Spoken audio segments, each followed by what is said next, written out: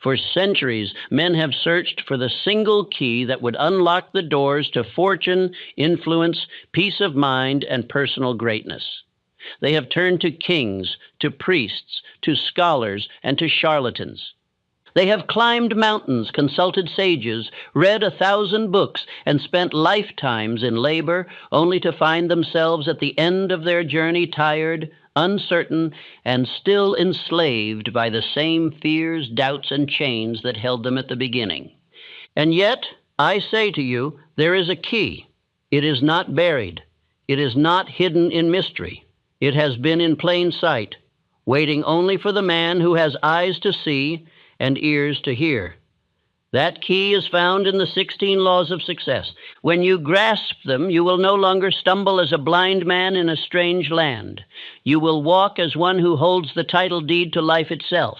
You will command money because you will understand money is only an obedient servant. You will command opportunity because you will know that opportunity bows to definiteness and persistence. You will command respect because respect cannot be withheld from the man who has mastered himself. But before I show you what awaits you if you seize this key, let me show you the curse that comes if you ignore it. For every law of success has its opposite. For every principle neglected, there is a penalty inflicted. For every truth resisted, there is a chain forged. Picture this. You wake in the morning with no burning desire, no chief aim, no definite plan. The alarm sounds and you strike it with irritation because life has become a dull repetition of yesterday. You stumble into a job you despise under the orders of a man you do not respect, and every hour feels like a theft of your soul. You look at your children, and though you love them, you see disappointment in their eyes, for you have given them nothing but excuses. You look at your wife, and though she endures, she knows you promised her more than this.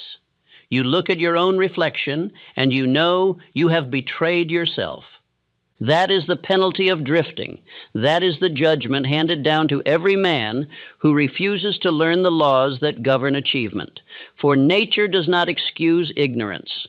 The law of gravity does not spare the child who steps off a ledge. The law of success does not pardon the man who fails to obey it. Now picture the opposite. Imagine rising with a burning purpose so definite it draws you from your bed as fire pulls oxygen. Imagine walking into your work with the authority of one who knows he is not a hireling, but a builder, a leader, a creator. Imagine your children looking at you not with pity, but with pride, whispering to one another, "That is my father."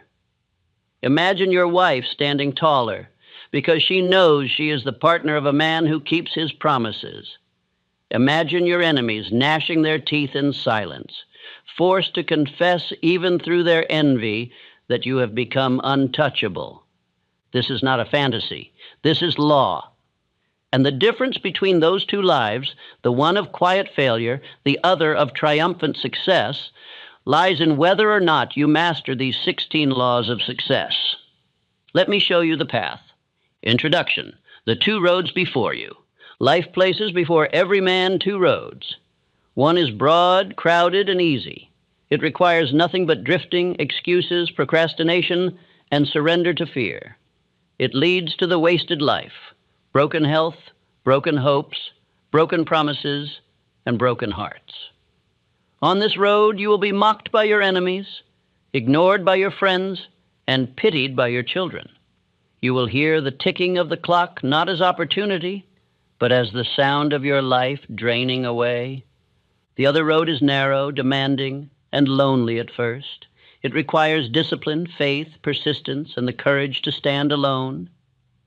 But it leads to riches of every kind, money that grows faster than you can spend it, friendships with men of power and character, respect that cannot be bought or faked, and peace of mind that makes even sleep an act of triumph. On this road you will be honored by your family, admired by strangers, and envied even by those who once ridiculed you.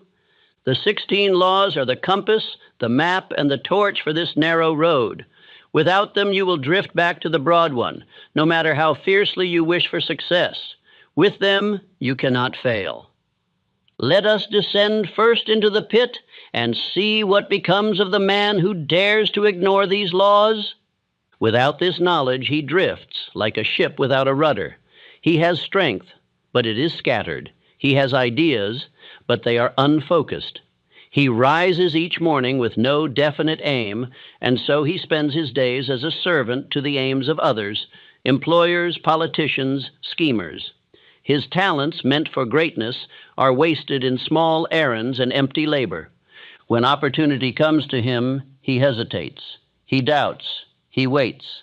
And while he waits, another man, one armed with confidence, seizes the reward. He looks back later and says, I could have, I should have, but by then, the moment has already passed. He copies instead of creates. He complains instead of commands. He is endured, never admired. He offends more than he inspires. His emotions master him. His appetites devour him. He lives for comfort and receives poverty.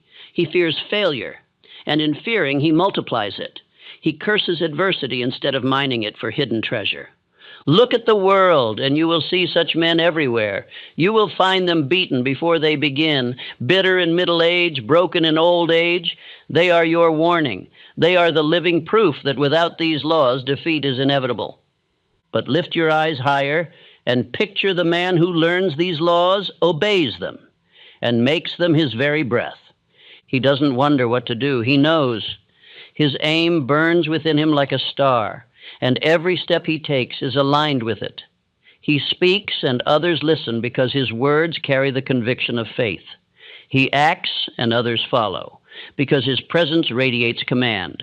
He fails, but instead of crumbling, he studies his defeat, turns it into wisdom, and rises stronger than before. Such a man does not drift. He builds. He multiplies.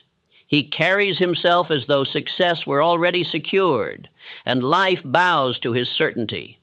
His friends admire him, his family stands proud beside him, and even his enemies, though they may hate, cannot help but respect the strength that radiates from him. This man cannot be stopped. He is the master of himself, of others, of circumstances. He is not the toy of chance, but the maker of destiny. But hear me carefully. To neglect even one of these laws is to invite disaster. The man who applies 15 and ignores the 16th is like a general who builds an impregnable fortress but leaves a single gate unguarded. The enemy will always find the unguarded gate. History itself testifies. Napoleon Bonaparte rose higher than almost any man of his age. He mastered discipline, imagination, concentration, initiative, persistence.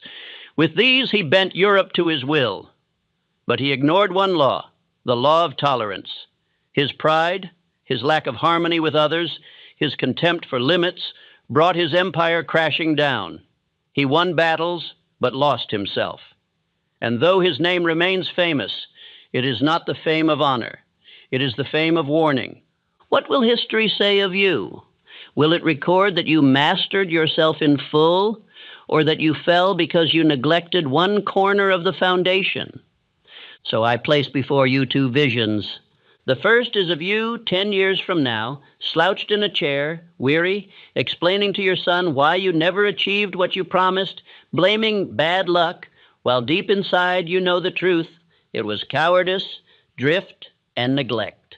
The second is of you 10 years from now, standing tall, your name spoken with respect, your family secure, your wealth multiplying, your conscience clear, and even your enemies forced into silence before your victories. The difference between these two futures lies in whether or not you seize the 16 laws of success. The choice is yours. The laws are here. They do not bend, they do not break, they do not excuse. They can make you rich in money, rich in friends, rich in power, rich in peace, or they can make you poor in all. This is the threshold. Step through and you will never be the same. So fix your attention. Listen as though your children's future were watching you, because it is. Listen as though your enemies were plotting against you, because they are. Listen as though your destiny will be decided by your obedience to these next words, because it will. Law 1. Definite chief aim. No man can hope to rise above mediocrity until he fixes his heart and mind upon a definite chief aim. Without a definite aim, life is wasted in drifting. A drifting man may possess strength, imagination, or opportunity, yet because his effort is scattered, he accomplishes nothing. 90 days of drifting become 900, and years are lost. The penalty of drifting is regret, and the remedy is definiteness. Henry Ford chose an aim that seemed ridiculous to his age: to put the common man on wheels. He was not content to tinker with automobiles for the rich. His definite aim was to create a motor car that could be produced cheaply, maintained easily, and owned by every family. Men laughed at him, investors doubted him, but Ford's definiteness never wavered. He fixed his eye upon his purpose and bent every ounce of thought and energy to it. Within a short span, his aim crystallized into the Model T and an empire. Andrew Carnegie, too, fixed upon an aim: mastery of steel. He did not wander from coal to textiles to railroads as so many did. He aimed at steel with such definiteness that all other opportunities were measured against it and discarded if they conflicted. By pouring himself into this single aim, Carnegie built one of the greatest fortunes the world has ever known. His aim acted as a magnet that drew to him men of talent, capital, and opportunity. The drifting man may protest, "I do not know my aim." That is no excuse, for desire speaks within every heart. What is it that stirs your imagination, that excites your soul, that you dream of in secret? That is your aim. Write it down. Do not trust it to memory. Fix it in black and white, where your eyes may see it daily.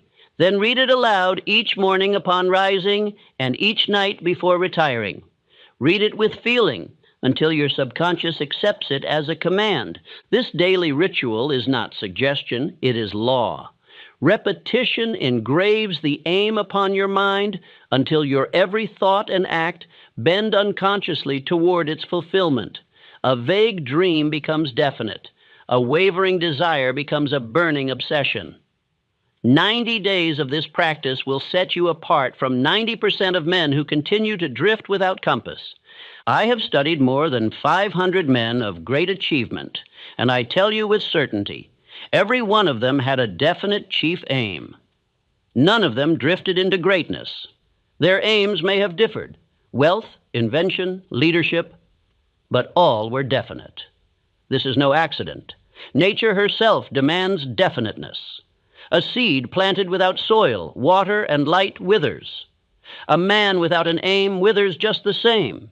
Do not fear that your aim is too bold. Life respects boldness. Do not fear that your aim is too high. The loftiest towers are built upon foundations as simple as stone and mortar. Your task is not to shrink your aim to fit your doubts, but to expand your faith to fit your aim. Say aloud with me now: I know what I want. I demand it of life. I fix my heart upon it and bend my every thought to its attainment. My aim is clear. My will is unshakable. My destiny is certain. Repeat this until it is not merely words, but identity. For when a man knows what he wants and demands it with persistence, the world has no choice but to yield. Without definiteness, you will waste 10, 20, even 30 years wandering from one pursuit to another. With definiteness, 90 days of disciplined thought and action will accomplish more than years of indecision. This is how you save decades of your life: by fixing your aim now, obeying it daily, and refusing to drift. Definiteness is the first law because all others depend upon it. Faith must have an aim to cling to. Persistence must have an aim to pursue. Discipline must have an aim to enforce. Attention must have an aim to focus. Without a definite chief aim, the other laws collapse. With it, they unite into irresistible power. Therefore choose. Write, speak, believe, act. Let no day pass without reaffirming your aim. Let no man dissuade you. Let no fear silence you. For the man with a definite aim is already halfway to victory, while the man without one is already defeated. Remember this truth: nature does not excuse ignorance. The law of success does not pardon the man who drifts, but it richly rewards the man who fixes his aim, for he has aligned himself with the principle by which all progress is made. Fix your definite chief aim today, and the next 90 days will purchase for you not only results, but identity. You will no longer be a wanderer. You will be a builder. You will no longer be a servant. You will be a master. You will no longer be a drifter. You will be a man of destiny. Law 2, self-confidence and faith. No man can rise above mediocrity until he believes that he can. Faith is the eternal elixir that gives life, power, and action to desire. Self-confidence is faith turned inward, the assurance that the man himself has the strength to achieve what he desires. Together, they are the very breath of all achievement. Without them, 90 days of effort collapse into nothing. With them, 90 days can condense decades into a season of triumph. Faith is not a timid hope. Hope waits upon chance, but faith commands life to obey. Faith is not a wish muttered in secrecy. It is a blazing certainty that seizes the mind and bends it toward fulfillment. The man who hopes says, "If it is meant to be, it will be." The man of faith says, "Because I will it and act upon it, it shall be." Hope postpones. Faith insists. Hope drifts. Faith advances. Faith must be planted through the principle of autosuggestion. The subconscious mind does not argue. It obeys what is impressed upon it with repetition and emotion. Speak to yourself each day. I believe in myself. I believe in my aim. I believe the resources of life will bend to my will. I believe I am destined for greatness. Say this aloud each morning and evening until your subconscious, like fertile soil, accepts the seed as truth. Consider John D. Rockefeller.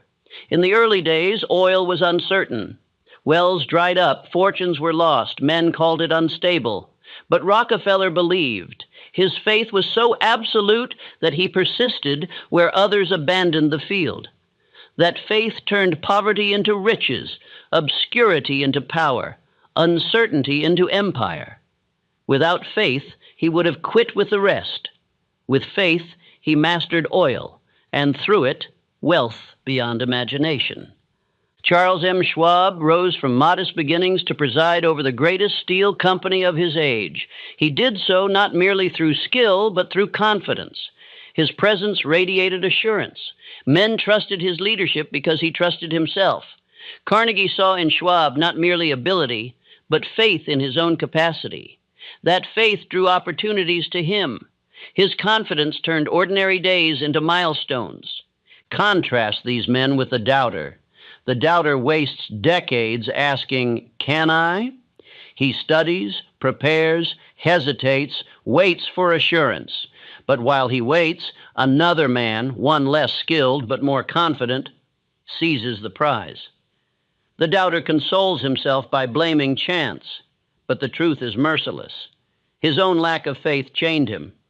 Doubt is poverty in the making, and self-confidence is riches in the making. Faith is contagious. When you speak with conviction, men believe you, even before results are visible. When you walk with confidence, doors open, allies gather, opportunities appear. Faith in yourself radiates outward until it persuades others to have faith in you. This is why faith must be cultivated as a habit. 90 days of constant affirmation, spoken with feeling, will ingrain it so deeply that doubt will no longer find lodging in your mind. Do not say to yourself, "I will try." The language of faith is, "I will." Do not whisper, "Perhaps." The language of faith is, "It shall be done." Do not wait to see the path clear before you begin. Begin, and the path will clear. Faith precedes evidence, for it is faith itself that creates the evidence. If you wait until you see results before you believe, you will never believe at all. Thomas Edison faced thousands of failures in his search for light. Each experiment seemed to testify against him, but faith prevented him from interpreting failure as defeat. He believed so strongly that light could be harnessed that each failure became proof that he was closer to success. Without faith, he would have wasted years and abandoned the quest. With faith, he collapsed centuries of darkness into a single invention. I say to you, the next 90 days must be lived under the rule of faith. You must speak it, write it, live it, breathe it. Each morning, stand before your mirror and declare aloud, I believe in myself. I believe in my definite aim. I believe that infinite intelligence flows through me, guiding and empowering my every act. Do not whisper it timidly. Speak it with feeling, as though you were commanding an army. For indeed, you are commanding the greatest army, your own thoughts. Each evening, repeat the ritual. Before retiring, speak your faith aloud, visualize your aim achieved, and fall asleep in the conviction that it is already yours. The subconscious, thus instructed, will work through the night, aligning circumstances and opportunities for your benefit.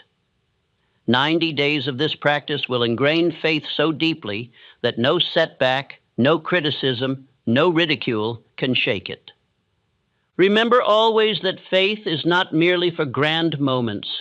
It must be lived daily. Have faith in your decision, faith in your persistence, faith in your worth. Each small act carried out with faith becomes compounded, multiplying results. Each day of doubt delays you by months. Each day of faith advances you by years. This is how faith shortens time and saves decades of your life. Repeat with me. I believe with absolute certainty. I believe in my aim, my power, my destiny. My faith makes these 90 days sufficient to purchase a new life. Speak this until you feel it in your very bones. For when you believe, the world must obey. The penalty of neglecting this law is severe. The man who doubts lives a lifetime of half efforts. He begins and abandons, dreams and hesitates, plans, and never acts. He excuses his failures as fate, but fate is not to blame. His doubt condemned him. His lack of faith lengthened his journey by decades. He arrives at old age with empty hands, whispering, if only. But the man of faith lives differently. He acts as though success is certain, and success comes. He speaks as though power already flows through him, and power flows. He commands his subconscious daily, and his subconscious creates. He believes when others doubt, and he advances while others stagnate. His 90 days produce what others waste 30 years seeking. Faith redeems time, magnifies power, and engraves destiny. Therefore, I command you, plant faith today, guard it as treasure, feed it with affirmations, strengthen it with action, protect it from the poison of ridicule and fear, make it your constant companion. For with faith, you need not wonder if success will come. With faith, success is inevitable. Law 3, initiative and leadership. The man who waits to be told what to do will always remain a servant. Initiative is the power that separates the leader from the follower. Leadership is not granted by title or birth. It is seized by the man who dares to act without waiting, who creates movement where others stand still. 90 days of initiative practiced daily can carry you farther than 10 years of waiting for permission. Most men live as though they are children, waiting for a master to give orders. They perform tasks because they are told, not because they have chosen.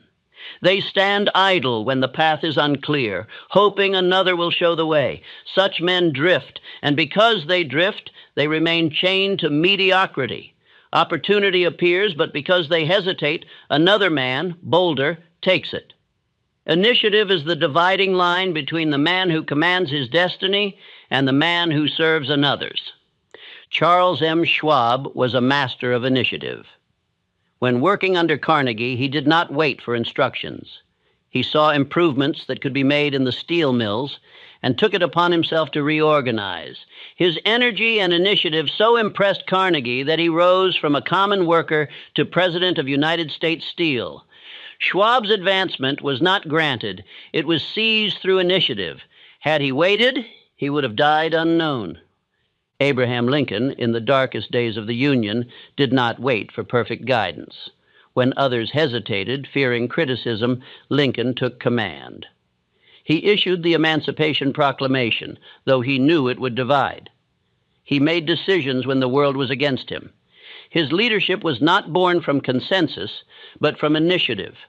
He led because he acted. Others followed because his initiative inspired confidence. Initiative requires courage. It demands that you act before you are certain. It demands that you step forward into criticism, ridicule, and possible failure. But only by acting do you prove yourself worthy of leadership. Cowards hesitate and lose decades. The man of initiative shortens decades into seasons. He creates opportunity by acting upon ideas that others dismiss. For the next 90 days, you must practice daily initiative. Each day, perform one act that no one commanded you to do. Seek out a way to improve your work, strengthen your body, increase your knowledge, or advance your aim. Do it without waiting for approval. 90 such acts will ingrain initiative into your very nature. At the end, you will no longer wait to be told, you will command yourself. Say aloud, I act before commanded, I lead before invited. My initiative opens doors, my leadership compels respect. Repeat this each morning until your subconscious accepts it. When you act with initiative, men will begin to look to you for guidance. Leadership is not claimed in words, but demonstrated in deeds. Understand this truth. The world crowns no man for waiting. Titles follow action, not hesitation. The general becomes such because he acted when others retreated. The businessman becomes such because he dared to move where others stalled. The inventor becomes such because he persisted when others abandoned. Initiative is the mother of leadership. The danger of waiting for orders is severe. It builds the habit of servitude. Each day you delay, you weaken your will. Each year you remain timid, you forfeit opportunities. At the end of life, the man who always waited finds himself forgotten, his name unspoken, his talents wasted. But the man of initiative is remembered, respected, and often envied, for he seized what others feared to touch. Thomas Edison did not invent the phonograph or light bulb by waiting for instructions. He took initiative, experimenting relentlessly, even when failures mounted. His leadership of entire teams of assistants was born from his initiative to try again, to direct new efforts, to push forward despite uncertainty. His initiative created a movement of invention that changed the world. Henry Ford, too, did not wait for wealthy men to approve his dream of a car for the common man.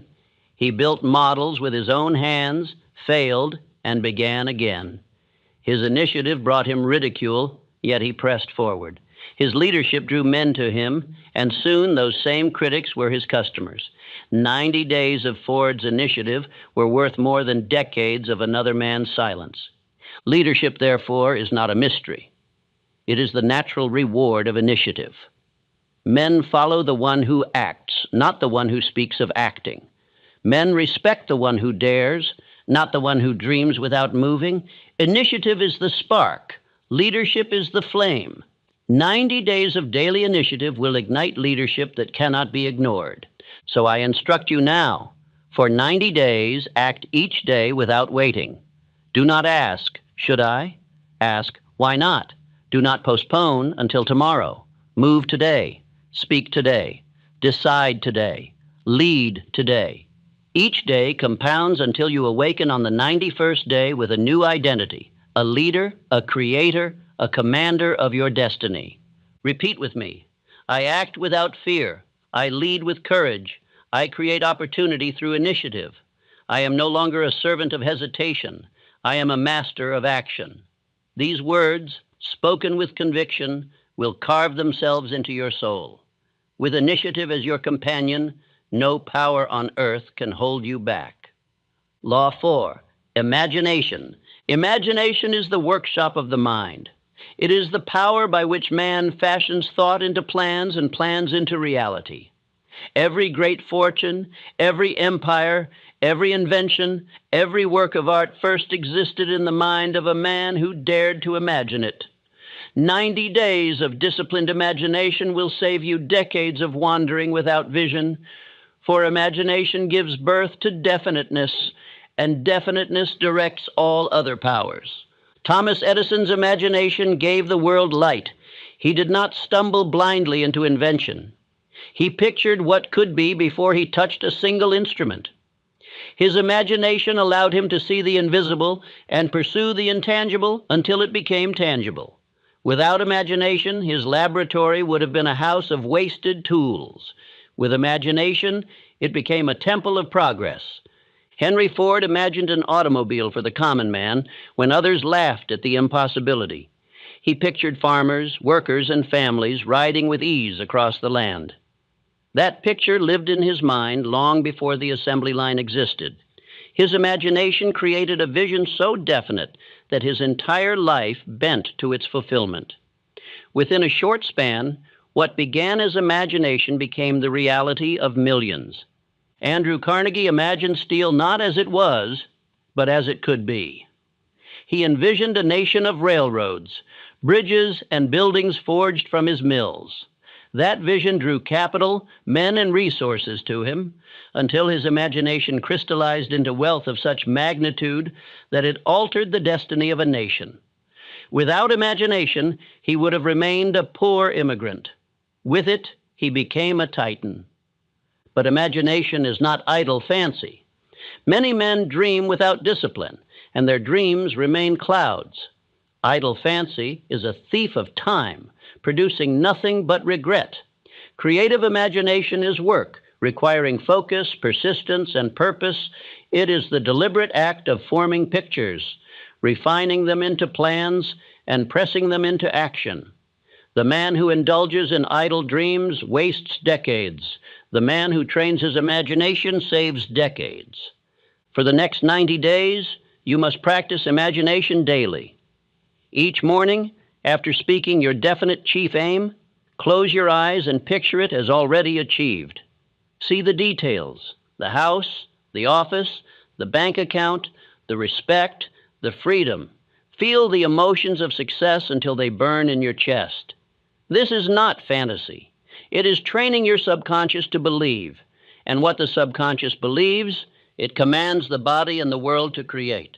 Say aloud, I create in mind what I demand in life. My imagination is the workshop where riches are built. I picture my aim, and my aim becomes reality. Repeat this until your subconscious accepts it. 90 days of such practice will ingrain imagination as a habit, and habit becomes destiny. Imagination must also be exercised in solving problems. When obstacles appear, do not curse them. Ask, what picture can I form of victory here? Edison did not see failure in his thousands of experiments. He saw new paths. Lincoln, in the midst of war, imagined a united nation and used that vision to endure. Rockefeller, in crises, imagined larger opportunities and seized them. These men used imagination not to escape reality, but to command it. Beware of borrowed imagination. Many men waste years copying others, imitating instead of creating. Such imitation may bring survival, but never greatness. Your imagination must be your own. Learn from others, but imagine for yourself. 90 days of copying will chain you to mediocrity. 90 days of creating will set you free. Controlled imagination is a discipline. Let your evenings be spent in picturing tomorrow's actions. Before sleep, imagine the next day's victories. Let your subconscious labor through the night to prepare. This nightly practice will save you 10 years of wandering and indecision, for each day will begin with a picture already drawn and a path already chosen. Remember always, imagination is the beginning of every creation. A house, a machine, a business, a fortune, all were imagined first. The drifter mocks imagination and pays the price with decades of mediocrity.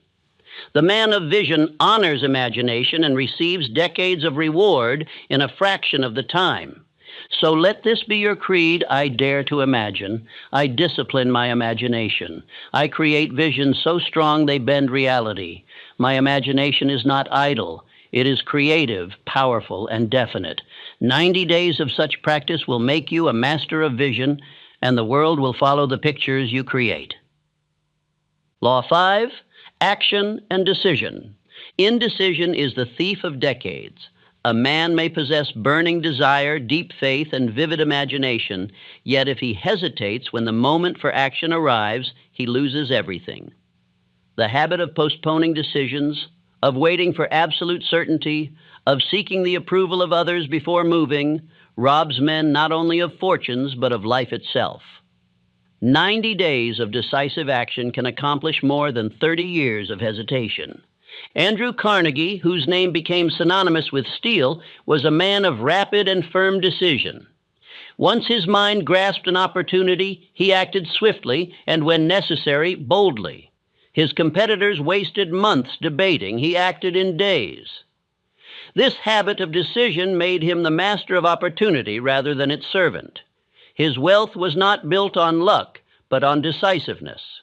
Abraham Lincoln, in the midst of war, was forced to decide under pressure. The fate of a nation rested upon his choices. He did not have the luxury of waiting for unanimous approval. His decision to issue the Emancipation Proclamation, though criticized, was final and irrevocable.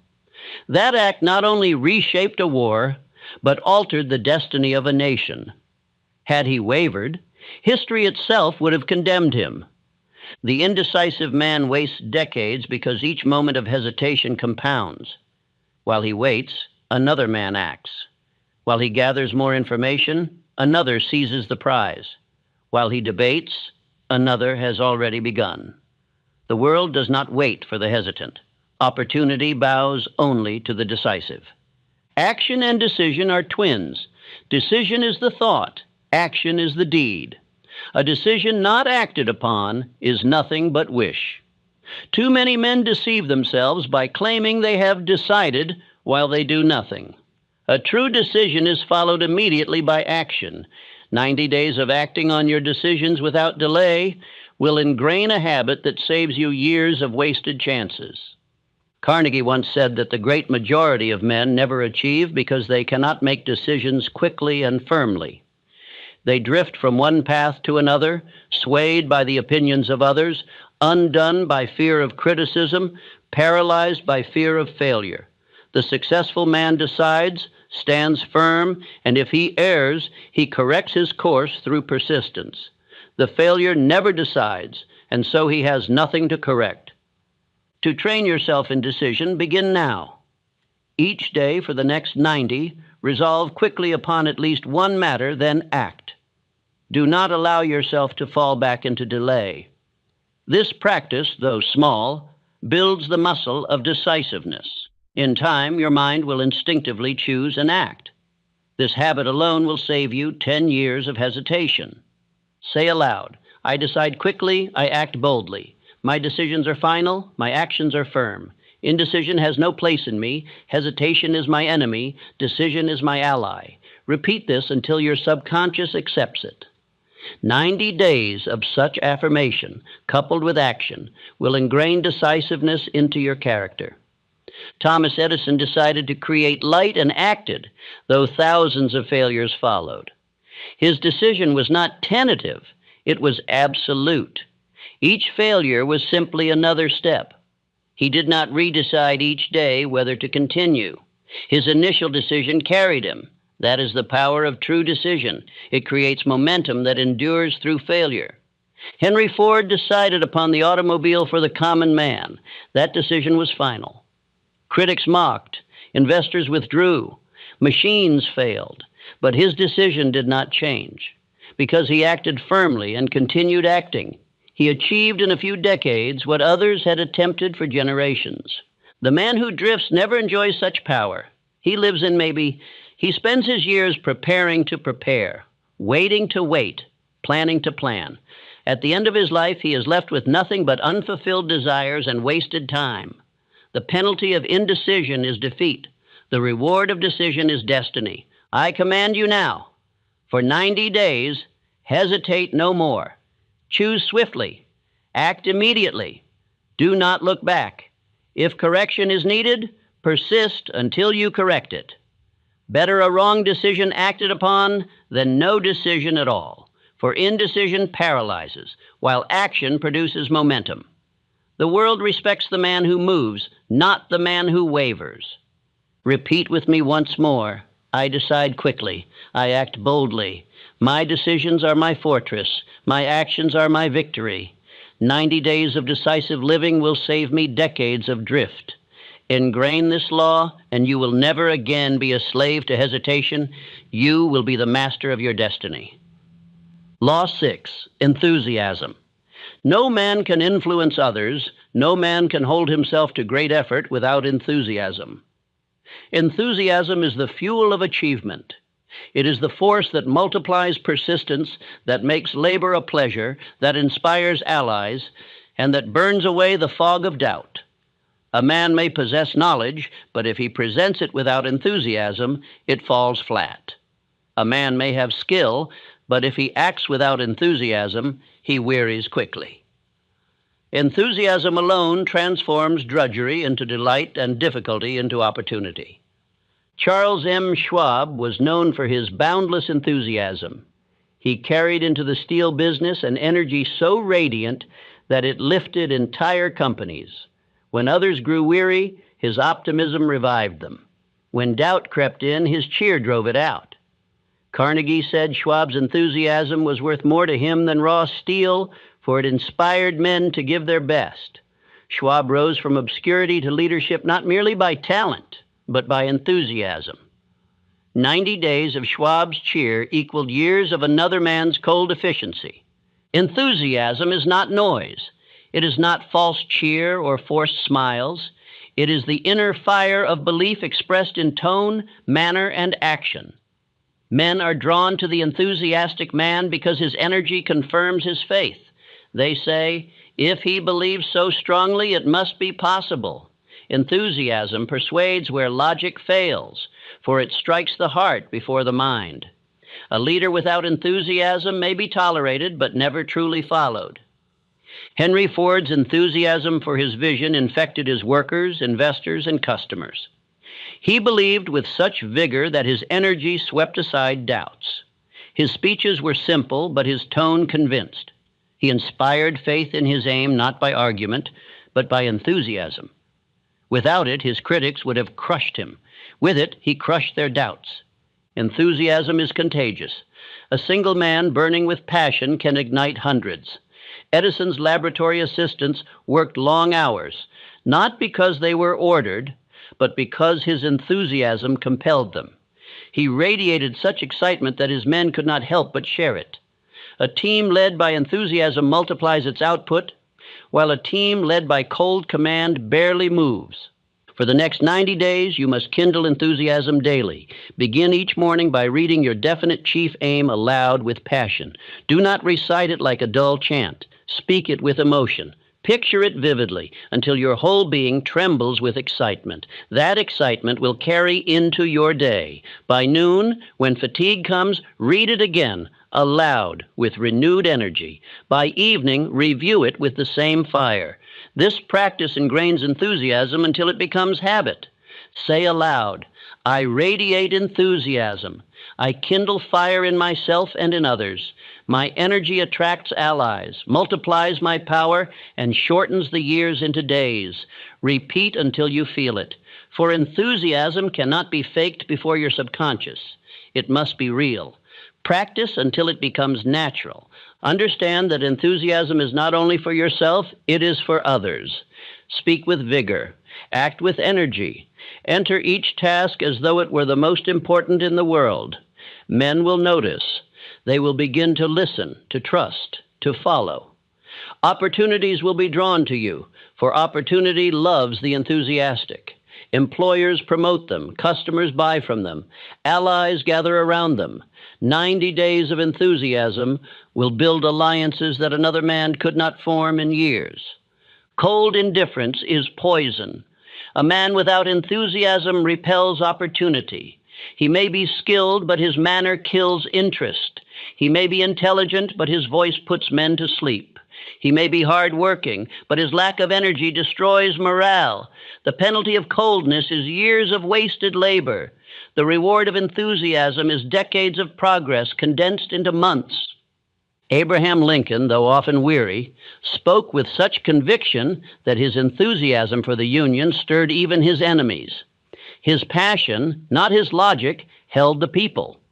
He carried himself with an energy born of purpose, and that energy kept a nation together. Without enthusiasm, his speeches would have been forgotten. With it, they are remembered centuries later. Enthusiasm strengthens persistence. A man who forces himself to act without enthusiasm wearies quickly. A man who acts with passion endures gladly. 90 days of enthusiasm will give you more stamina than years of forced labor. It transforms duty into joy, necessity into privilege. Enthusiasm is the secret that makes hard work light. So I command you, cultivate enthusiasm. Each day stir your spirit before you act. Each day speak your aim with fire. Each day carry yourself as though victory were already yours. Enthusiasm is the cloak of kings, and when you wear it, men cannot help but notice. Repeat once more. I radiate enthusiasm. I inspire confidence. I multiply my power through energy. I carry the fire of belief in all I do. Enthusiasm shortens years into days. 90 days of this practice will ingrain enthusiasm into your identity. And from that moment forward, the world will feel it in your presence. Law 7, self-discipline. No man may hope to master fortune, opportunity, or others until he first masters himself. Self-discipline is the governor of the mind, the guard at the gate of action, the habit that makes persistence unbreakable and decision firm. Without self-discipline, desire burns out, faith falters, initiative collapses, imagination wanders, and enthusiasm turns into folly. But with self-discipline, every other law of success is chained together into harmony. 90 days of self-discipline can save 30 years of regret. Andrew Carnegie built an empire because he mastered himself. He disciplined his time, his words, his spending, his temper. He demanded control from those around him, but first he demanded it from himself. When temptations arose to scatter his efforts or indulge in vanity, discipline kept him loyal to his definite aim. This loyalty to his own purpose compressed decades of wandering into decades of progress. John D. Rockefeller is another monument to discipline. He recorded every penny, kept strict account of his affairs, restrained his impulses, and controlled his emotions. While others wasted profits on extravagance, Rockefeller reinvested. While others indulged in recklessness, he tightened control. That discipline forged not only his fortune, but his character. 90 days of such order in a man's life can save decades of waste. Thomas Edison disciplined his hours. He trained himself to labor beyond fatigue, but not recklessly. He worked with focus and rhythm. He restrained distractions, forced his body to obey his mind, and devoted himself to the great aim before him. His discipline turned failure into stepping stones and made his laboratory a cathedral of persistence. Abraham Lincoln, though fiery by nature, mastered his temper. His discipline of speech made his words immortal. He learned when to remain silent, when to speak softly, and when to thunder. His self-control allowed him to work with rivals, to endure criticism, to appear calm while carrying the burden of a nation. Without discipline, his passion would have consumed him. With discipline, his passion saved a union. Self-discipline demands sacrifice. It requires that you deny yourself small pleasures today to secure great rewards tomorrow. It demands control of appetite, control of speech, control of time, control of thought. The man who indulges his appetites becomes their slave. The man who restrains them becomes their master. 90 days of indulgence enslave a man for years. 90 days of discipline free him for decades. For the next 90 days, practice discipline as a daily law. Rise at the hour you decide, not at the hour laziness dictates. Speak when your words advance your purpose. Remain silent when they do not. Spend only in harmony with your chief aim, not with your impulses. Guard your attention, deny distractions, master your appetites. 90 days of such discipline will ingrain habits that protect you for life. Say aloud, I am master of myself. My thoughts obey me, my words obey me, my habits obey me. I do not drift with appetite. I command myself with discipline. I am loyal to my own decisions. Repeat this until your subconscious accepts it. For self-discipline must be identity, not theory. The penalty of neglecting this law is slavery. The man without discipline becomes a servant to others, a victim of appetite, a toy of chance. His life is wasted in impulses that bring no return.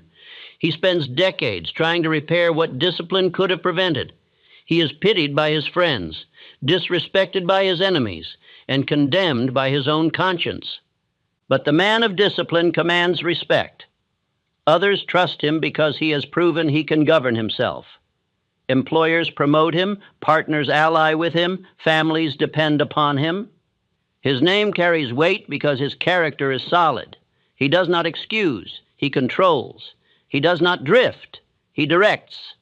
90 days of self-discipline set him upon a path of mastery. Therefore, let this be your vow. I am the master of myself. I deny drift. I command thought. I control appetite. I discipline time. 90 days of discipline ingrain the habits that guarantee my destiny. Practice this law daily, and you will save 10 years of wasted indulgence, 20 years of regret, 30 years of wandering. You will become a man others follow, respect, and trust, because you can be trusted with yourself. Law 8. Persistence. Persistence is the glue that binds every law of success together. Without persistence, desire dies, faith withers, initiative collapses, imagination fades, enthusiasm cools, and discipline loosens. But with persistence, even the smallest effort grows mighty. Persistence is proof of belief. Persistence is the visible evidence that a man has burned the bridge behind him and will never retreat. 90 days of unbroken persistence can alter the entire course of a life and save decades of wandering in circles. R.U. Darby's story is the clearest illustration of persistence's necessity. His uncle dug for gold, stopped 3 feet short, and sold the mine to a junkman. That junkman persisted, hired an expert, dug 3 feet further, and struck a fortune. Darby learned his lesson. Later, when he entered the insurance business, he was rejected thousands of times, yet he persisted. Each no strengthened his determination. His persistence carried him until he became one of the greatest insurance salesmen of his generation. 90 days of rejection could not defeat him, because persistence was his creed. Henry Ford persisted through ridicule, bankruptcy, and failure. His first cars broke down. Investors abandoned him. Critics mocked him as a dreamer. Yet Ford refused to quit. He persisted in refining his models, persisted in searching for better designs, persisted in pursuing his definite aim. In time, the world bowed to his persistence. Had he given up in those first 90 days of failure, his name would have been forgotten. Because he persisted, his name is immortal. Thomas Edison is perhaps the greatest monument to persistence. Thousands of failed experiments did not discourage him. When asked how he endured so much failure, he replied, "I have not failed. I've found thousands of ways that will not work." His persistence made light possible, and beyond light it proved to the world that defeat is never permanent unless a man accepts it. 90 days of failures could not stop him. 90 years could not stop him. His persistence outlived every obstacle. Charles Schwab rose in the steel industry not because he was the most skilled at the beginning, but because he refused to be discouraged. He persisted in every task, persisted in optimism, persisted in exceeding expectations. That persistence caught Carnegie's attention and propelled him upward. His success was not sudden, it was the compounded interest of persistence. Persistence is not dramatic. It is often quiet, unseen, unpraised. It is simply the daily refusal to quit. It is the habit of rising again when knocked down. It is the spirit that says, I will continue today, tomorrow, and the day after until victory is mine. Most men fail not because they lack talent, but because they surrendered too soon.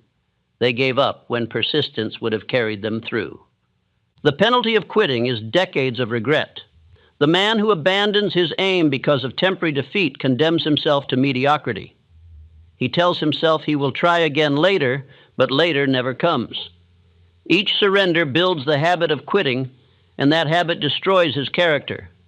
By the time he reaches old age, he looks back upon a lifetime of abandoned hopes and realizes he wasted his greatest treasure, time. The reward of persistence is destiny. Life cannot deny the man who refuses to stop. Obstacles wear down before him, critics fall silent, fortune bends, opportunity yields. His name is respected, his family proud, his enemies silent. He compresses decades into years because persistence multiplies effort until it becomes irresistible. For the next 90 days, persistence must be your law. Each day, act toward your definite aim, no matter how small the step. Each evening, review your persistence. Ask, did I persist today or did I yield? Write the truth. Do not excuse yourself. If you persisted, you grow stronger. If you yielded, correct it tomorrow. 90 evenings of this practice ingrain persistence until it is part of your very soul. Say aloud, I persist without excuse. I continue without retreat. Each day adds weight to my purpose. No defeat can stop me. No critic can silence me. No failure can break me. My persistence shortens years into days. Repeat this until your subconscious obeys. 90 days of this affirmation, coupled with daily action, will ingrain persistence so deeply that quitting becomes impossible. Edison's assistants, after thousands of failures, wanted to give up. Edison's persistence carried them. Your persistence will carry others too. When men see that you cannot be shaken, they will rally to you. Employers will trust you. Partners will ally with you. Family will lean upon you. Even enemies will respect you. Persistence earns loyalty because it proves character. Do not believe that persistence requires heroic acts. It requires daily acts. One more phone call when weary. One more plan written when discouraged. One more attempt when rejected. One more hour of work when tempted to rest. Each small persistence builds a chain. 90 days of such small chains build a fortress no obstacle can breach. Abraham Lincoln was defeated in elections, failed in business, suffered loss after loss. Yet he persisted. He refused to surrender to despair. His persistence carried him to the presidency, and through that persistence, he preserved the Union. His greatness was not in his talent alone, but in his refusal to abandon his aim. Remember this, every defeat contains the seed of an equal or greater benefit, but only persistence unlocks it. The man who quits before searching for the seed loses the treasure. The man who persists digs until he finds it. 90 days of persistence will turn defeats into victories, losses into lessons, failures into foundations. Therefore, let this be your vow. I persist, I continue, I endure, I will not quit, I will not retreat, I will not excuse. My persistence will save me 10 years of wandering, 20 years of regret, 30 years of mediocrity. My persistence will make me a master of destiny. Speak this daily, live it daily, and you will awaken on the 91st day transformed. Persistence is the law that redeems time. It is the law that proves character. It is the law that makes every other law effective. Without it, the other laws collapse. With it, the other laws are amplified. 90 days of persistence is not merely a trial. It is the birth of a new man, a man who cannot be broken, a man who will not be denied. Law 9, the mastermind. No man ever achieved enduring success alone. Every fortune, every invention, every empire, every triumph I have studied was born of minds working in harmony. A single brain is limited, but when two or more blend their thoughts in a spirit of cooperation, a new mind is created, the mastermind. It is greater than the sum of its parts. It draws upon infinite intelligence and multiplies power beyond measure. 90 days of purposeful alliance can accomplish what 30 years of solitary struggle cannot. Andrew Carnegie admitted openly that he owed his fortune not to himself alone, but to the group of men he gathered. He surrounded himself with thinkers, doers, organizers, and dreamers. He united them under one definite aim and harmonized their efforts. That alliance multiplied his power until he stood as one of the richest men alive. His secret was simple. He borrowed brains. One man's knowledge is finite, but a mastermind is infinite. Charles Schwab rose because of his harmony with Carnegie. He brought energy, optimism, and leadership, and by aligning with Carnegie's vision, he multiplied his own opportunities. Their mastermind built mills, created steel empires, and condensed decades of progress into a few years. Alone, neither could have accomplished it. Together, they became unstoppable. Henry Ford, though a man of vision, was not ashamed to lean upon others. He drew counsel from Edison. He listened to men of talent. He created teams that refined his ideas. His genius was not isolation, but cooperation. By blending minds, he built an automobile industry in a fraction of the time it would have taken alone. His mastermind made his vision inevitable. Thomas Edison himself was surrounded by assistants, inventors, and workers who contributed ideas. Though the world remembers his name, his success was the fruit of collective intelligence. His mastermind, harmonized by his leadership, produced more inventions than any man alone could have conceived. His laboratory was not merely a place of work, it was a living mastermind. Abraham Lincoln led a cabinet of rivals, men who opposed him, men who criticized him. Yet through his wisdom, he harmonized them toward a greater aim, the preservation of the Union. His ability to unite diverse minds into cooperation gave him strength no single man could have held. The mastermind principle, though unspoken, guided his leadership. The law is simple. Harmony multiplies, discord destroys. A team in harmony can achieve in 90 days what decades of solitary labor cannot. A team in discord can waste decades with nothing to show. This is why you must be deliberate in choosing those with whom you align. For the next 90 days, seek at least one ally who shares your definite aim. It may be a partner, a friend, a spouse, a mentor. Share your aim with them. Meet regularly, encourage one another, and blend your minds in harmony. One true mastermind alliance is worth more than years of isolated effort. Even one companion aligned with your purpose multiplies your power. Say aloud, I attract allies of my destiny. I align with minds that strengthen mine. My mastermind multiplies my power and shortens years into days. Repeat until you believe it. Belief attracts. When your subconscious expects allies, it draws them to you. This is not accident, it is law. The penalty of neglecting this law is isolation. The man who insists on working alone, who refuses counsel, who fears sharing his aim, condemns himself to weakness.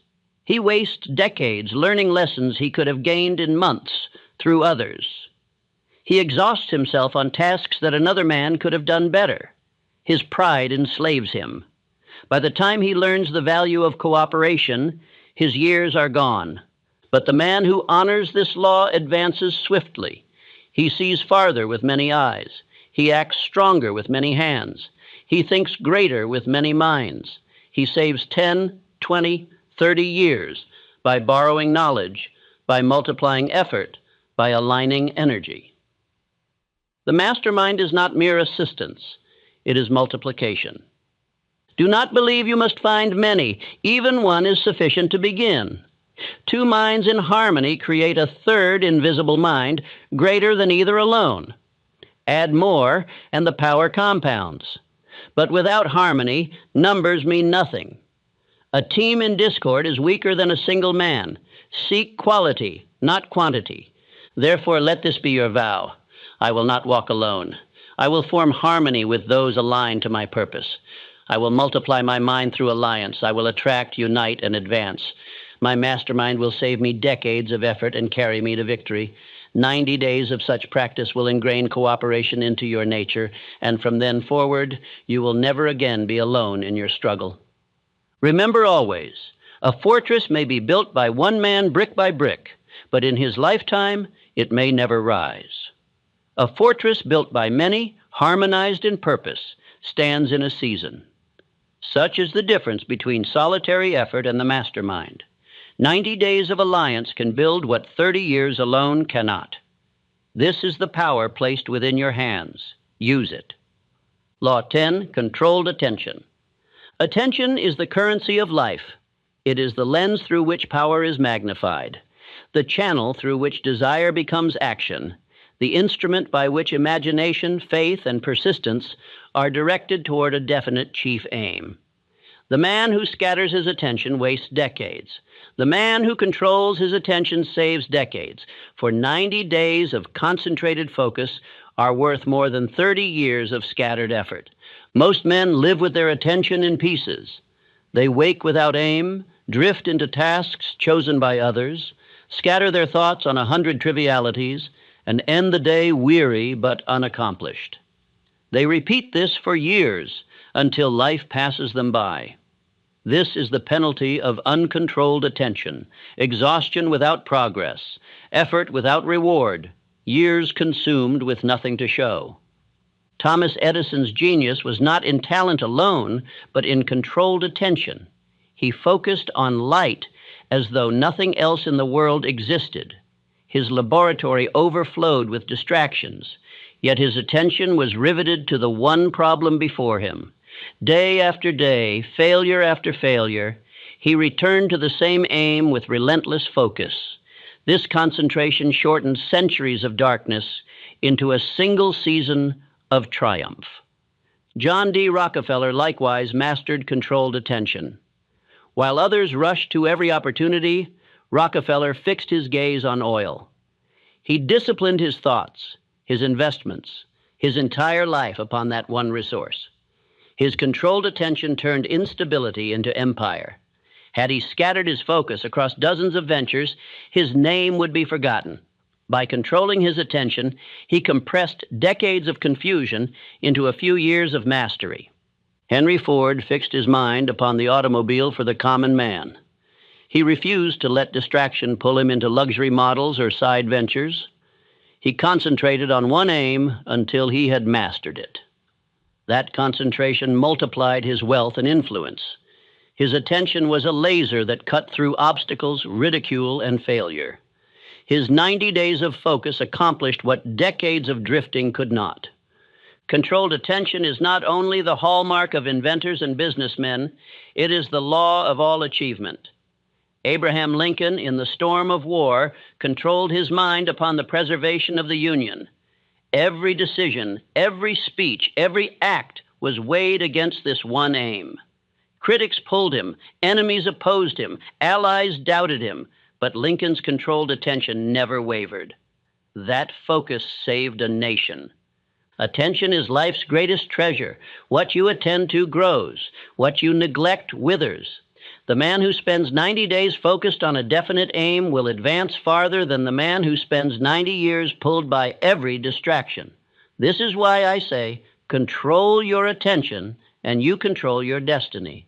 For the next 90 days, you must discipline your attention through daily practice.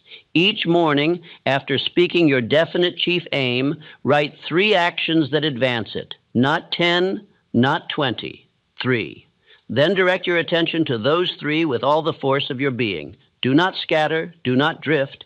Complete them before allowing yourself to wander. This exercise will ingrain the habit of focus until it becomes second nature. Say aloud, I control my attention. My attention magnifies my power. My focus compresses time into victory. Repeat until your subconscious obeys. 90 days of this affirmation, lived through action, will transform your attention into a force of nature. Beware the thieves of attention. Gossip, idle talk, trivial pursuits, petty quarrels. Each steals a portion of your life. Each day surrendered to distraction is a day stolen from your destiny. 10 years of small distractions equal 10 years of wasted life. 90 days of guarded attention equal 10 years of advancement. Controlled attention is also the key to mastery of self. The undisciplined man allows fear, worry, or anger to consume his mind. His attention is stolen by emotions, and his days are wasted in turmoil. The disciplined man directs his attention to purpose, refusing to dwell on fear or regret. 90 days of directing thought toward definite aims will free you from mental slavery. Consider again Edison. Failure after failure could have consumed his attention with despair. But he refused. He fixed his mind not on what failed, but on what remained possible. This is controlled attention. It is not merely focus upon work. It is focus upon hope, purpose, and solution. Without it, persistence would collapse. With it, persistence becomes natural. Controlled attention is the law of all growth. The seed grows where attention is directed. The muscles strengthen where attention is trained. The fortune grows where attention is invested. The respect of others grows where attention is given. Neglect any of these, and they weaken. Attend to them, and they flourish. Life itself bows to controlled attention. For 90 days, I command you, deny distractions, reject drift, guard your focus as treasure, write your aim, act upon it, record your progress. Each day of focus compounds. By the 91st day, you will not merely have advanced, you will have built the identity of a man whose attention is unshakable. That identity will serve you for life. Say it once more. I control my attention. I direct it only to my chief aim. I do not drift. I do not scatter. I do not waste. My attention shortens decades into days. My attention makes me master of my destiny. Speak it until you believe it. Live it until others believe it too. For the world respects the man whose eyes do not wander, whose mind does not drift, whose purpose cannot be broken. This law alone can save you 30 years of mediocrity. Men waste their lives on trivialities. You will save yours by focus. You will advance where others drift. You will triumph where others fail. Controlled attention is the great divider of men, and by mastering it, you place yourself forever among the masters. Law 11, accurate thinking. Accurate thinking is the foundation of all enduring achievement. Without it, desire becomes delusion, imagination turns to fantasy, faith decays into superstition, and persistence hardens into stubbornness chasing false aims. Accurate thinking is the compass of the mind. It points true north when emotion would mislead, when rumor would confuse, when prejudice would blind. 90 days of training your mind to think accurately can save you 30 years of wasted labor spent chasing illusions. The majority of men never learn to think accurately. They confuse opinions with facts. They allow gossip to sway them. They mistake tradition for truth, and they accept the judgments of others without examination. Such men waste their energy building castles upon sand. By the time they discover the sand cannot bear the weight, decades are lost. The penalty of inaccurate thinking is lifelong failure. The reward of accurate thinking is mastery over circumstance. John D. Rockefeller built his empire not by speculation, but by accurate thinking. He studied facts with cold precision, ignored rumor, dismissed excitement, and demanded proof. When others were swept up in frenzies of fear or greed, he kept his mind upon reality. This habit allowed him to act when others hesitated, to withdraw when others plunged blindly, to advance when the facts supported him. His fortune was not accident. It was the product of accurate thinking. Abraham Lincoln was a man of accurate thought. He was deliberate, careful, and precise in judgment. When advisers pressed him, he listened, but he weighed their words against truth. He did not allow emotion or prejudice to rule him. He sought facts, studied them deeply, and then acted with certainty. His accurate thinking allowed him to preserve a nation in chaos. Without it, passion would have destroyed him and the union with him. Accurate thinking begins with the ability to separate facts from mere information. Facts are realities proven by evidence. Information is often opinion, gossip, hearsay, or distortion. The man of accurate thought does not accept all he hears. He asks, is this fact or opinion? If fact, what is the source? If opinion, what is the motive? 90 days of asking these questions daily will ingrain accuracy into your thought. Most failures come not from lack of effort, but from inaccurate assumptions. A man invests because he heard an opportunity was good. He marries because he feels without examining character. He chooses a profession because others approve. He lives by rumor instead of truth. Years later, he discovers his error, but the years cannot be returned. Accurate thinking from the beginning would have saved him decades of regret. Thomas Edison demanded accurate facts from his assistants. He would test and retest results, refusing to rely upon guesswork. His thousands of experiments were not blind fumblings, but accurate trials built upon observed facts. His mind separated what worked from what did not. This accuracy allowed him to advance steadily while others floundered. 90 days of adopting his habit of testing, proving, and confirming can transform your results permanently. Andrew Carnegie demanded accurate reports from his men. He would not accept inflated figures, excuses, or vague claims. He wanted precise knowledge of costs, production, and progress. That insistence upon accuracy protected him from ruin. Others trusted guesses. Carnegie trusted facts. His wealth was preserved because his mind was trained to think accurately. Accurate thinking also means freeing yourself from prejudice. Prejudice is inaccurate thinking made permanent. It blinds men to truth, poisons judgment, and leads to foolish action. The man of prejudice wastes years rejecting opportunities because they do not look as he expected. He loses allies because of false assumptions. He wastes decades bound to false beliefs. The man of accurate thinking sees clearly, without bias, and thus advances swiftly. For the next 90 days, train your mind each day in accurate thought.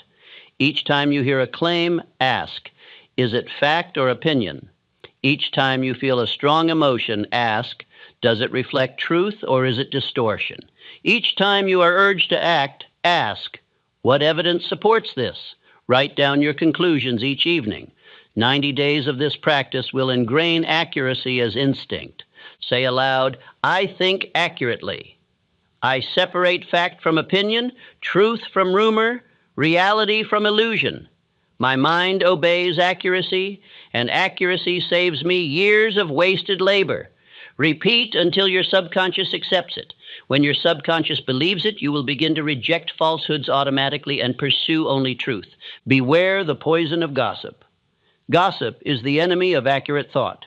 It whispers lies, sows confusion, and wastes years.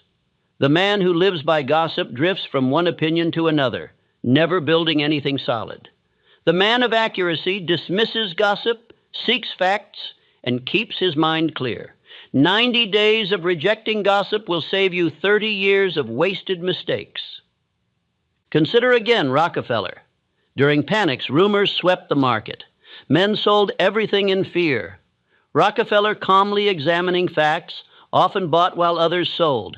His accurate thinking turned their panic into his profit. This is the power of accuracy. It transforms chaos into opportunity. Accurate thinking also demands humility. You must be willing to admit when you are wrong. The inaccurate thinker clings to error, wasting decades defending a false belief. The accurate thinker corrects quickly, saving time, effort, and reputation. 90 days of practicing correction without pride will ingrain a habit that saves you years. The man of accurate thought is respected. Others know his words can be trusted, his judgment relied upon, his decisions sound. Employers promote him, partners seek him, friends trust him. His name carries weight. By contrast, the man of inaccurate thought is dismissed, ignored, and forgotten. His words are worthless because they are untrue. His life is wasted because it is built upon error. So I command you, discipline your mind to accuracy. For 90 days, separate fact from opinion. Seek truth, reject rumor, test every assumption. Speak only when you have evidence. Decide only when facts are clear. This practice will ingrain accuracy into your very character. You will save decades by refusing error at the beginning instead of correcting it at the end. Say it once more. I think accurately. I demand facts. I reject rumor. I separate truth from illusion. My mind is clear, my judgment precise, my destiny certain.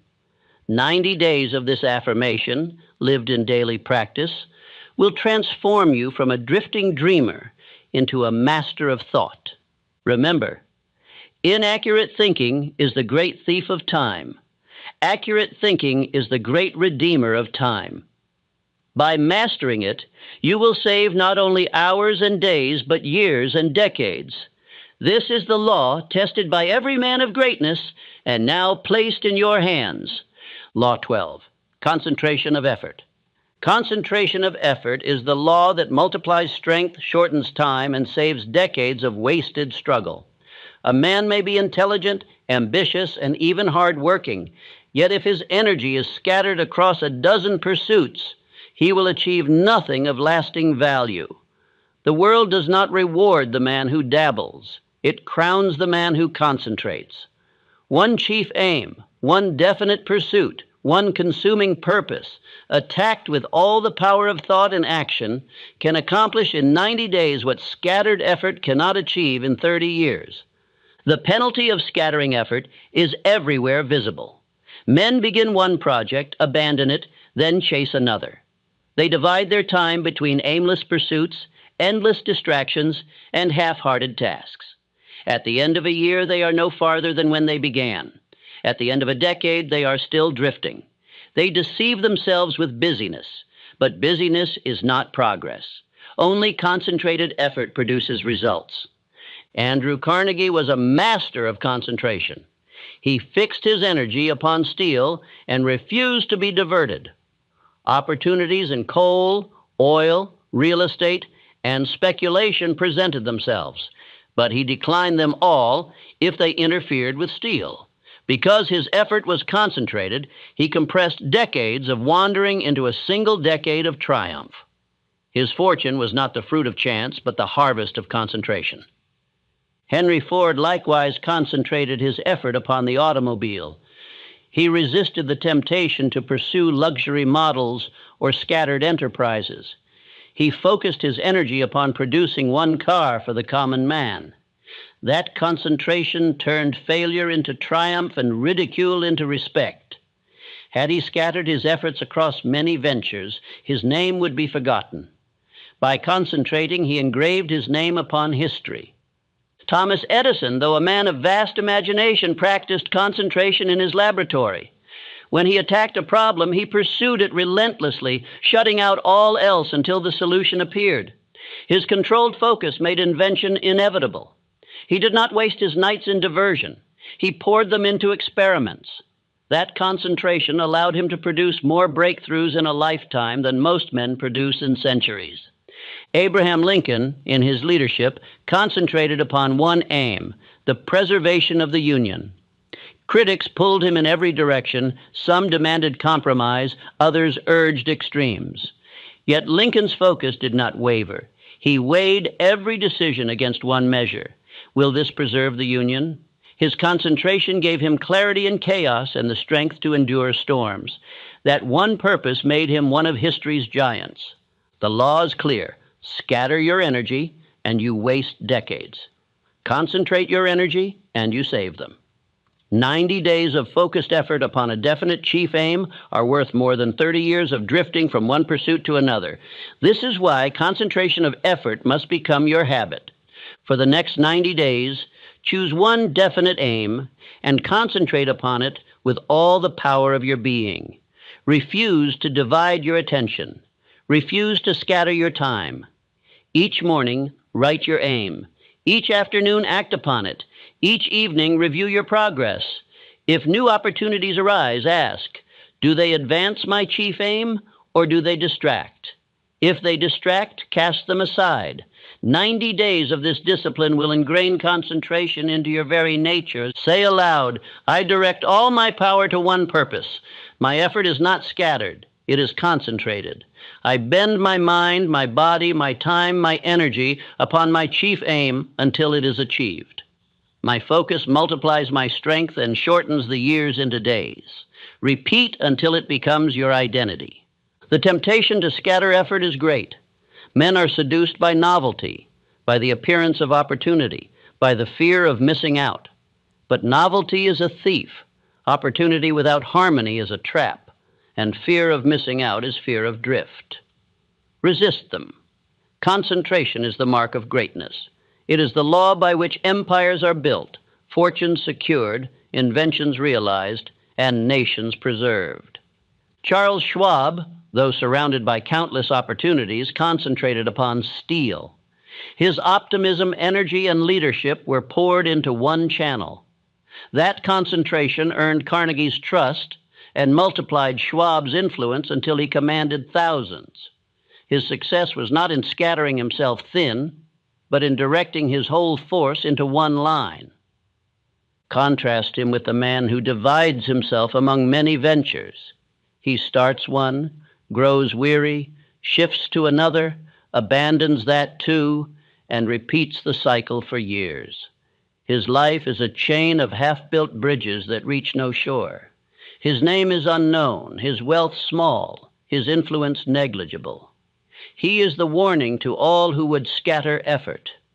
The principle of concentration can be applied not only to business, but to thought. Train your mind to dwell upon your aim. Refuse to give thought to trivial matters. When fear or worry intrudes, direct your attention back to purpose.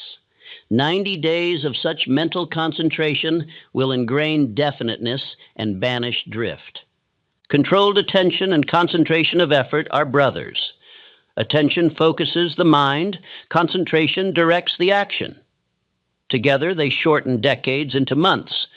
They transform a man from a drifter into a master.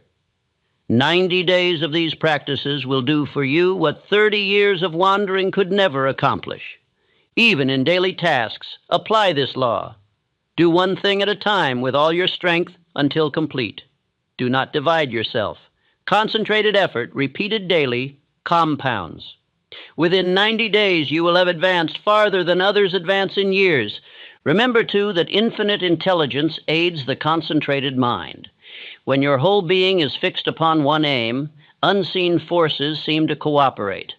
Opportunities appear, allies arrive, doors open. The world yields to the man who knows what he wants and pursues it with concentrated effort. Say it again. I direct all my power to one purpose. I do not scatter. I do not drift. I concentrate. My focus multiplies my strength. My concentration shortens decades into days. Speak it until you feel its truth burning in your chest. 90 days of this affirmation, coupled with disciplined action, will ingrain concentration into your soul. This law alone can save you 30 years of wasted energy. Men waste lifetimes because they chase too many rabbits. The man who concentrates catches one, and one is enough to make him great. Concentration is the master key of efficiency, and efficiency is the path to mastery. Therefore, I command you, choose one aim, one road, one purpose. Pour yourself into it until it bends to your will. Let no distraction pull you away. 90 days of concentration will redeem wasted years, transform drifting into destiny, and ingrain in you the habit that guarantees success. Law 13, cooperation and tolerance. No man may succeed alone. He must live, labor, and advance among men. He must win allies, earn trust, inspire loyalty, and learn to harmonize his effort with others. The law of cooperation demands that you move with men, not against them. The law of tolerance demands that you control your prejudices, silence your pride, and open your mind to truth. Without these laws, empires fall, friendships break, and decades of progress are wasted in conflict. But with them, 90 days of deliberate harmony can save 30 years of wasted strife. History itself provides the sternest warnings. Napoleon Bonaparte was a master of initiative, imagination, concentration, and persistence. He rose higher than almost any man of his century, yet he lacked tolerance. His pride refused to harmonize with others. His arrogance scorned cooperation. He offended allies, multiplied enemies, and finally fell in disgrace. His name endures not as a symbol of triumph, but as a warning. No man, however brilliant, survives long without cooperation and tolerance. Contrast him with Abraham Lincoln. Surrounded by rivals and critics, he built his cabinet with men who opposed him. Instead of silencing them, he listened. Instead of scorning, he harmonized. His tolerance allowed him to turn enemies into allies. His cooperation built unity where division threatened to tear a nation apart. That harmony preserved the Union. Without it, his genius would have been wasted. With it, his name endures in honor. Andrew Carnegie understood this law well. He built his fortune by gathering talented men, many of them more skilled than himself. He treated them not as servants, but as partners. He practiced tolerance, listened to their counsel, cooperated with their efforts. The result was harmony so strong that his enterprises flourished. Without cooperation, his wealth would have been impossible. With it, he multiplied his influence 100-fold. Henry Ford, though decisive, learned that harmony with his workers was essential. He raised wages, shortened hours, improved conditions. Though criticized at first, this cooperation won him loyalty and productivity that competitors envied. By harmonizing with men, he built not only cars, but a movement. His tolerance for the common man transformed labor into power. Thomas Edison led teams of assistants, each bringing knowledge he did not possess. His laboratory was a symphony of minds united under his vision. His tolerance of new ideas, his willingness to accept suggestions, multiplied his results. Without cooperation, his imagination would have remained unfulfilled. With it, his inventions changed the world. The lesson is clear. The man who insists on standing alone wastes decades. The man who quarrels, scorns, criticizes, and divides spends years repairing the damage his intolerance creates. The man who refuses cooperation fights battles on every side and dies exhausted. But the man of tolerance and cooperation advances swiftly, for he multiplies his effort through others. For the next 90 days, practice cooperation and tolerance as daily laws. Seek opportunities to harmonize with others, even when pride resists. Listen instead of arguing. Learn instead of judging. Offer assistance instead of withholding. Each day, practice one act of deliberate cooperation. Each day, catch one impulse of intolerance and replace it with patience. 90 days of such practice will ingrain harmony into your nature. Say aloud, I harmonize with others. I multiply my strength through cooperation. I silence pride. I reject prejudice. I practice tolerance. My cooperation shortens decades into days. Repeat until you believe it. When you believe it, others will feel it. Men are drawn to the tolerant, the cooperative, the harmonious. Opportunities arrive, allies gather, doors open. The penalty of intolerance is severe. The intolerant man isolates himself. He criticizes, offends, and drives others away. He spends decades in conflict, gaining nothing.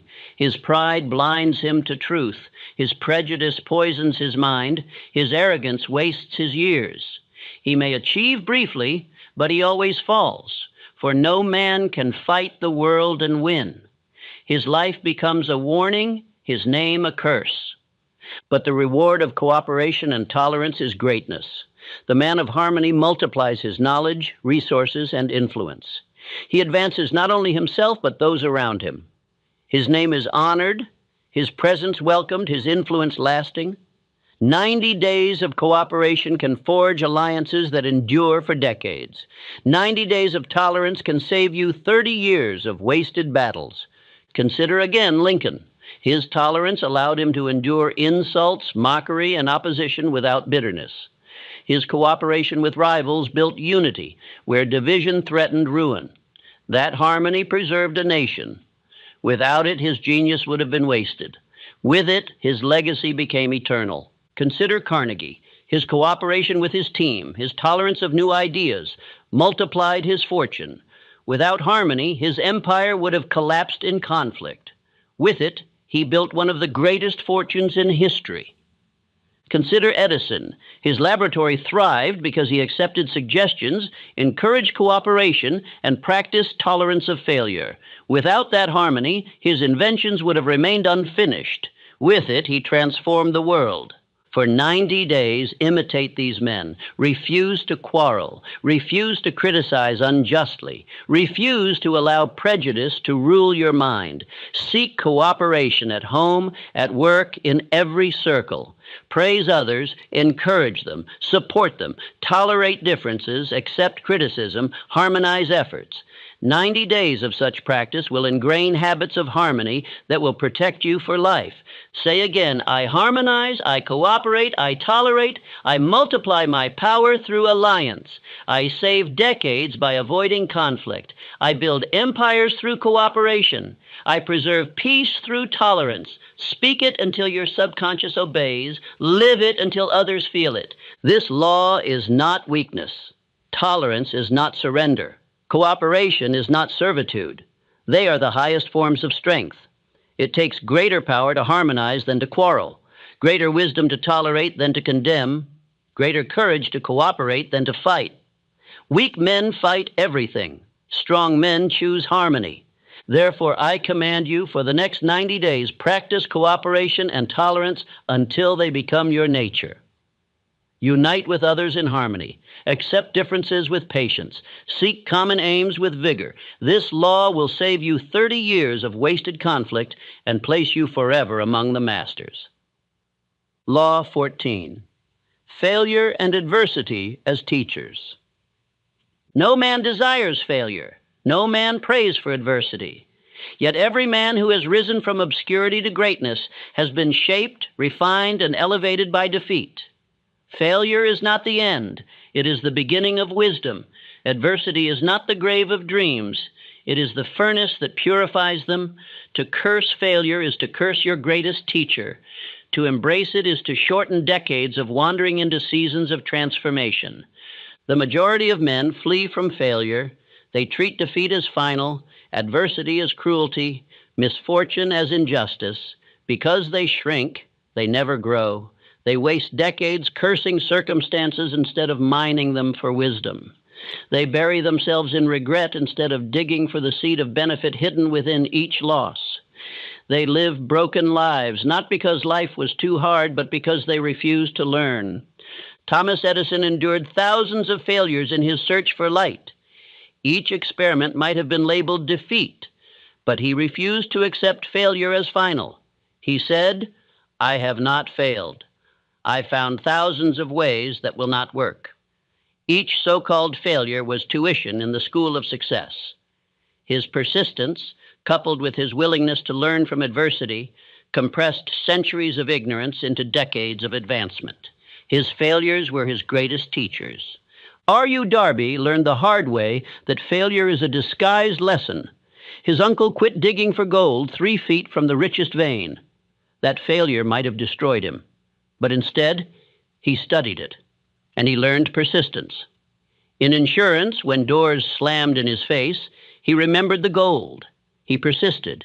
He endured rejection, and he became one of the most successful men of his field. His fortune was the fruit of failure because he allowed failure to teach him. Abraham Lincoln is a monument to adversity.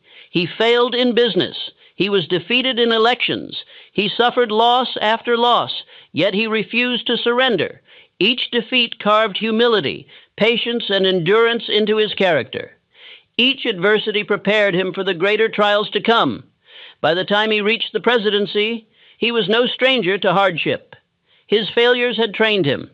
Without them, he could not have borne the weight of preserving the Union. Henry Ford faced bankruptcy before success. His early ventures collapsed. His ideas were ridiculed. But instead of surrendering, he learned. His failures taught him what to discard, what to improve, what to persist in. He used adversity as a mirror, and that mirror showed him how to refine his aim. Without those failures, the Model T would never have been born. Andrew Carnegie, too, knew adversity. He began as a poor immigrant boy. He suffered poverty, ridicule, and doubt. But adversity toughened him. It forged discipline, sharpened ambition, and hardened persistence. He turned adversity into strength, and strength into empire.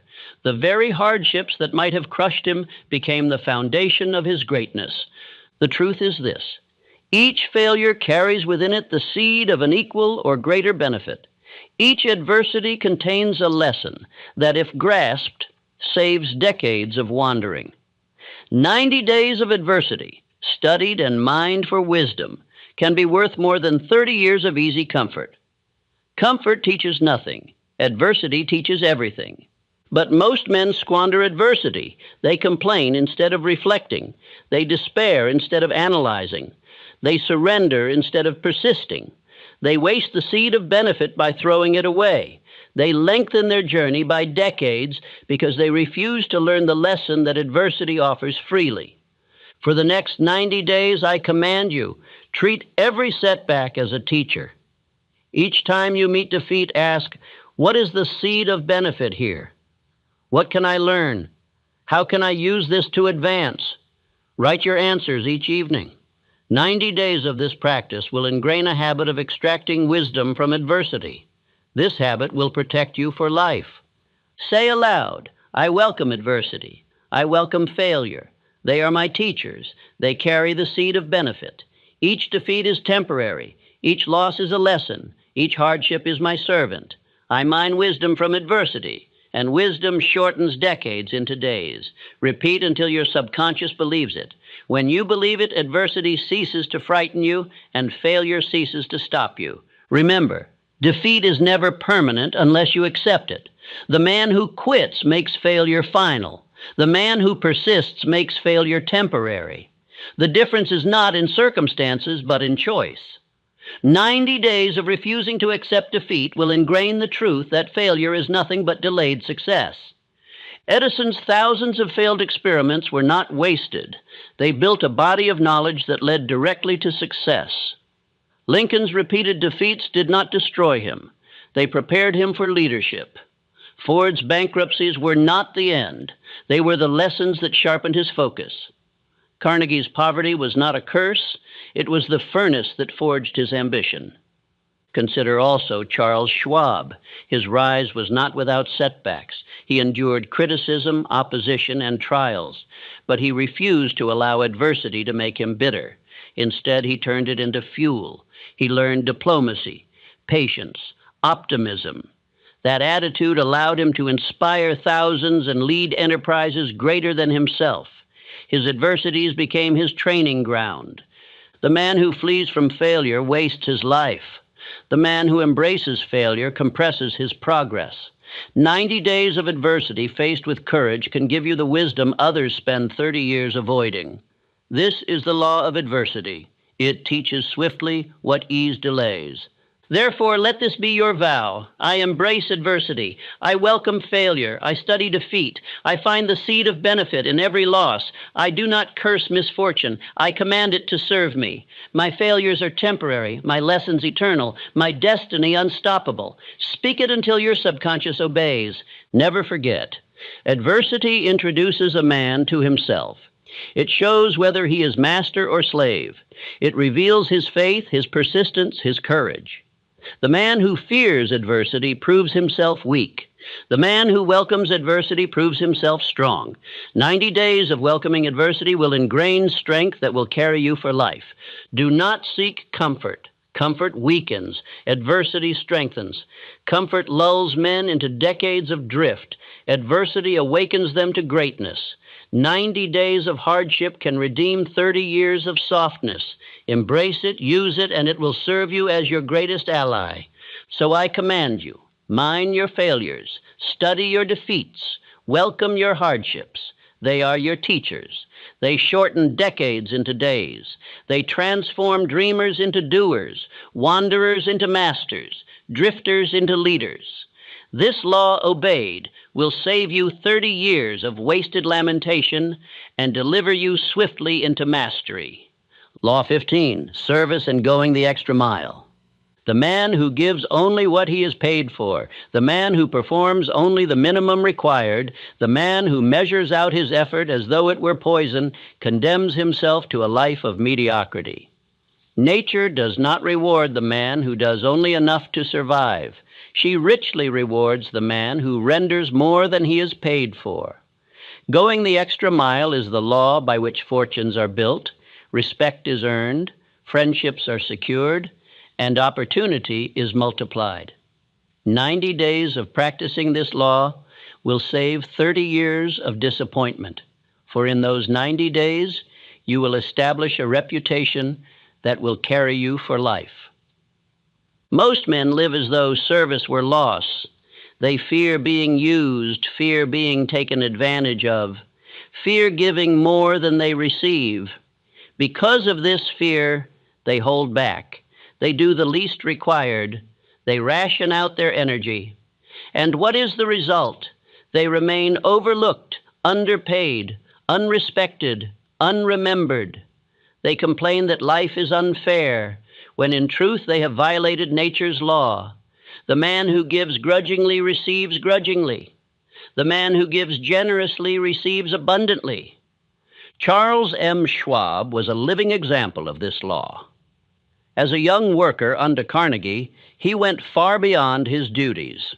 He performed not only what was required, but also what was helpful, inspiring, and uplifting. His enthusiasm overflowed into acts of service that no one asked him to render. Carnegie noticed.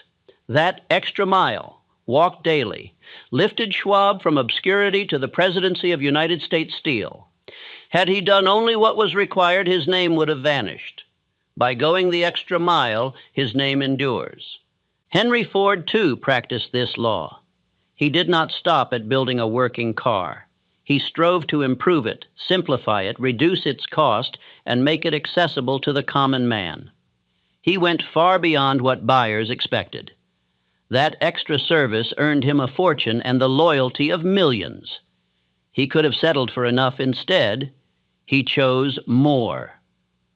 That choice condensed decades of gradual progress into a few short years of revolution.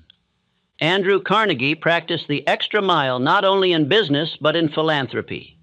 He built libraries, schools, and foundations. He gave more than was required of him. In return, his influence outlived his fortune. He is remembered not only for steel but for service. That service multiplied his reputation far beyond his wealth. 90 days of extra effort in service to others can ingrain habits that reward you for decades. Thomas Edison demanded of himself and his teams more than the minimum. He worked nights, sacrificed comfort, endured long hours, all to render inventions that advanced humanity. His extra mile gave the world light, sound, and countless blessings. Without that extra service, his name would not be honored. With it, his name stands among the immortals. The law of going the extra mile carries a hidden secret. When you give more than expected, you awaken powers within yourself. You strengthen persistence, enlarge imagination, sharpen discipline, and multiply faith. Each act of extra service adds weight to your character. Each act makes you indispensable. Employers promote the man who cannot be replaced, and the man who goes the extra mile cannot be replaced because he gives what no one else will. For the next 90 days, I command you, each day, render one service beyond what is required. If asked to complete a task, do more. If expected to provide effort, exceed it. If a friend needs help, give double. Do not announce it. Do not boast of it. Do not demand immediate reward. Simply give.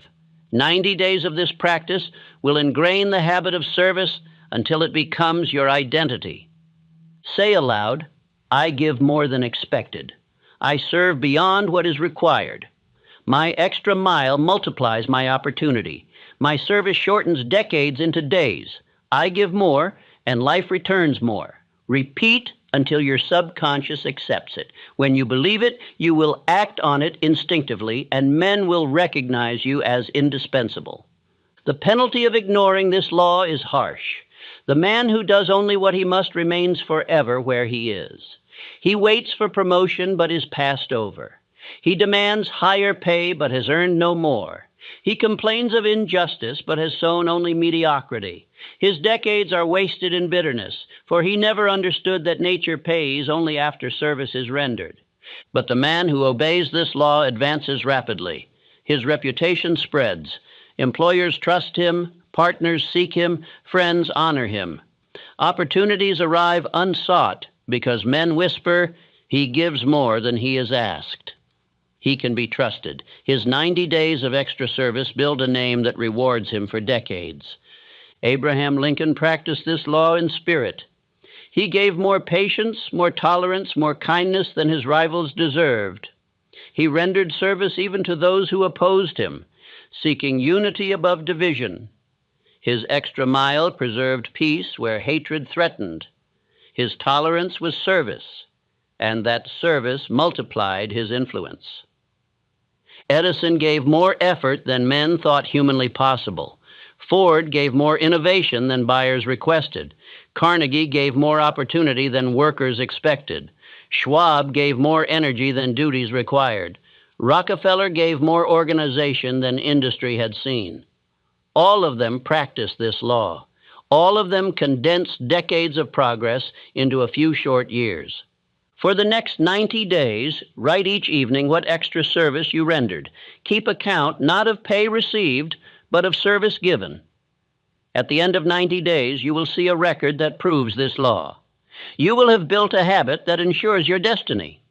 Say again, I give more than expected. I render more than required. I go the extra mile each day. My service ingrains habits that reward me for life. My extra mile shortens years into days. Speak it until your soul believes it. Live it until others feel it. 90 days of this practice will save you 30 years of wasted complaint, for it will ingrain in you the habit that ensures abundance. Remember, service is seed. The man who plants sparingly harvests sparingly. The man who plants generously reaps generously. Going the extra mile is planting in abundance. Your harvest may not come immediately, but it will come multiplied. Nature pays richly, but she pays only after service is rendered. 90 days of planting will yield decades of harvest. Therefore, I command you, embrace this law. Render more service than paid for, more kindness than expected, more effort than required. Do it without complaint, without pride, without hesitation. Do it daily for 90 days. You will ingrain habits that make you indispensable, respected, honored, rewarded. This law alone can save you 30 years of mediocrity and lift you into the ranks of the masters. Law 16, Self-Mastery and Cosmic Habit Force. All the laws of success converge into one supreme law, the law of self-mastery. Without mastery of self, every other law is weakened. With it, every law becomes a servant. Self-mastery is the final triumph, the crowning discipline, the condition that makes success inevitable. And once self-mastery has been ingrained, cosmic habit force, the great silent law of nature, takes hold, carrying you forward by momentum so strong that failure cannot touch you. Consider this truth. A man is ruled either by his appetites or by his will. If ruled by appetite, he drifts, wastes, regrets, and dies defeated. If ruled by will, he commands, builds, achieves, and dies triumphant. Self-mastery is nothing more and nothing less than the deliberate choice to let will command appetite, reason command impulse, discipline command desire. 90 days of self-mastery can ingrain habits so strong that they save you 30 years of wasted indulgence. Andrew Carnegie mastered himself before he mastered steel. He disciplined his time, his speech, his ambition, his indulgences. By commanding himself, he could command others. His fortune was not mere skill. It was the harvest of self-mastery. Without it, his wealth would have scattered. With it, he multiplied until his name stood among the greatest. John D. Rockefeller built discipline into every penny, every record, every act. He did not surrender to extravagance, anger, or impulse. His mastery of himself made him a master of his empire. The stability of his fortune reflected the stability of his character. 90 days of Rockefeller's self-control would save most men 30 years of ruin. Thomas Edison mastered fatigue. He mastered frustration. He mastered the temptation to quit. His laboratory was not ruled by accident, but by order. Though thousands of failures tempted him, his self-mastery forbade despair. He directed his mind where he willed, not where fear beckoned. Without self-mastery, his persistence would have collapsed. With it, his inventions changed the world. Abraham Lincoln mastered anger. He faced insult, ridicule, and betrayal, yet his discipline of speech prevented folly. He wrote letters in fury, then burned them instead of sending. He tempered judgment with patience. His self-mastery gave him strength to preserve the Union without being consumed by bitterness. His greatness was not only what he achieved, but what he restrained. Henry Ford mastered ridicule. Critics mocked his dream, investors abandoned him, failures multiplied. But he mastered his doubt. He refused to surrender to discouragement. He trained his mind to persist where others quit. His mastery of his own belief gave him power over the disbelief of others. That is the essence of self-mastery, to command yourself when the world demands your surrender. But self-mastery alone is not enough. It must become habit.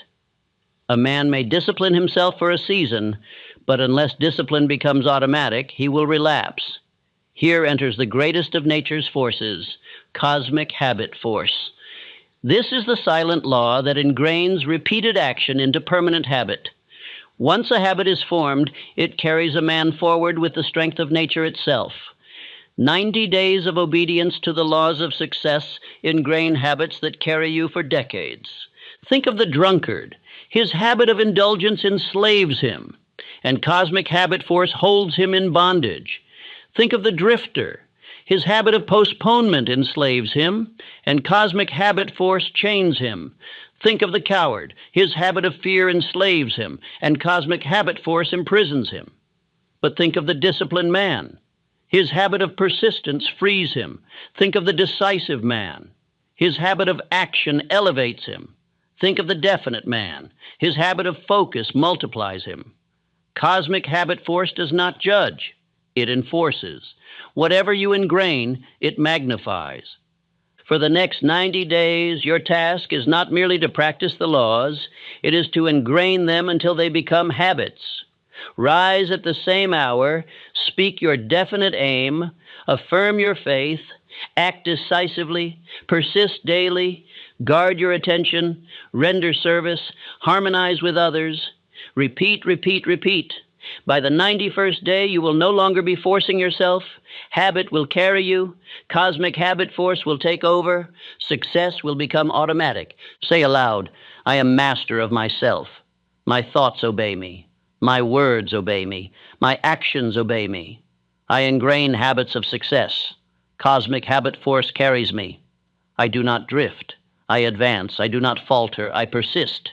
I am captain of my soul. Repeat until your subconscious accepts it. 90 days of such repetition ingrains identity. And once identity is set, destiny follows. The penalty of neglecting this law is slavery. The man without self-mastery is a servant to appetite, fear, prejudice, laziness, and circumstance. His habits betray him, his years are wasted, his dreams rot. He blames fate, but fate is not to blame. His lack of mastery is. The man without self-mastery cannot save himself. His life is 30 years of delay, 30 years of drift, 30 years of regret. But the reward of obeying this law is freedom. The man of self-mastery commands himself, and because he commands himself, he commands destiny. His habits push him forward even when he wearies. His discipline protects him even when tempted. His definiteness guides him even when confused. He saves decades of wandering because his habits refuse to let him drift. He becomes unstoppable, for nature herself pushes him. Consider Charles Schwab. His optimism and energy were not accidents, they were habits. He practiced them until they became part of his identity. Cosmic habit force magnified them, and the world felt his enthusiasm wherever he went. That habit carried him to leadership.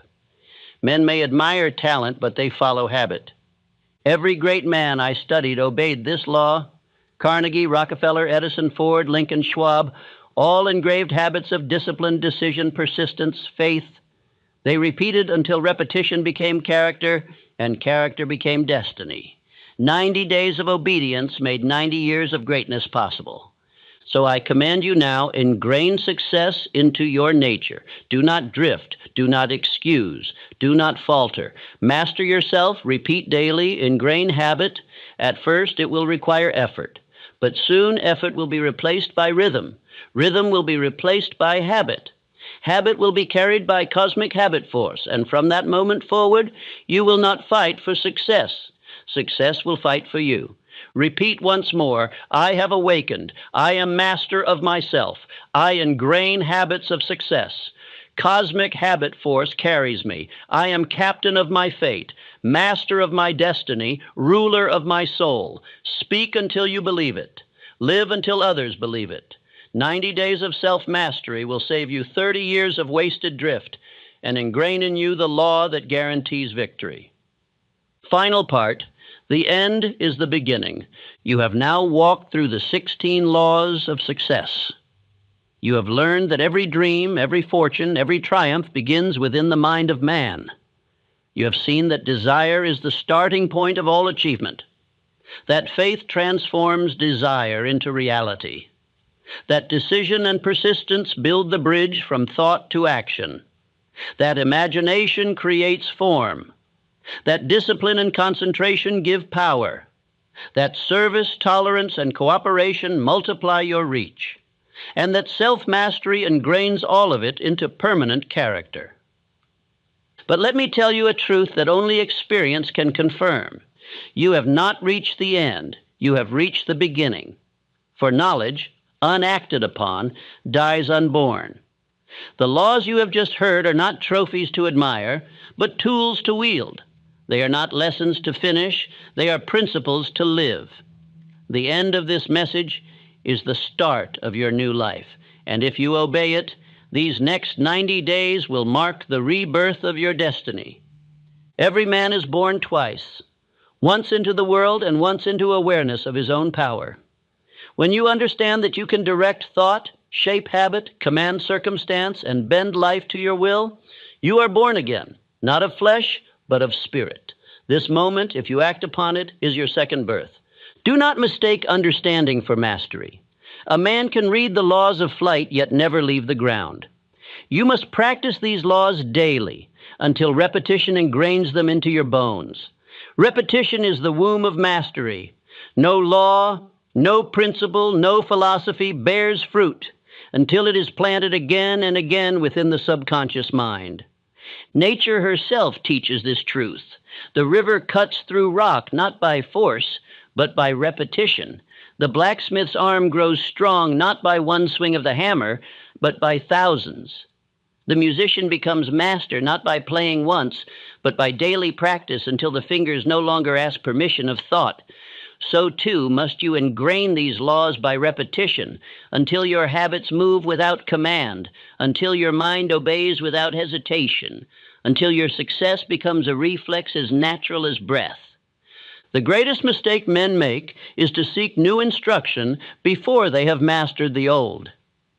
They chase novelty instead of perfection. They wander from teacher to teacher, book to book, speech to speech, forgetting that one truth, applied thoroughly, outweighs 1,000 half-learned theories. Return, therefore, again and again to these laws. Each time you read or hear them, they will speak to you at a higher level, for you will have grown. Each repetition will reveal deeper meaning, hidden power, unseen strength. The same words will change because you will have changed. Do not let this message end with applause or agreement. Let it end with decision. Decide here and now to live these laws, to repeat them daily, to ingrain them through practice. Write them, speak them, reflect upon them, for the mind, like soil, yields only what is planted daily and tended faithfully. Consider Henry Ford. He read one idea again and again. Think you can or think you can't, you are right. He repeated it until it shaped his character. He repeated it until every obstacle became small before his conviction. That repetition made him what he became. Thomas Edison repeated his experiments until failure bowed before persistence. He repeated attempts so often that success could no longer refuse him. His repetition built a rhythm between mind and nature, and that rhythm produced miracles. Andrew Carnegie repeated daily his aim of becoming master of steel. He visualized it, affirmed it, acted upon it until his subconscious mind accepted no other reality. He did not practice for a week or a month. He lived the repetition for years until it became instinct. Abraham Lincoln repeated his moral conviction, union, liberty, unity, until it became the melody of his soul. His repetition made him unbreakable. The words he repeated became the laws he lived, and the laws he lived became the legacy he left. You, too, must repeat, for repetition is not drudgery, it is creation. Each repetition drives the nail deeper until your character becomes unshakable. The subconscious mind accepts repeated thought as truth. Once accepted, it acts. And once it acts, all forces of infinite intelligence respond. Think of the farmer. He does not plant once and walk away. He returns daily, waters daily, weeds daily. He repeats his care until the harvest comes. So must you. These 16 laws are your seeds. Each time you listen, each time you read, each time you affirm, you water them. 90 days of watering will bring harvest beyond imagination. Do not be deceived by the simplicity of these principles. Men fail not because the truth is hidden, but because it is plain. They look for mystery where only discipline is required. They drift in circles, searching for secrets already in their hands. The truth has been spoken. You must now obey it until obedience becomes habit. Let me tell you what repetition will do. If you repeat these laws daily for 90 days, you will begin to notice change, not only in your results, but in your identity.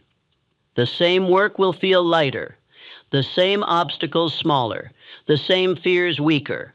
Faith will replace doubt. Purpose will replace confusion. You will begin to think with accuracy, act with decision, and move with power. If you repeat them for 1 year, you will stand unrecognizable before your former self. The man who doubted will be replaced by the man who knows. The man who drifted will be replaced by the man who directs. You will speak, and men will listen. You will act, and the world will respond. Your presence will carry force because your mind will radiate definiteness. If you repeat them for 10 years, you will command a destiny beyond imagination. You will live by habit, not by struggle. You will no longer chase success. Success will chase you, for cosmic habit force will have taken your obedience and turned it into nature's rhythm. From that moment forward, you will not need to remind yourself. Life itself will obey you. This, my friend, is the purpose of repetition, to ingrain law into character until it becomes nature. That is why I say the end of this lesson is the beginning of mastery. You have studied, but now you must become. You have listened, but now you must live. You have understood, but now you must repeat. Let this be your daily ritual. Each morning, before the world can distract you, speak your definite chief aim. Say it aloud. Visualize it. Feel it. Repeat your faith until you believe.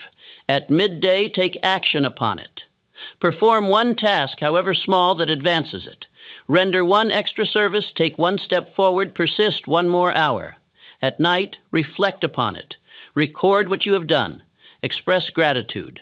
Repeat your affirmations again and let them sink into the subconscious as you sleep.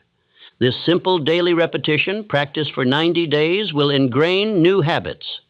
Practice for 1 year, it will ingrain a new identity. Practice for 10 years, it will ingrain destiny.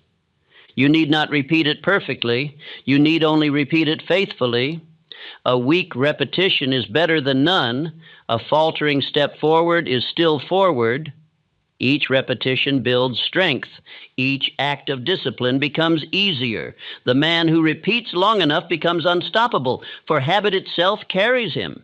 Let me show you what happens when repetition rules a life. When Henry Ford rose each morning, he thought of his purpose. His mind repeated one image: a car for the common man. Every decision, every action, every day served that image. His repetition gave him clarity, and clarity gave him empire. When Edison faced failure, he repeated the same belief: every wrong attempt brings me closer to the right one. That repetition burned away despair. He persisted until the light appeared. When Rockefeller was ridiculed for thrift, he repeated order, discipline, accuracy. That repetition built an empire that endured long after his death.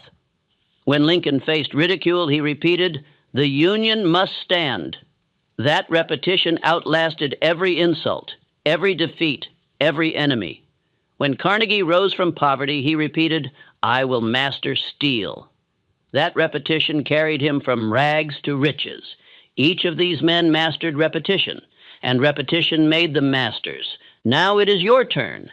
The law that carried them is the same law that will carry you.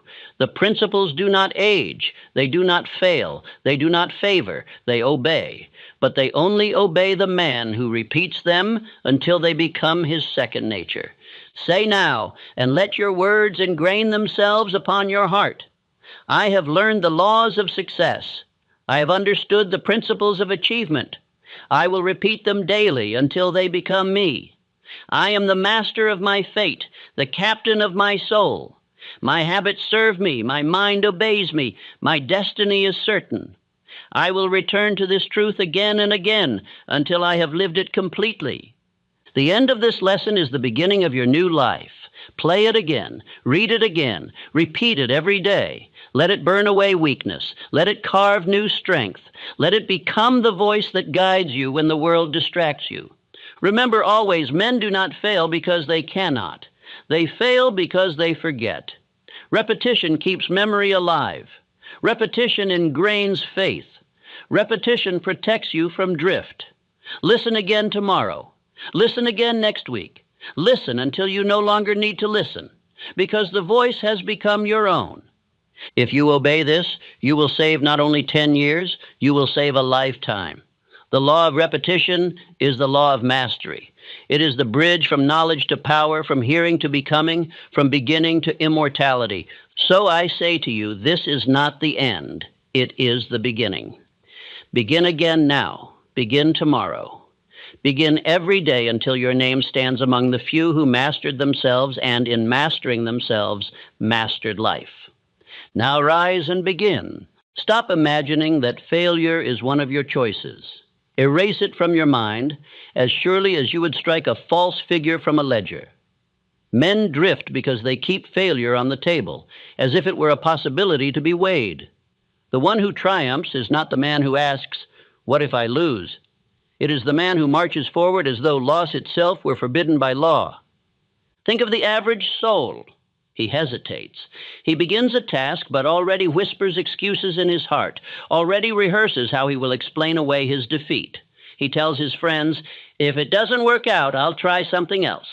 And so life grants him exactly what he prepared for: half victories, broken ventures, dreams abandoned in mid-course. He never discovers his true power because he never closes the door behind him.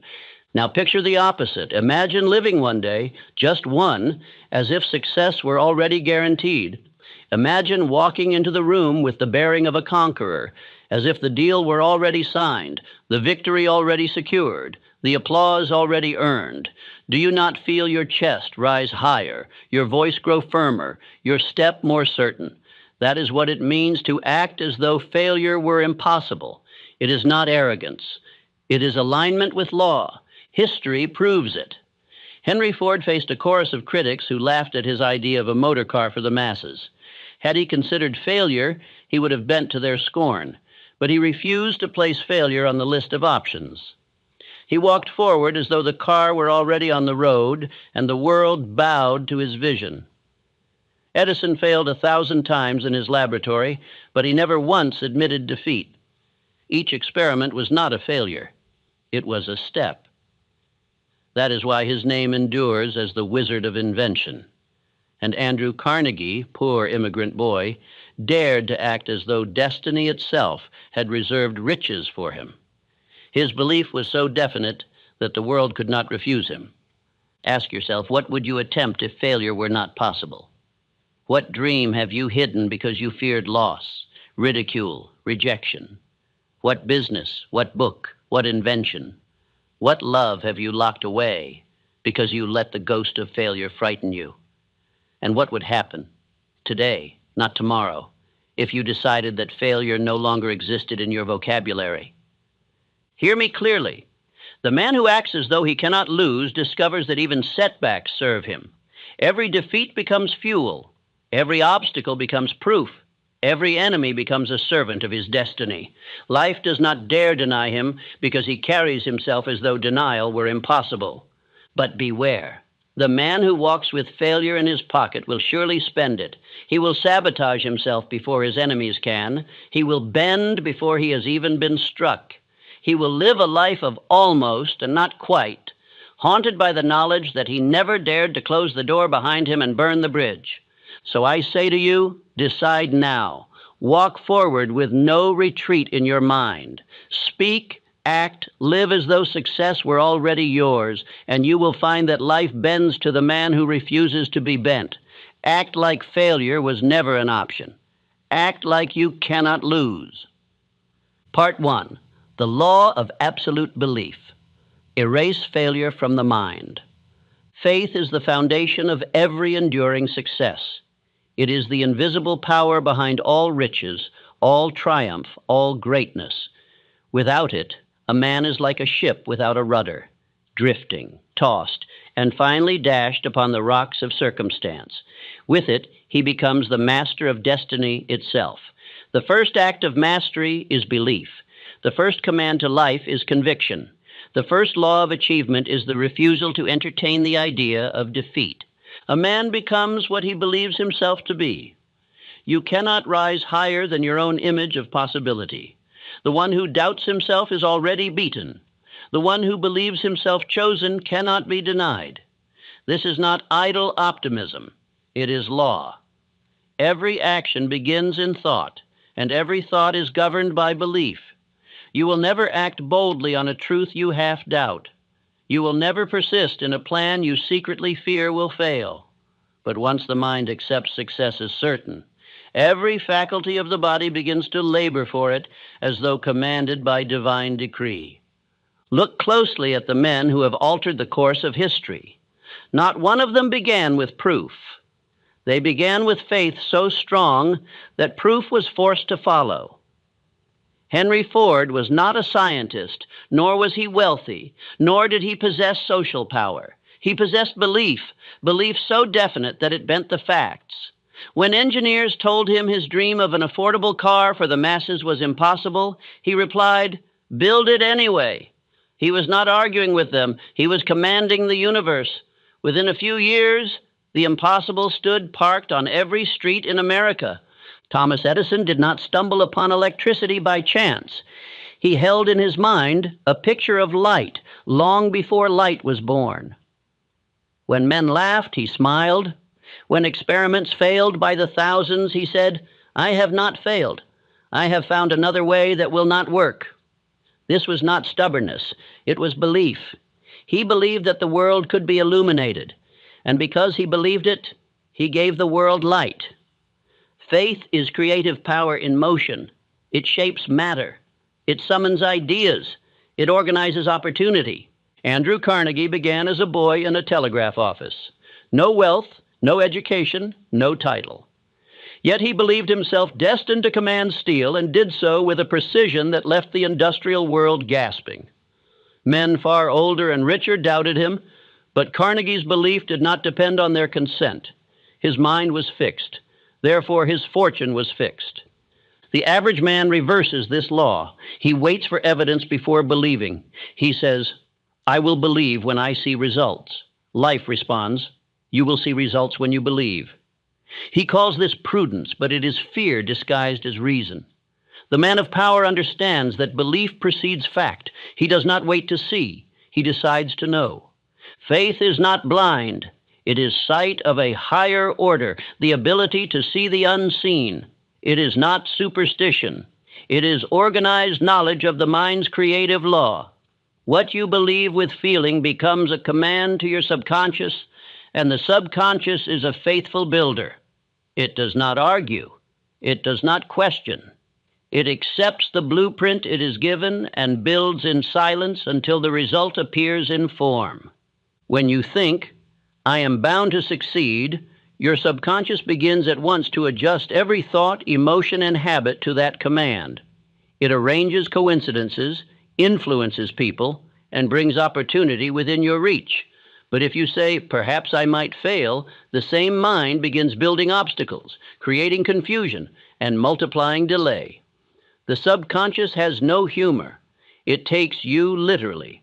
You are the architect. It is the builder. If your blueprint contains doubt, do not complain when the house collapses. Every man is surrounded by the fruits of his own belief. His income, his home, his friends, his reputation, all are mirrors reflecting what he has believed possible for himself. When belief is small, life is narrow. When belief expands, the world expands with it. The man who knows this law saves decades of wandering. He no longer experiments with mediocrity, he experiments with greatness. Say aloud each morning, "I believe without proof. I act without hesitation. My faith is my evidence." Speak it until your voice carries the tone of certainty. Speak it until doubt becomes unnatural. For 30 days, write your definite chief aim as though it were already achieved. Begin every day with the statement, "I have already won." This is not fantasy. It is the conditioning of law.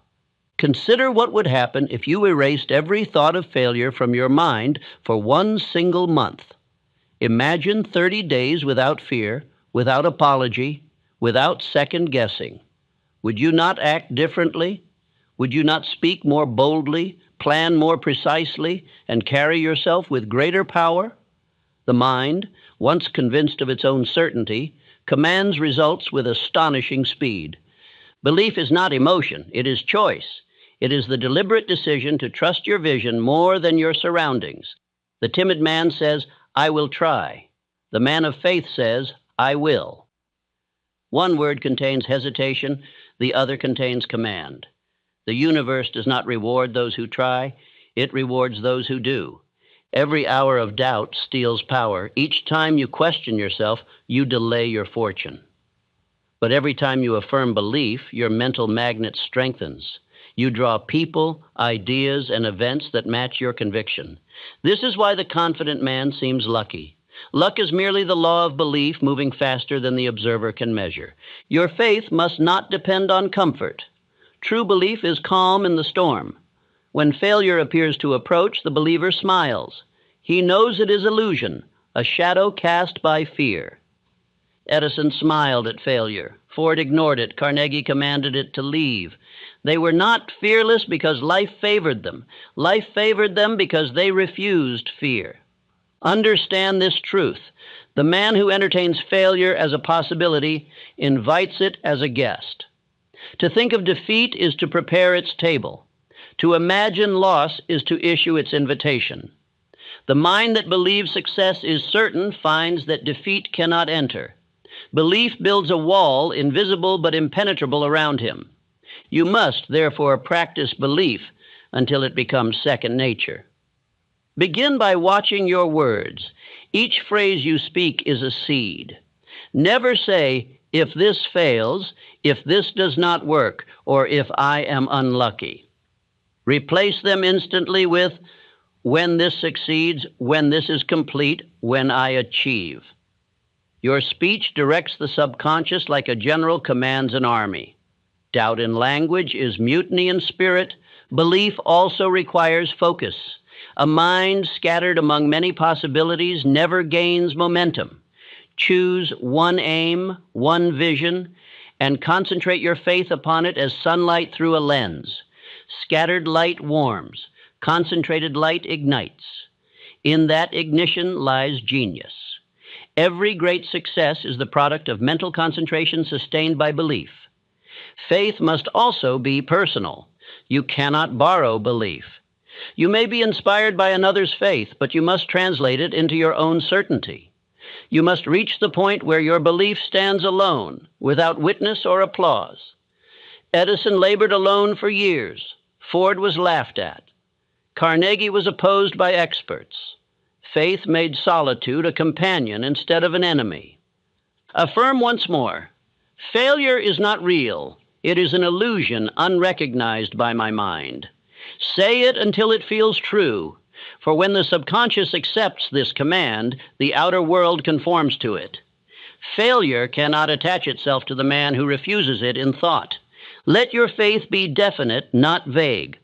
To say, I will succeed someday, is to postpone power. Say instead, I succeed now. The moment of belief is the moment of creation. Time merely reveals what faith has already built. To strengthen belief, surround yourself with reminders of success. Keep symbols of progress before your eyes. A written goal, an image, a token of achievement. Each time you see it, speak your affirmation aloud. The repetition of belief ingrains it upon the subconscious until doubt finds no soil to root in. You may say, but I have believed before and failed. No, you hoped and wavered. True belief does not collapse when results delay. It grows stronger in the waiting. The man who truly believes does not measure progress by sight. He knows that every unseen hour is working in his favor. Faith is patient because it is certain. Understand also that belief does not require reason. Reason asks, can this be done? Faith declares, it is done. The mind of reason is useful for planning. The mind of faith is required for creating. Facts describe what is, faith creates what will be. The man who combines both is unstoppable. When faith becomes your permanent attitude, your environment transforms to reflect it. People who once ignored you will listen. Doors that once closed will open. Circumstances that once opposed you will bend. It is not the world that changes first, it is you. This is the great secret. Life is a mirror. It reflects belief magnified. The man who walks as though success were his birthright finds that the world treats him accordingly. The man who apologizes for existing finds the world impatient with his presence. You teach others how to treat you by the confidence with which you treat yourself. In the final analysis, all failure is mental. Defeat exists only in thought. Remove it from the mind, and it disappears from the world.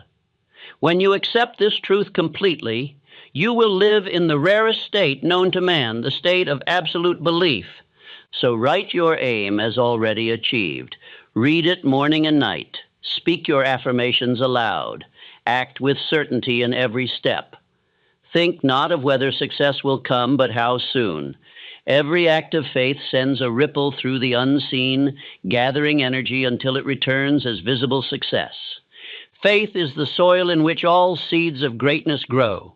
No farmer expects harvest from barren earth, and no man can reap abundance from the barren field of doubt. If failure is not believed in, it cannot live. The law of life is simple. Believe and act as though success were certain, and success becomes certain. Now, as you close your eyes tonight, say quietly, I have already won. Let this thought travel deep into your subconscious. There it will take root, unseen but alive, building your future while you sleep. For tomorrow belongs to the man who believes in it before it arrives. Part 2. The Furnace of Desire, when the heart leaves no room for defeat. There is a fire that separates the great from the forgotten, a fire unseen by the eyes but felt by the world. That fire is desire. All success, all wealth, all genius begins with one spark of desire so intense that it burns through every obstacle and consumes every doubt. The man who truly desires cannot be stopped. The man who merely wishes cannot begin. Desire is the engine of faith, the furnace of creation, the heartbeat of destiny itself. Weak desire whispers, strong desire commands. The weak man says, "I hope to succeed." The strong man declares, "I will succeed, and nothing will prevent it." The difference is not words, it is heat. One speaks from habit, the other from flame. And the universe, which obeys vibration more than speech, hears only the language of fire. Every soul is born with some degree of desire, but few dare to feed it. The average man smothers his fire with fear, duty, and custom. He says it is foolish to want too much, and so he never receives even a little. But the man who dares to desire with intensity draws power from every corner of existence. His mind glows. His words carry force. His presence commands respect. Life itself bends toward him because he radiates motion. Consider Edwin C. Barnes, a man with no money, no education, no position. Yet he possessed one thing stronger than circumstance, a burning desire to become the business partner of Thomas Edison. He did not merely want to work for Edison. He decided to stand beside him. Desire turned his decision into a magnet. He traveled to Edison's laboratory, poor but unwavering, and declared his intention. Edison saw in him the spark that most men hide. He did not hire Barnes for skill. He accepted him for desire, and that desire made him rich. Now contrast that with the story of R.U. Darby, who mined for gold in Colorado. After months of labor, he found a vein, but quit when the gold seemed to vanish. He sold his machinery for a few dollars. The buyer, guided by persistence and a mining engineer's counsel, discovered that Darby had stopped digging 3 feet from gold. Darby's defeat was not due to lack of opportunity. It was due to cooling desire. His fire went out at the very moment heat was most required. Desire, once kindled, must be guarded as sacred flame. Let it cool, and life returns to gray mediocrity. Keep it burning, and even the impossible softens. The difference between those two outcomes is not chance. It is temperature. The fire of desire is the fuel that carries faith through fatigue, reason through ridicule, and will through every wall of opposition. Every man must decide what he will desire most. Nature offers no compromise. You may desire comfort, or you may desire conquest, but you cannot serve both. The man who desires ease will always find excuse. The man who desires victory will find method. Every difficulty contains 2 doors, the door of retreat and the door of advancement. The timid open the first, the burning man breaks the second. Understand this law. Desire purifies all weakness. When you desire something with such intensity that all thought, emotion, and will are bent upon it, you become a new being. You breathe differently. You rise earlier. You speak with conviction. You no longer drift, because the flame of purpose propels you. The faint-hearted call you obsessed. The wise call you destined. The man of burning desire has no room for fear. Fear and fire cannot live together. Fear paralyzes, desire moves. When your heart is aflame, hesitation becomes impossible. You cannot doubt a thing you already feel burning within you. That is why all miracles begin in emotion before they become reason. The heart leads, the mind follows. Desire also purifies motive. The selfish man burns briefly, for lust exhausts itself. But noble desire, desire to create, to uplift, to master, endures because it aligns with the highest law of the universe, increase. Andrew Carnegie's fortune was not the product of greed, but of the desire to build, to organize, to serve humanity through industry. His desire multiplied itself by serving others, and in doing so, made him one of the richest and most respected men of his time. Selfish desire consumes, creative desire produces. The difference is direction. When you desire in harmony with growth, the world conspires to assist you. When you desire against growth, the same law turns against you. Desire, therefore, must not be merely burning, it must be right. Let me ask you, what do you desire so fiercely that you would endure ridicule, fatigue, and solitude to obtain it? If you cannot answer, you have not yet lived. A man without desire is a man already defeated. He rises, he works, he eats, he sleeps, but he does not live. His fire has gone out, and though he walks among the living, he belongs to the ashes. To awaken this fire, begin at once to define your desire clearly. Write it in exact words, as though engraving upon steel. If your aim is wealth, define the amount, the method, and the date. If your aim is mastery, define the skill, the standard, and the plan. The mind cannot burn for vague shadows. It ignites only for a definite picture. When you write it, read it aloud daily. Read it with feeling. See it, smell it, touch it in imagination until the line between dream and fact dissolves. Emotion is the fuel of the subconscious. Dry words are ignored, but burning words become law. Say aloud this affirmation until your spirit vibrates with conviction. My desire burns beyond fear. I demand success and life yields. My heart is the furnace of destiny. Speak it when you wake. Speak it before you sleep. Speak it whenever hesitation appears. Words charged with emotion engrave themselves upon the mind like fire upon iron. Do not be deceived by comfort. Comfort is the extinguisher of ambition. It whispers, "You have done enough," when you have barely begun. It tempts you with pleasure in exchange for purpose. The man who yields to comfort loses his flame. The man who rejects comfort commands destiny. No great builder, inventor, or conqueror ever found success in comfort. They found it in effort, and effort made them alive. To maintain burning desire, you must feed it daily with imagination and gratitude. Picture the reward as already yours. Feel the satisfaction in advance. Gratitude for what is yet unseen is the highest act of faith, for it declares, "I know this is coming because I already possess it in spirit." Barnes did not wait to feel successful. He felt it long before Edison called him partner. That feeling drew opportunity like a magnet. Desire transforms you into the kind of man the world pays attention to.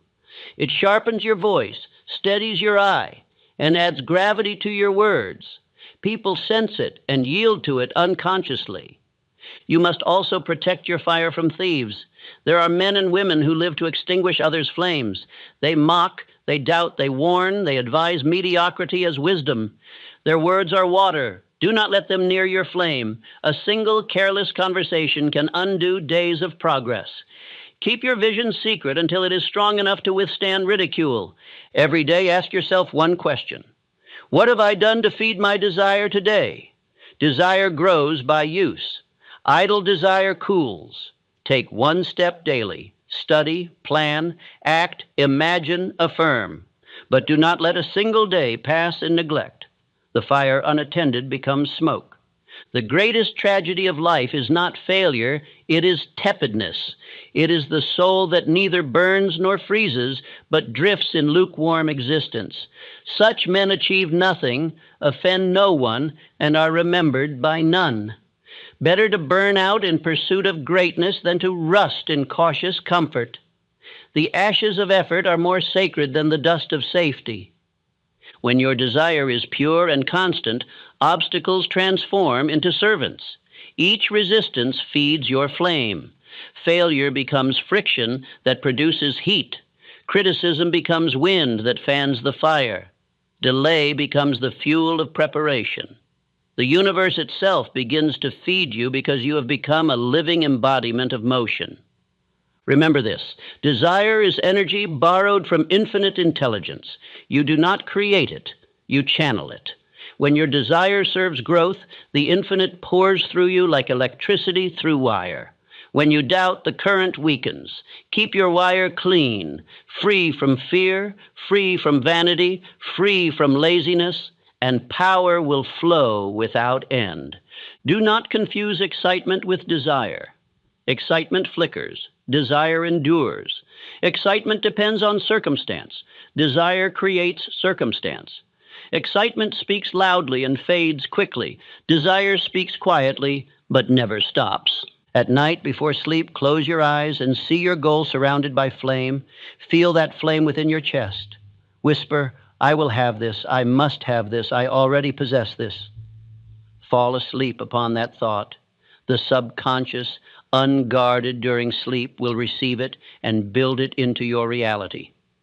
There is a reason most men accomplish little.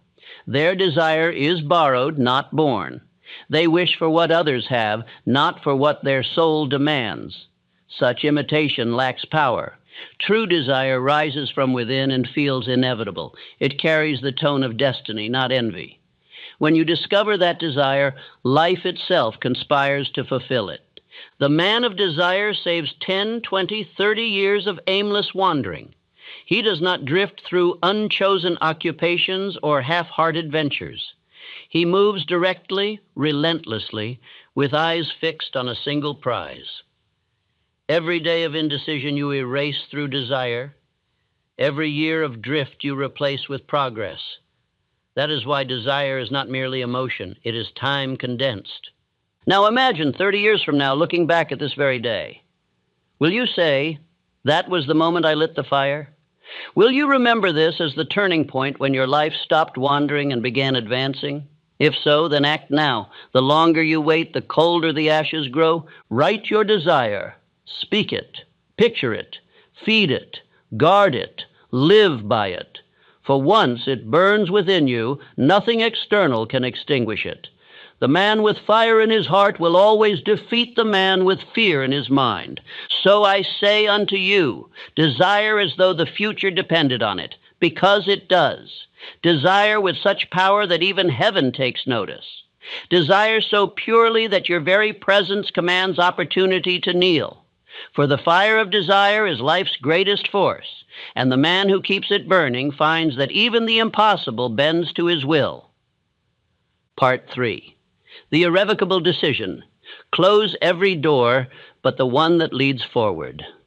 There comes a moment in every man's life when he must draw a line across his path and say, beyond this point, there is no retreat. Until that moment, he drifts. After that moment, he begins to live. Decision is the fulcrum upon which destiny turns. The average man toys with choices, but the superior man decides once, and then obeys his decision as though it were law. He does not debate with his purpose, he commands it. The reason most men fail is not because they lack opportunity, but because they cannot make up their minds to seize it. Their energy leaks through hesitation. They plan, they ponder, they delay. They ask advice from those who have never succeeded. They seek guarantees where none exist. They talk until their fire cools, and when they finally act, the hour has passed. The man of decision, by contrast, seizes the moment while it is hot and shapes it before it hardens. Andrew Carnegie decided, once and for all, that he would master the steel industry. There was no if, no perhaps, no unless. From that hour forward, every thought, every association, every act of labor served that one end. When men mocked his ambition, he smiled. When the market faltered, he persisted. When competitors threatened, he bought them.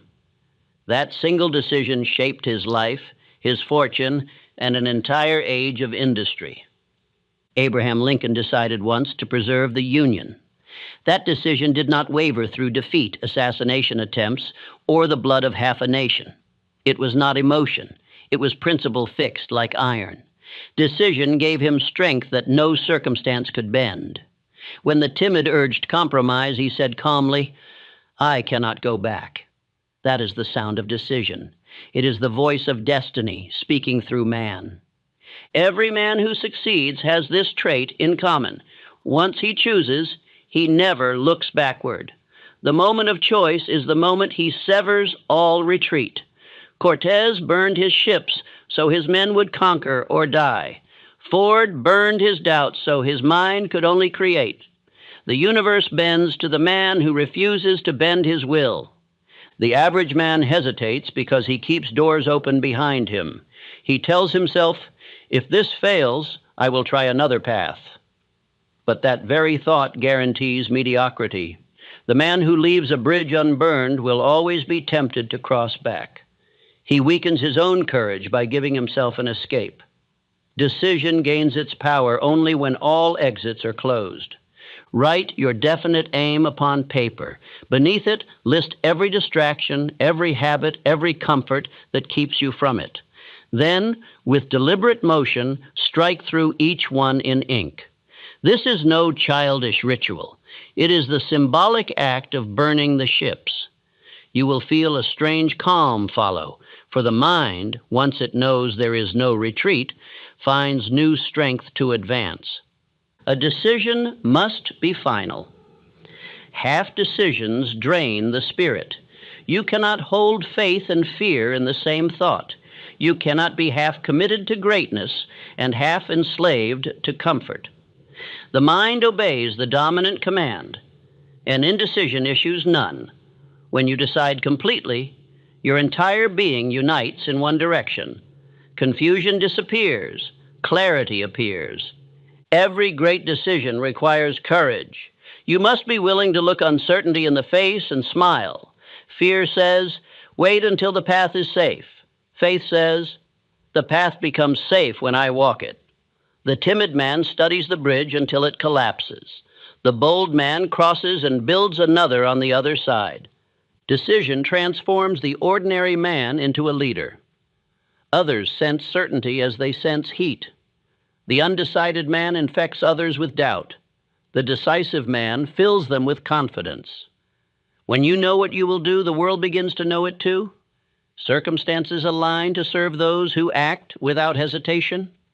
Most men waste years debating what they already know they should do. They pray for signs when the answer has been in their hearts all along. To decide is not to discover. It is to obey what you already know. There is no mystery about right direction. There is only fear of commitment. Say aloud this affirmation. I decide once and for all. My will is law. My choice is permanent. Speak it until you feel the weight of its truth. Each time you hesitate thereafter, recall it. Remind yourself that delay is death to opportunity. The man who waits for certainty never finds it because certainty appears only after action. A true decision simplifies life. You no longer question what to do each day. You already know. Your plan becomes automatic. Your will becomes consistent. The energy once wasted in debate now flows entirely toward execution. Decision is energy released from the chains of confusion. When you decide with finality, you also discover peace. Doubt is mental friction. Decision is order. The undecided man sleeps poorly because his mind pulls in opposite directions. The decided man sleeps soundly because his path is clear. Even when trouble comes, he is calm. The world admires the man who knows what he wants, even if it opposes him. Do not fear wrong decisions. The worst choice made with conviction is superior to perfect hesitation. Life will correct the bold, but it will abandon the timid. Every mistake contains instruction. Every pause contains decay. You cannot steer a ship that will not move. History proves that the greatest advances came from men who decided quickly and adjusted as they went. Carnegie, Ford, Rockefeller, all acted before others agreed with them. They did not wait for permission. They issued their own. Their minds were made up long before the results appeared. That is why their results could not fail to appear. Understand this. The universe assists the man who commits. Half-hearted action receives half-hearted support. The law of cause and effect requires full investment. When your decision is complete, unseen forces begin their work. Opportunities emerge. Allies appear. Coincidences multiply. What you once called luck is merely life aligning with your will. Decision is also moral power.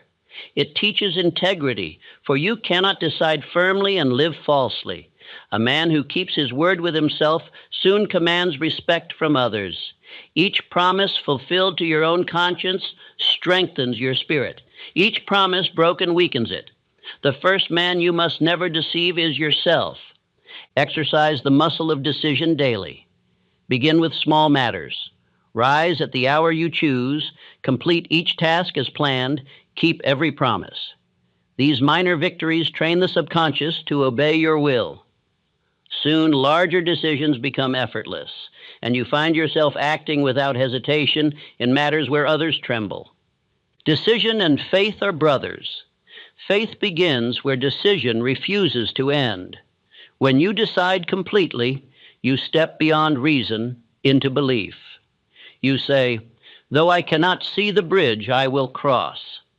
And as you walk, the bridge appears beneath your feet. Faith follows decision as surely as day follows night.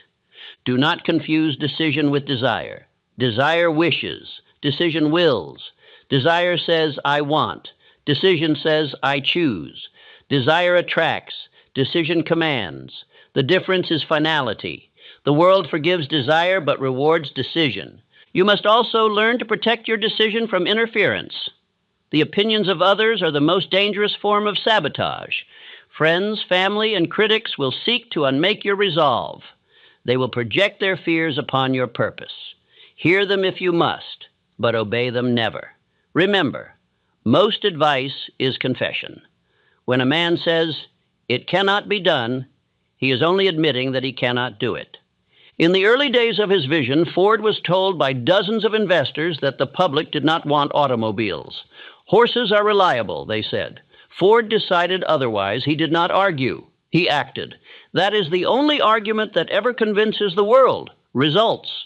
Decision also reveals character. The strong man decides in silence. The weak man delays aloud. A great decision requires solitude. Take time alone to know your purpose, then emerge with it written upon your face. Others will see it there and move aside. From this day forward, eliminate the word maybe from your vocabulary. It is the language of failure. Replace it with yes or no. Life favors the definite. Even if you choose wrongly, the habit of certainty will eventually bring you to rightness. But indecision can never lead anywhere. When the mind has truly decided, energy appears.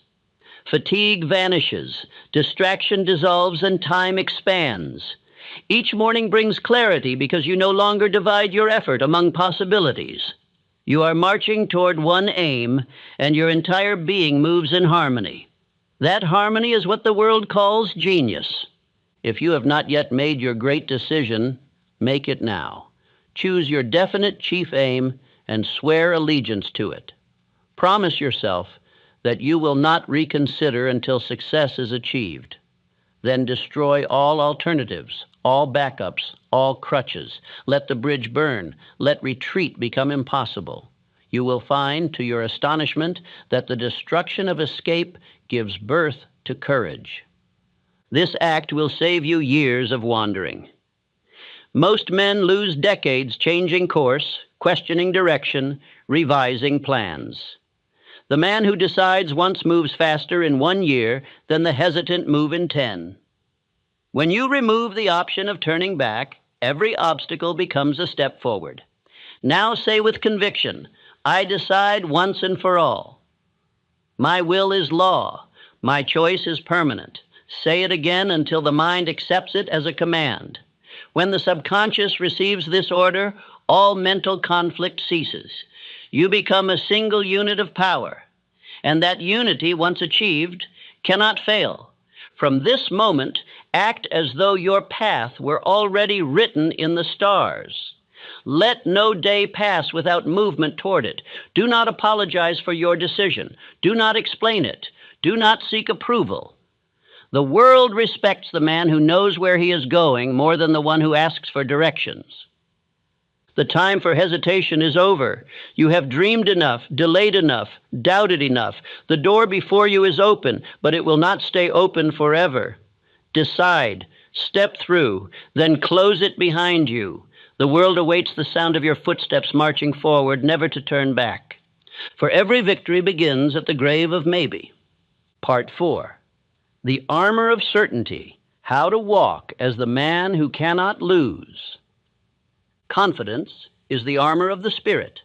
It is the invisible shield that guards you against fear, criticism, and doubt. Without it, a man may possess knowledge, opportunity, and skill, and yet fail before the first blow is struck. With it, even ignorance becomes boldness, and boldness conquers. The man who carries confidence walks as though victory already belonged to him, and because life obeys conviction, it soon does. Understand this truth. The world takes a man at his own estimate. If you walk timidly, apologetically, uncertainly, the world mirrors that weakness and treats you accordingly. If you walk with the quiet dignity of one who knows his worth, life itself salutes you. Confidence is not arrogance, it is certainty without noise. Arrogance shouts to cover emptiness. Confidence moves in silence because it already possesses fullness. Napoleon Bonaparte conquered empires through confidence before he conquered them through arms. His armies believed in his destiny because he believed in it himself. When his assurance faltered, his empire followed. Confidence is magnetic. Its loss is contagious, but so is its presence. The same law governs business, art, invention, and leadership. The man who radiates calm conviction multiplies the faith of others. Henry Ford was not merely a manufacturer of machines, he was a manufacturer of faith. His engineers doubted the possibility of the V8 engine. Ford's reply was simple: build it anyway. They obeyed because his confidence made doubt seem foolish. He did not argue with failure, he ignored it. That is the essence of power, to act as though success were already secured. Thomas Edison possessed the same quiet certainty. He could labor for years in pursuit of a single idea because he never questioned its outcome. To him, every failure was progress. Confidence made patience possible. The man who doubts himself demands results too soon. The man who believes in himself endures until results appear. The average man waits for confidence to arrive as if it were a guest who must be invited. But confidence does not come to the hesitant. It comes to the doer. Action breeds confidence. Inaction breeds doubt. Each small victory strengthens self-belief until it becomes unshakable. Begin anywhere. Begin badly if you must, but begin. Confidence will join you on the road, never in the armchair. You must think of confidence not as mood, but as discipline. It is a mental posture chosen deliberately each morning. When you rise, stand tall, breathe deeply, look upward, and speak aloud. I am calm, sure, unshakable. My confidence commands success. Do this daily until your body obeys your spirit. Posture is a form of prayer. It teaches the body to follow the mind.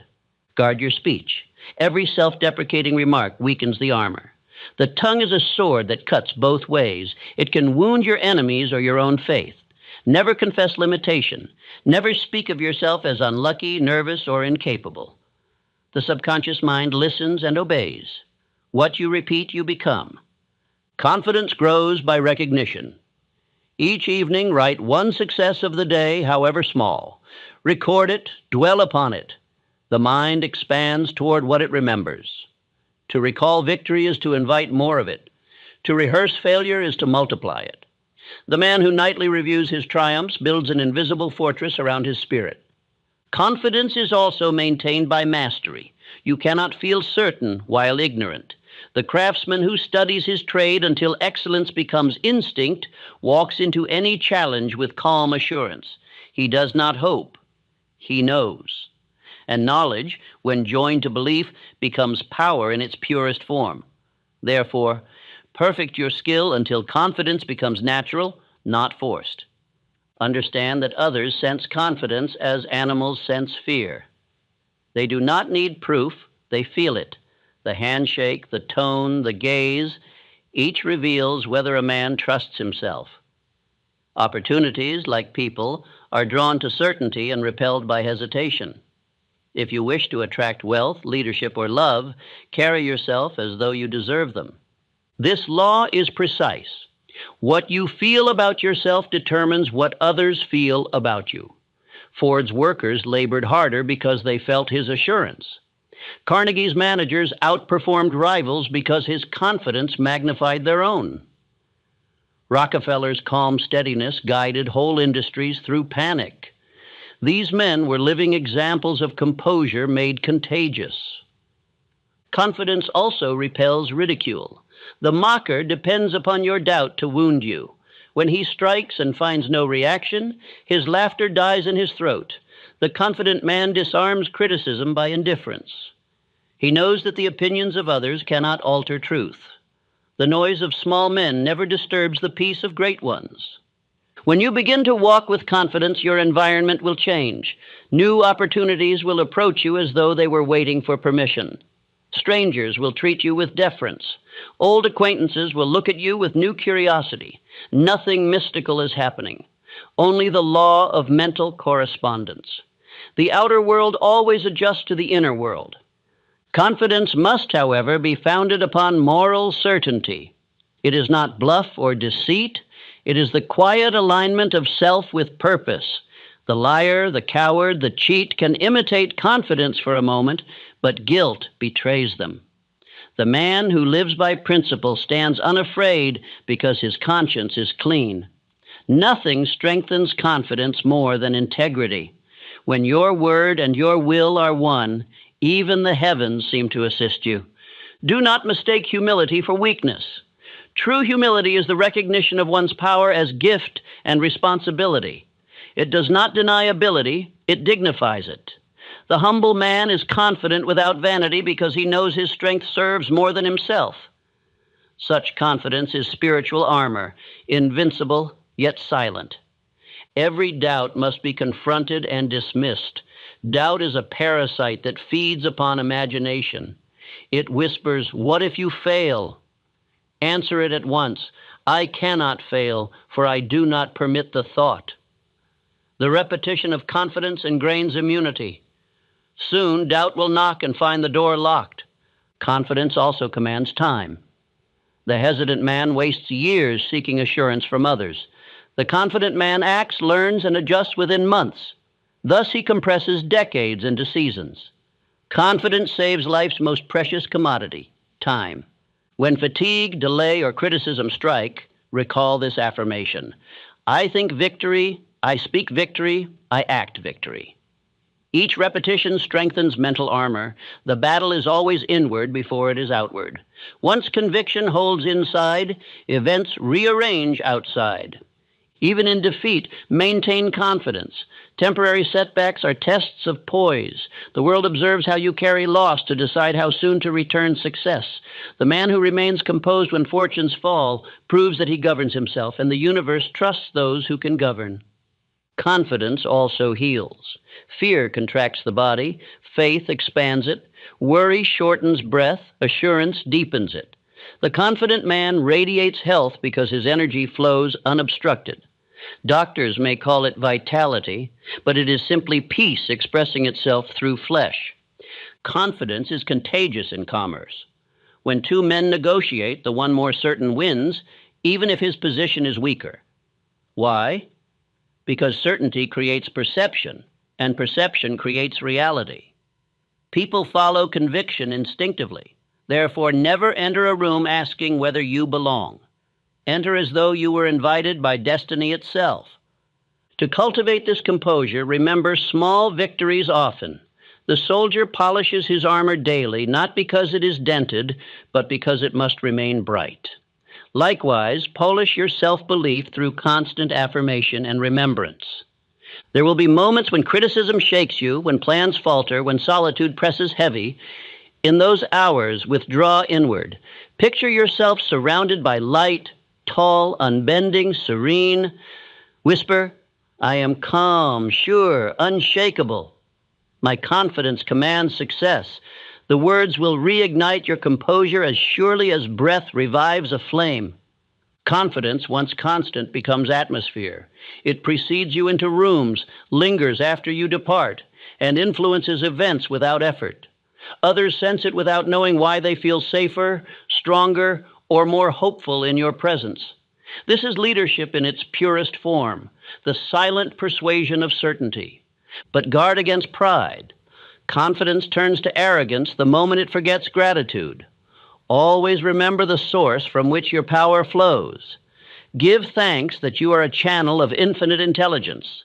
Humility anchors confidence to reality, keeping it steady when praise or success might otherwise intoxicate. The final proof of confidence is composure in crisis. When chaos rises, remain still. The storm that terrifies others is your stage to display mastery. The calm man in confusion becomes the natural commander, for men seek direction where they find peace. Confidence, expressed as calm, conquers without resistance. Let this become your creed.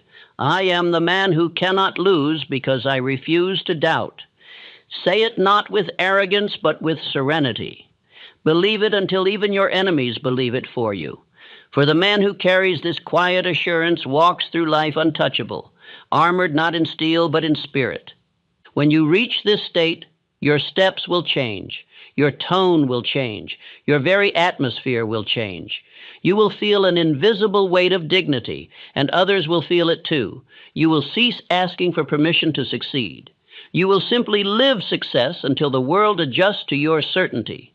Confidence is invisible wealth, the kind no man can steal, no market can crash, and no age can diminish.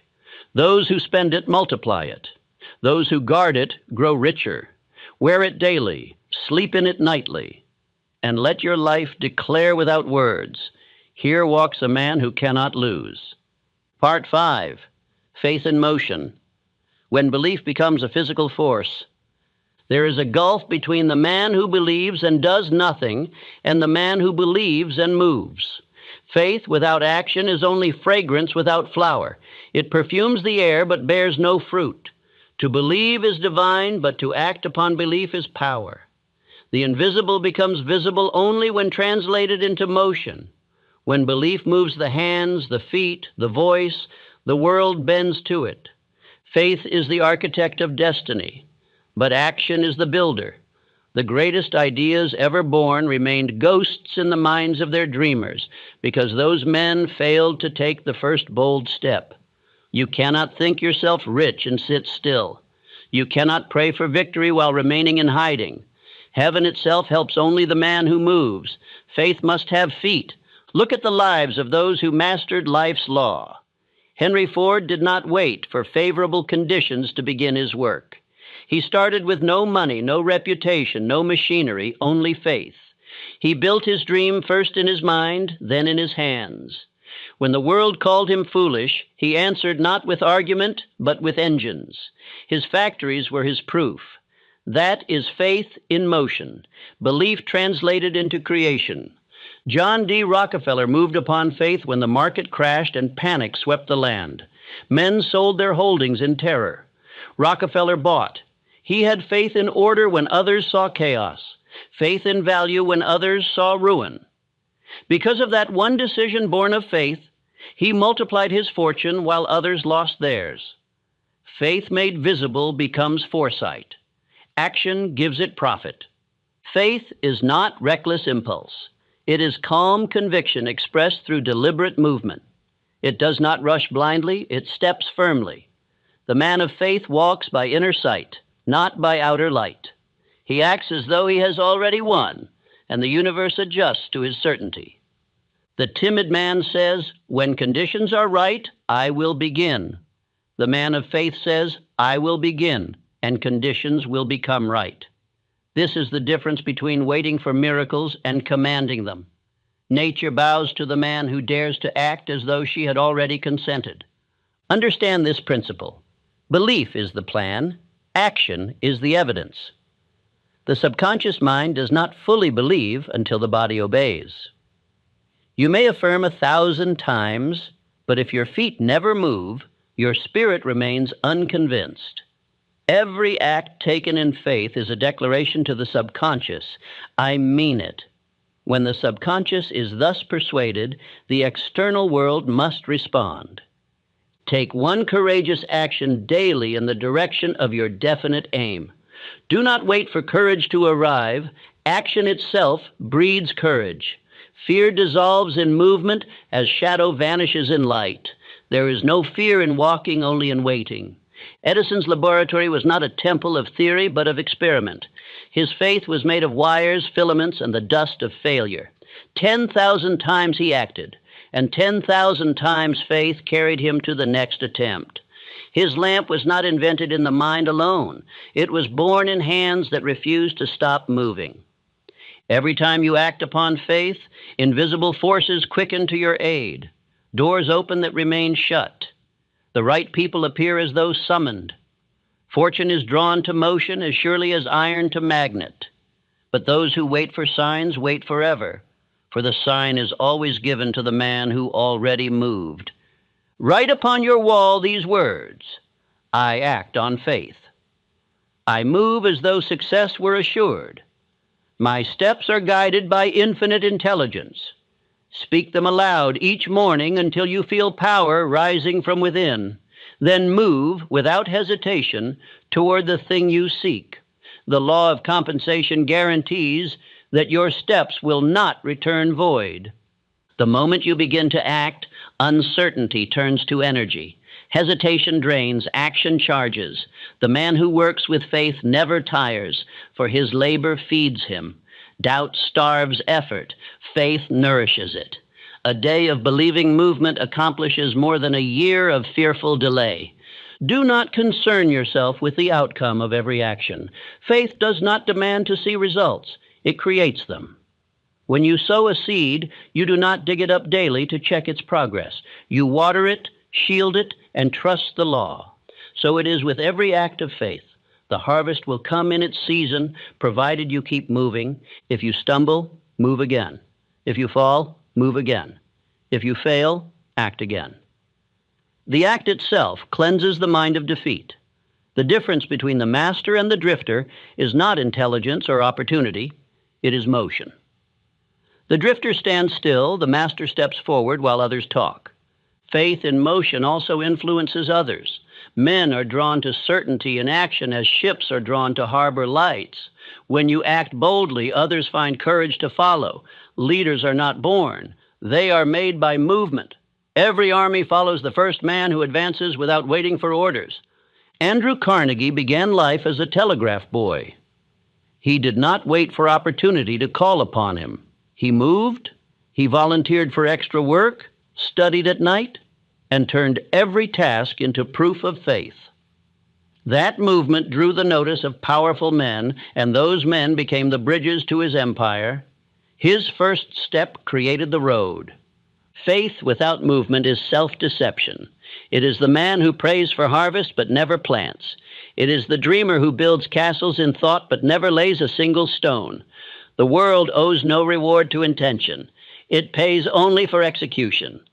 There is a holy rhythm between faith and motion. Believe, move, believe again. Each cycle strengthens the next. Faith gives direction. Motion gives proof.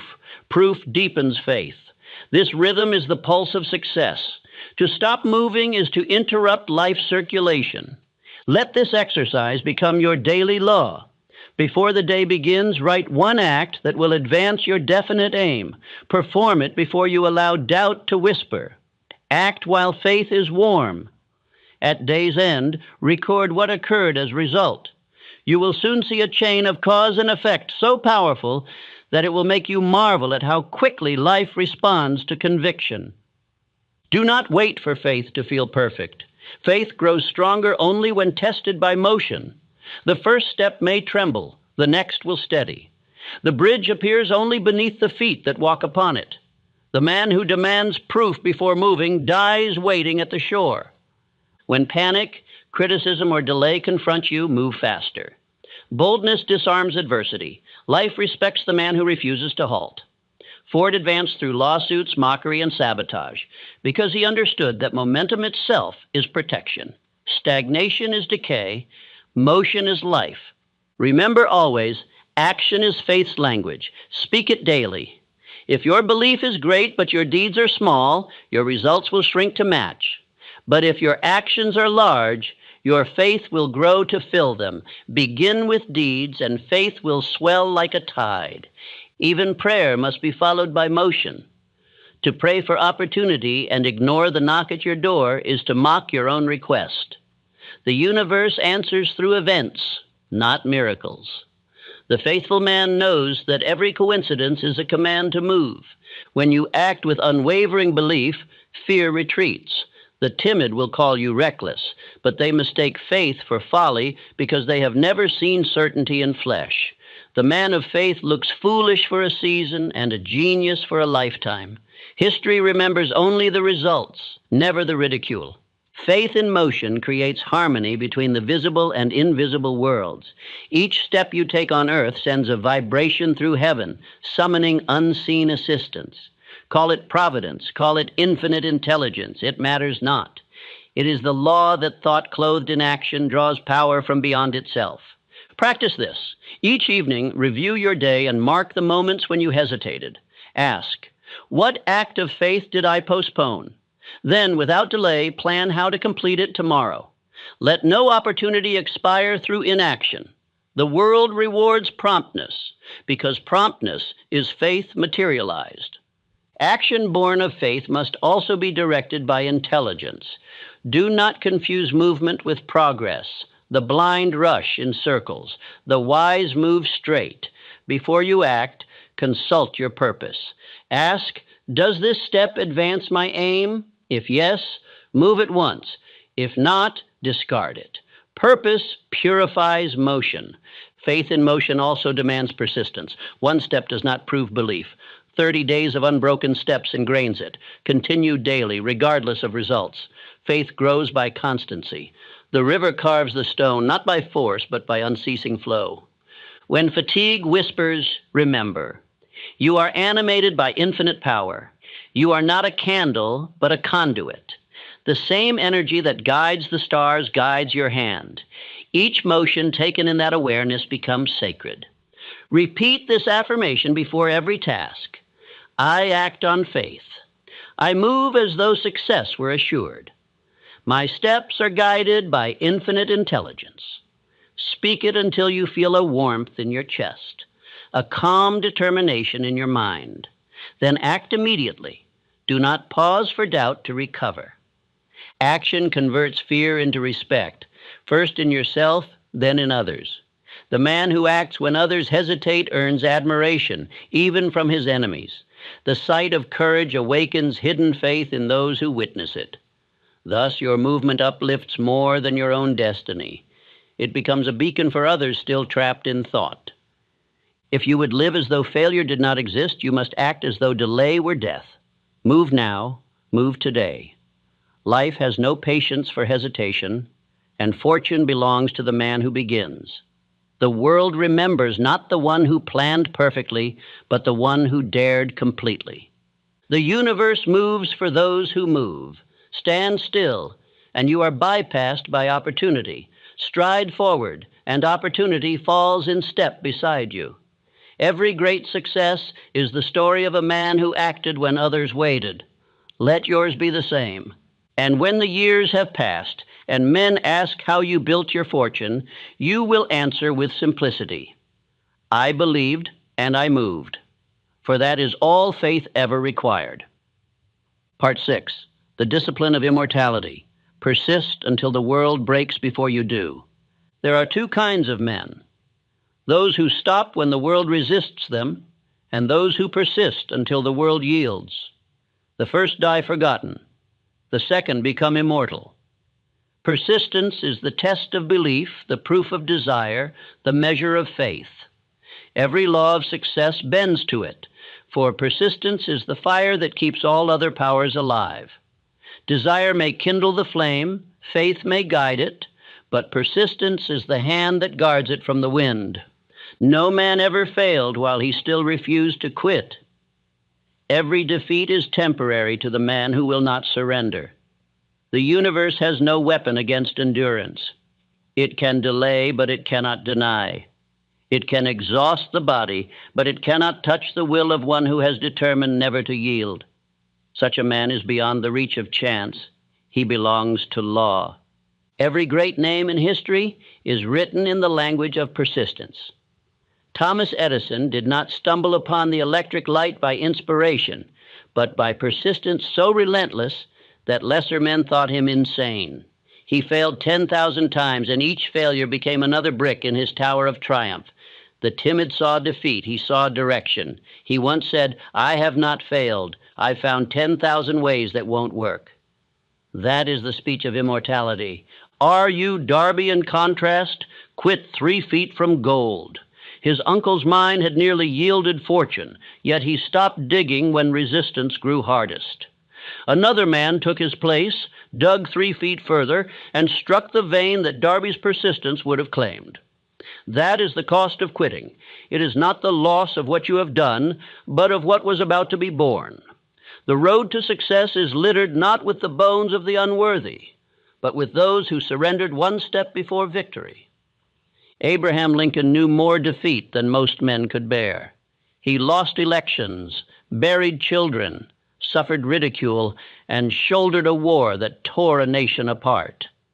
Yet his persistence turned tragedy into immortality.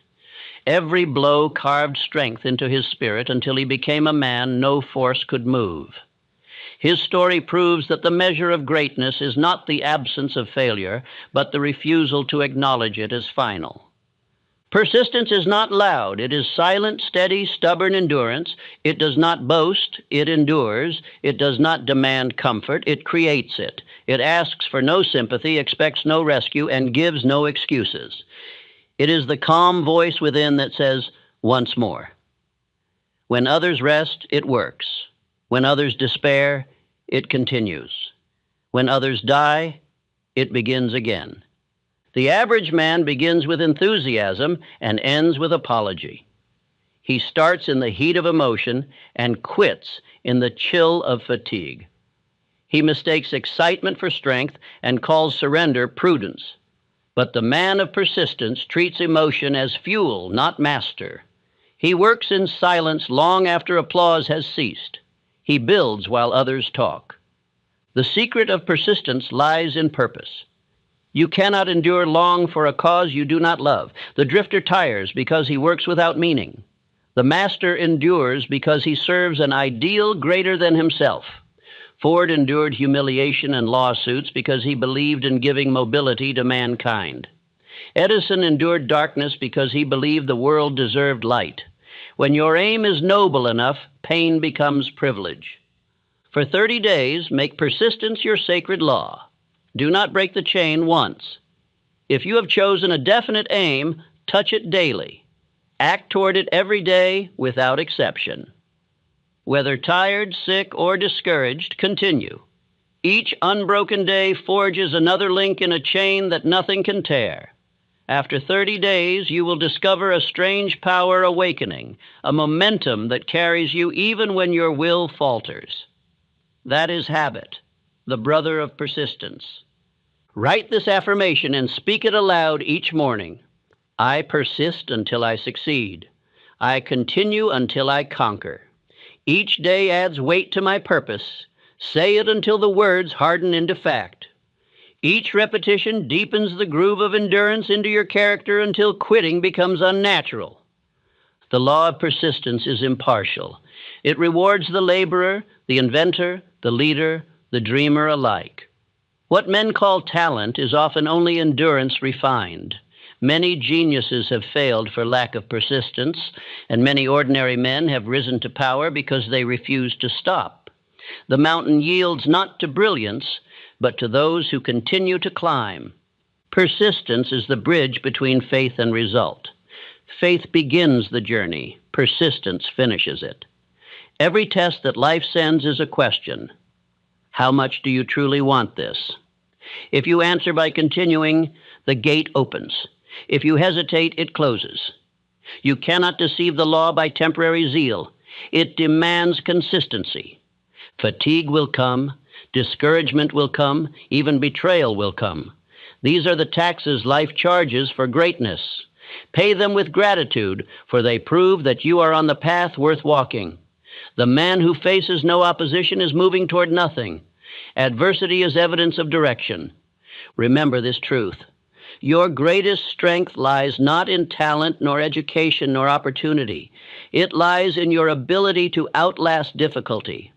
The world eventually yields to the one who remains after all others have withdrawn. Time, which destroys the weak, crowns the persistent. Lincoln once said that he walked slowly, but never backward. That is persistence defined. The pace does not matter. Only direction does. The smallest step forward is greater than a mile of retreat. Let others run and tire. You advance one steady pace, and you will find yourself ahead when their excitement has faded. You must learn to love the struggle. The weak despise it. The wise embrace it. Each obstacle you overcome becomes a deposit in the bank of character. Each trial strengthens your muscles of courage. A man who is never tested remains unproven. A man who endures becomes unbreakable. The world trusts endurance more than brilliance, for endurance guarantees completion. Persistence also silences fear. Fear thrives in inactivity. When you keep moving, fear cannot keep up. It shouts from behind but loses breath as you advance. Many men think they must destroy fear before acting, but the opposite is true. Action destroys fear. There is a rhythm to persistence. Decision, discipline, endurance, reward. Break the rhythm and you start again from the beginning. Continue, and the rhythm becomes natural, effortless. The habit of persistence transforms into second nature. What once required struggle becomes instinct. That is the point of mastery. Even the earth itself is a monument to persistence. Water, softer than stone, shapes mountains through ceaseless motion. A seed, buried in darkness, breaks stone to reach the sun. Nature teaches that victory belongs not to strength, but to constancy. The law that governs the rivers and the stars governs you also. When men mock you, persist. When fortune delays, persist. When your own heart grows weary, persist still. The world respects only the man who endures ridicule long enough to outlive it. Every critic becomes silent when faced with endurance that refuses to die. Persistence transforms temporary defeat into permanent wisdom. Each failure, examined without bitterness, yields instruction. The man who quits learns nothing. The man who endures learns everything. Thus, persistence makes defeat useful, and no time is wasted. Keep before you the image of your goal, shining like a star beyond the storm. When the winds rise, fix your eyes on that light. Each step, each hardship, each day survived brings you nearer. Tell yourself, if I do not stop, I cannot fail. That is not hope. It is law. You will discover that persistence is not merely a discipline of labor, but of spirit. It is faith expressed through endurance. It is the refusal to allow circumstance to dictate your state of mind. The persistent man remains inwardly calm while the world shakes, because he has learned that time is his ally. Every man who has reached greatness has passed through nights of solitude when no one believed, when nothing seemed to work, when the heart whispered surrender. In that darkness, persistence is the single candle that keeps the soul alive. Guard it, feed it, protect it, for when others' lights go out, yours will guide you home. Think of your persistence as proof to infinite intelligence that you are worthy of what you desire. The universe does not grant riches or greatness cheaply. It demands assurance that you will use them wisely.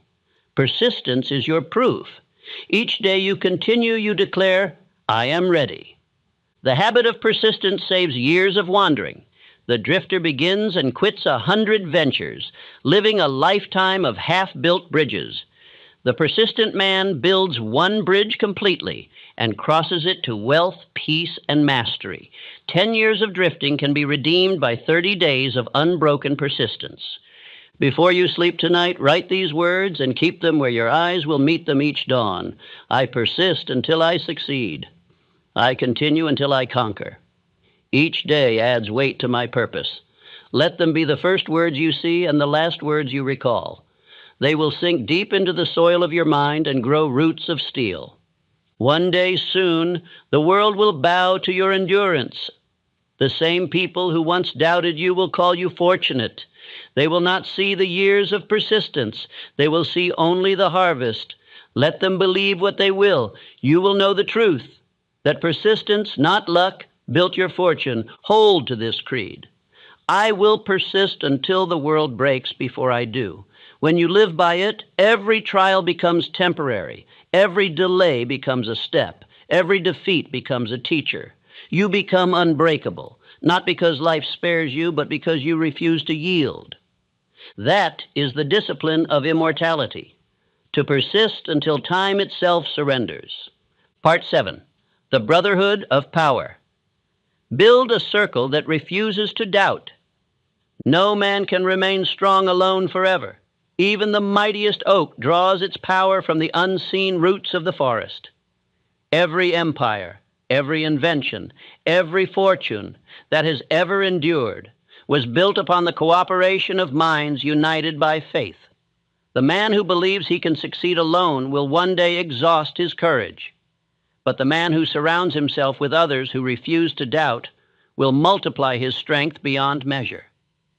This is the mastermind principle, the law of harmonious alliance. When two or more minds are joined in a spirit of perfect faith and definite purpose, they form a third mind, invisible yet real, a greater intelligence than any single member could possess.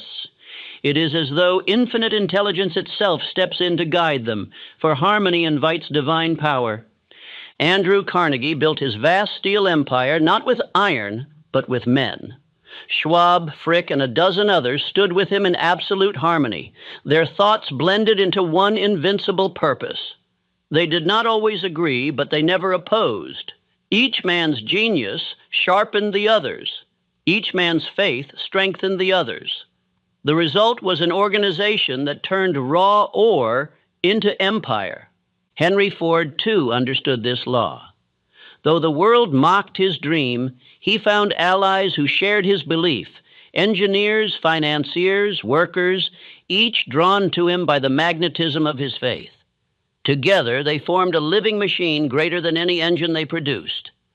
Alone, Ford would have been a visionary. United, they became a revolution. You cannot maintain faith indefinitely in the presence of doubt. The human mind, though powerful, absorbs the atmosphere it inhabits. Surround yourself with cynics, and your strength will decay as surely as iron rusts in salt air. Associate with believers, and your spirit will blaze like a furnace. Your environment is not neutral. It is either fertilizer or poison. Choose it as carefully as you would choose the air you breathe. Make an honest inventory of your associations. Write down the 5 people with whom you spend the most time. Ask of each, do they strengthen my faith or weaken it? Do they multiply my courage or divide it? Do they believe in my purpose or do they secretly doubt it? The answers will determine your destiny. For no man can rise above the quality of the minds with which he communes daily. Remove from your circle the chronic doubter, the critic, the mocker.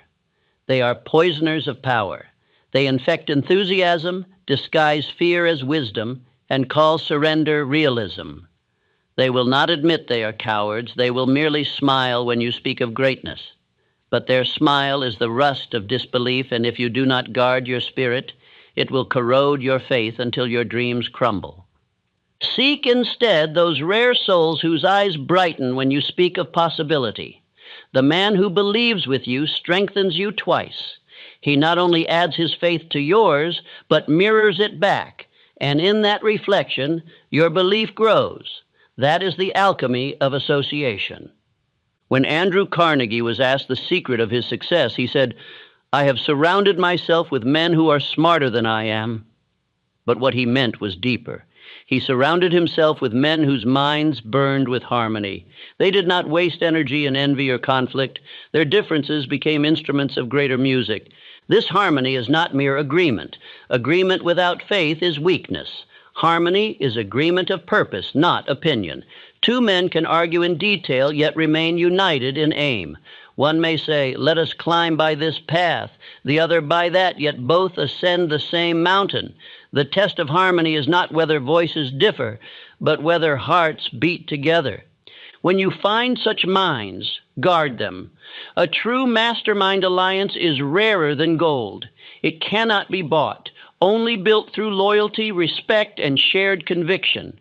One disloyal member can destroy it faster than 1,000 enemies. Protect it as sacred. If you have not yet found your circle, begin by becoming the kind of man worthy of one. No one will join a leader who doubts himself.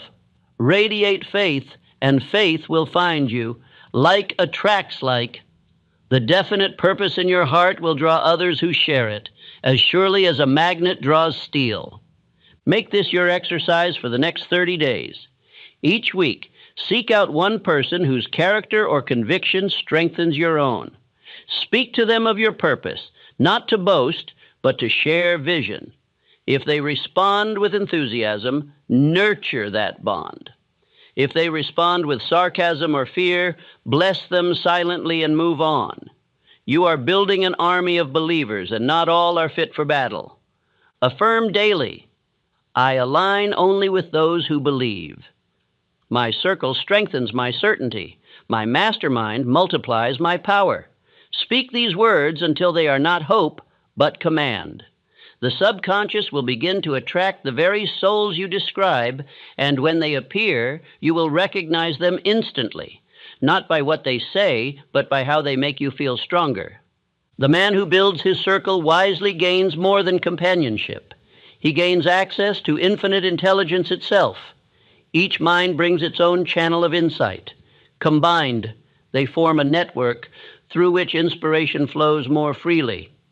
Many of Edison's most celebrated inventions were born not from solitary genius, but from discussions with his assistants.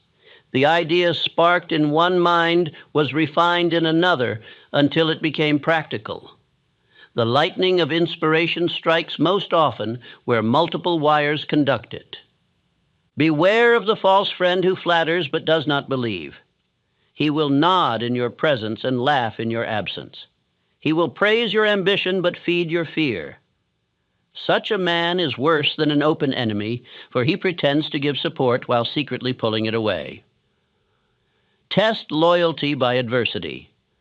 The friend who remains when profit disappears is the only one worth keeping.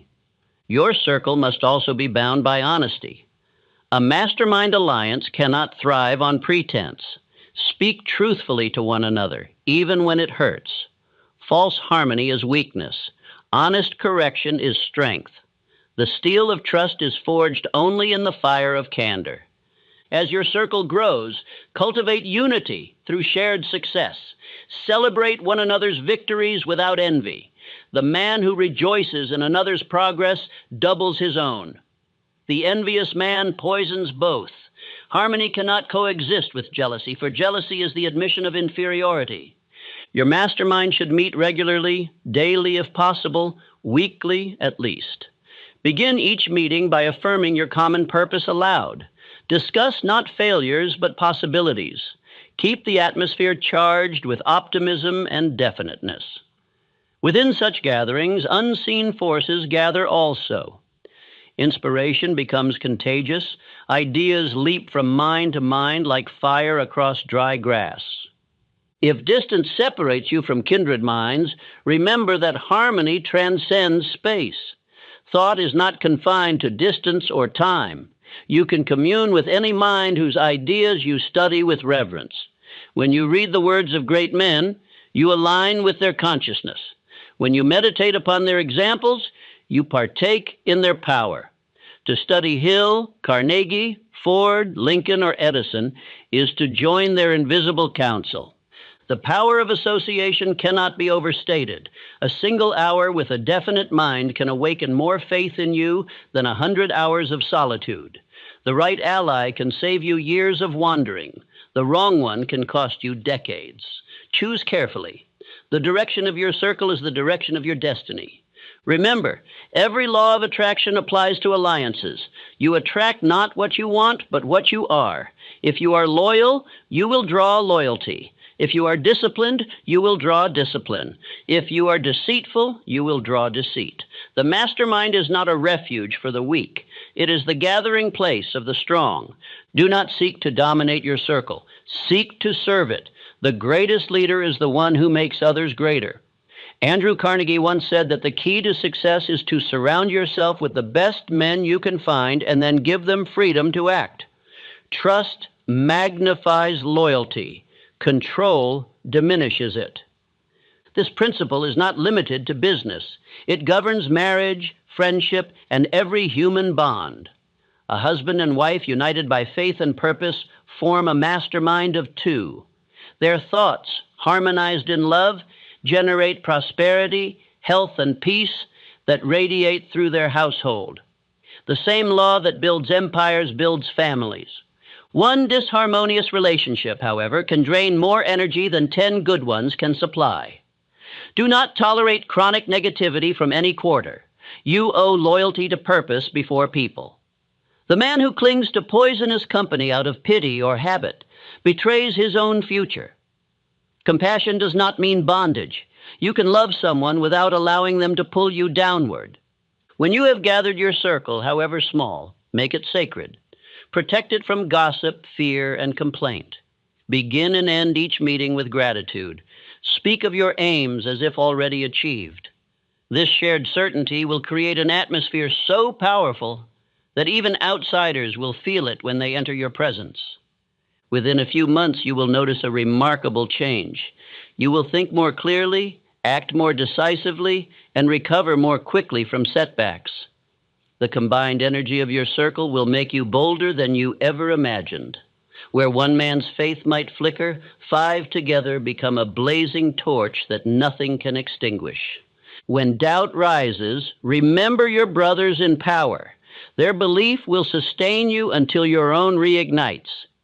In return, lend them your faith when theirs grows dim. Thus, the circle sustains itself endlessly. This is the brotherhood of power, the living proof that success is not a solitary struggle, but a symphony of minds tuned to one purpose. Seek it, build it, guard it, and when you find it, never let it go. For in unity lies the secret of invincibility. Part 8. The theater of the mind. Live in the world where you have already won. All great achievements are first rehearsed upon the invisible stage of thought before they are performed upon the visible stage of the world. The mind is a theater, and imagination is both the playwright and the actor. Whatever you repeatedly picture, you invite into reality. The man who fills his inner vision with triumph becomes incapable of defeat, for life merely reflects what he continually sees within.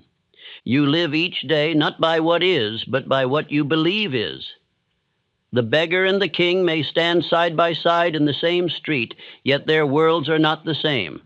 The beggar's mind plays tragedy. The king's mind plays mastery. The difference lies in rehearsal. The beggar relives failure. The king relives victory. Both receive from life the roles they have cast for themselves. This law is immutable. The subconscious mind accepts every image held with feeling as command. It cannot distinguish between imagined success and lived success. Therefore, what you repeatedly and vividly picture becomes your experience. Your imagination is not a toy. It is the workshop of destiny. Andrew Carnegie saw himself as a steel magnate long before his first mill was built. He imagined vast factories humming with production, ships carrying his steel across oceans, men saluting him as captain of industry. Those pictures hardened into fact because he held them long enough to convince his mind that they already existed. The subconscious, thus commanded, drew to him every man and circumstance necessary to fulfill the image. Thomas Edison saw light before he created it. He saw cities illuminated, homes brightened, the darkness conquered. That vision guided him through years of failure. When others saw wires and glass, he saw the triumph of mind overnight. His imagination refused to accept darkness as permanent, and so it became temporary. Abraham Lincoln envisioned peace long before war ended. Even as the nation split, he saw unity restored. That vision became his compass when all evidence screamed otherwise. Imagination gave him courage, and courage gave him history's respect. Imagination is not idle fancy. It is creative command. It is the faculty through which infinite intelligence speaks to man. When you imagine with definiteness, faith, and emotion, you open a channel between the unseen and the seen. What begins as vision becomes vibration, then event. You must therefore live inwardly in the condition you desire outwardly. Each morning and evening, close your eyes and enter your inner world. There, see yourself as the man who has already won. Picture your body strong, your eyes calm, your home secure, your name respected. Feel gratitude, not hope, for what you behold. Hope waits, gratitude possesses. The subconscious accepts gratitude as proof that the thing exists and begins to reproduce it, in fact. Do not picture vague abundance. Picture definiteness, exact sums, exact conditions, exact results. The clearer your inner image, the faster it materializes. Vague wishes attract vague outcomes. Definite pictures attract definite results. Repeat this affirmation until it becomes part of your breath. I live my victory now. My mind accepts no defeat. The image I hold must become the world I see. Say it slowly, with feeling, until you can see your victory as clearly as the walls around you. You must feel your success, not merely think it. Thought without emotion is a whisper. Thought with feeling is a trumpet that reaches heaven. The subconscious responds only to impressions saturated with emotion. Therefore, as you imagine, feel the pride, the gratitude, the peace of already possessing what you desire. Let your whole being vibrate with it until it feels more real than your present surroundings. The law is impartial. Whether you picture poverty or prosperity, failure or success, it will obey. The subconscious is the servant of your habitual imagery. Guard, therefore, what plays upon the screen of your mind. Every complaint is a rehearsal for loss. Every gratitude is a rehearsal for gain. Each fear rehearsed is a prophecy preparing its own fulfillment. Each faith rehearsed is a miracle preparing its own appearance. The average man uses his imagination to increase his misery. He pictures bills unpaid, sickness coming, ridicule ahead. He believes he is realistic, but in truth he is rehearsing failure. And because he rehearses it with emotion, the law fulfills his command. He then calls it bad luck, never seeing that he himself was the author. The successful man uses imagination as ally. He pictures health when ill, opportunity when poor, loyalty when betrayed. He trains his mind to expect the best, even while surrounded by the worst. His faith becomes atmosphere. His vision becomes magnet. In time, circumstance conforms to conviction. To live in the world where you have already won is not delusion. It is preparation. The soldier trains before battle. The actor rehearses before performance. The builder draws plans before laying stone. Why should success be different? The man who imagines victory long enough becomes so familiar with it that when it arrives, he walks into it as though returning home. Exercise this discipline for 30 days. Each night, before sleep, close your eyes and live your ideal day. See yourself rising confident, working with joy, achieving your aim, returning home to peace. Hear voices of praise and gratitude. Feel the satisfaction of tasks completed, goals achieved. Linger in that state until sleep takes you. The subconscious, unguarded in slumber, will receive the image as fact and begin its silent labor while you rest. In the morning, before thought of duty arises, repeat the scene. Begin your day as the man you wish to be, not the man you were yesterday. You will notice within days that your actions adjust unconsciously to your new identity. You will speak differently, walk differently, choose differently. The world outside will begin to shift accordingly, for reality follows identity. Imagination also purifies faith. When you see your victory vividly, doubt becomes absurd. You can no longer question what you have already witnessed within. The vision replaces uncertainty with familiarity. It is impossible to fear what feels already lived. When difficulties appear, do not stare at them. Close your eyes and return to your inner victory. There, in your private theater, you remain untouched. See yourself rising above the obstacle, turning it to good, moving forward undisturbed. Your imagination will instruct your actions, and your actions will dissolve the problem. All great leaders live mentally in advance of their time. They see the world as it shall be, not as it is. This power is open to every man who will discipline his thought. The world of today was built by the imaginations of yesterday. The world of tomorrow will be shaped by the imaginations of today. To neglect imagination is to drift through another's design. The drifter lives inside the images others create for him, advertisers, politicians, the mediocre minds around him. He becomes an actor in a play he did not write. The master writes his own script and directs his own production. Guard the theater of your mind as a sacred place. Allow no uninvited actors to perform upon its stage.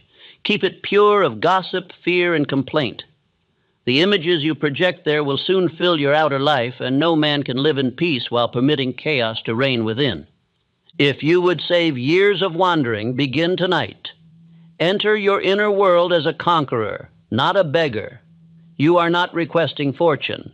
You are commanding it through vision. When your inner life becomes definite, your outer life must obey. You will know your imagination has taken command when doubt begins to feel unnatural, when fear seems foreign, when success feels like memory rather than hope. Then you will have crossed the line between wishing and knowing, between dreaming and being. Keep a journal of your inner victories. Record the visions that move you most strongly, the scenes that feel most alive. Review them daily. You will find that as you persist, new ideas and opportunities will arise without effort. These are the physical echoes of your mental rehearsals. When you master this art, every circumstance becomes your servant. For you no longer react, you create. You no longer beg, you command. The power of imagination, rightly used, transforms thought into destiny. Live as though your victory were yesterday's news. Speak as though success were common fact.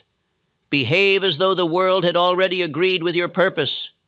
For the man who carries that inner certainty lives in a kingdom that others cannot see, but must one day enter. That is the theater of the mind, the unseen stage upon which every fortune, every empire, every triumph first appears. Direct it well, and the play of your life will end in ovation. Part 9, the unbreakable spirit. When fear dies, the man is born. Fear is the invisible chain that has bound more men than armies and enslaved more minds than poverty. It is the silent enemy that lives not in the world, but in the imagination. It has no substance, no body, no weapon, yet it has halted nations, ruined empires, and silenced the dreams of millions. To destroy fear is to destroy failure. The day a man masters fear is the day he becomes free, for no external force can imprison a soul that no longer trembles within. The average man spends his life negotiating with fear. He bargains with it, obeys it, apologizes to it. He says, I will act, but only if success is certain. I will speak, but only if applause is guaranteed. I will build, but only if no one mocks me. And so he never acts, never speaks, never builds, because fear always invents one more reason to wait. Fear is a liar, and hesitation is its language. Every law of success demands the death of fear. You cannot think clearly while afraid. You cannot plan while afraid. You cannot love while afraid. Fear divides the mind against itself. Faith unites it. The man who acts in faith becomes single-minded. The man who acts in fear becomes paralyzed. Abraham Lincoln lived under pressure that would have broken 10 ordinary men. He bore the scorn of enemies, the betrayal of friends, the heartbreak of loss, and the blood of war upon his conscience. Yet through it all, he walked with calm dignity. When asked how he endured, he replied, "I am not bound to win, but I am bound to be true." That is fearlessness, not arrogance, but obedience to purpose. John D. Rockefeller possessed the same composure in crisis. When markets crashed and banks failed, he moved among terrified men with serenity. His pulse remained steady, his tone quiet, his faith unbroken.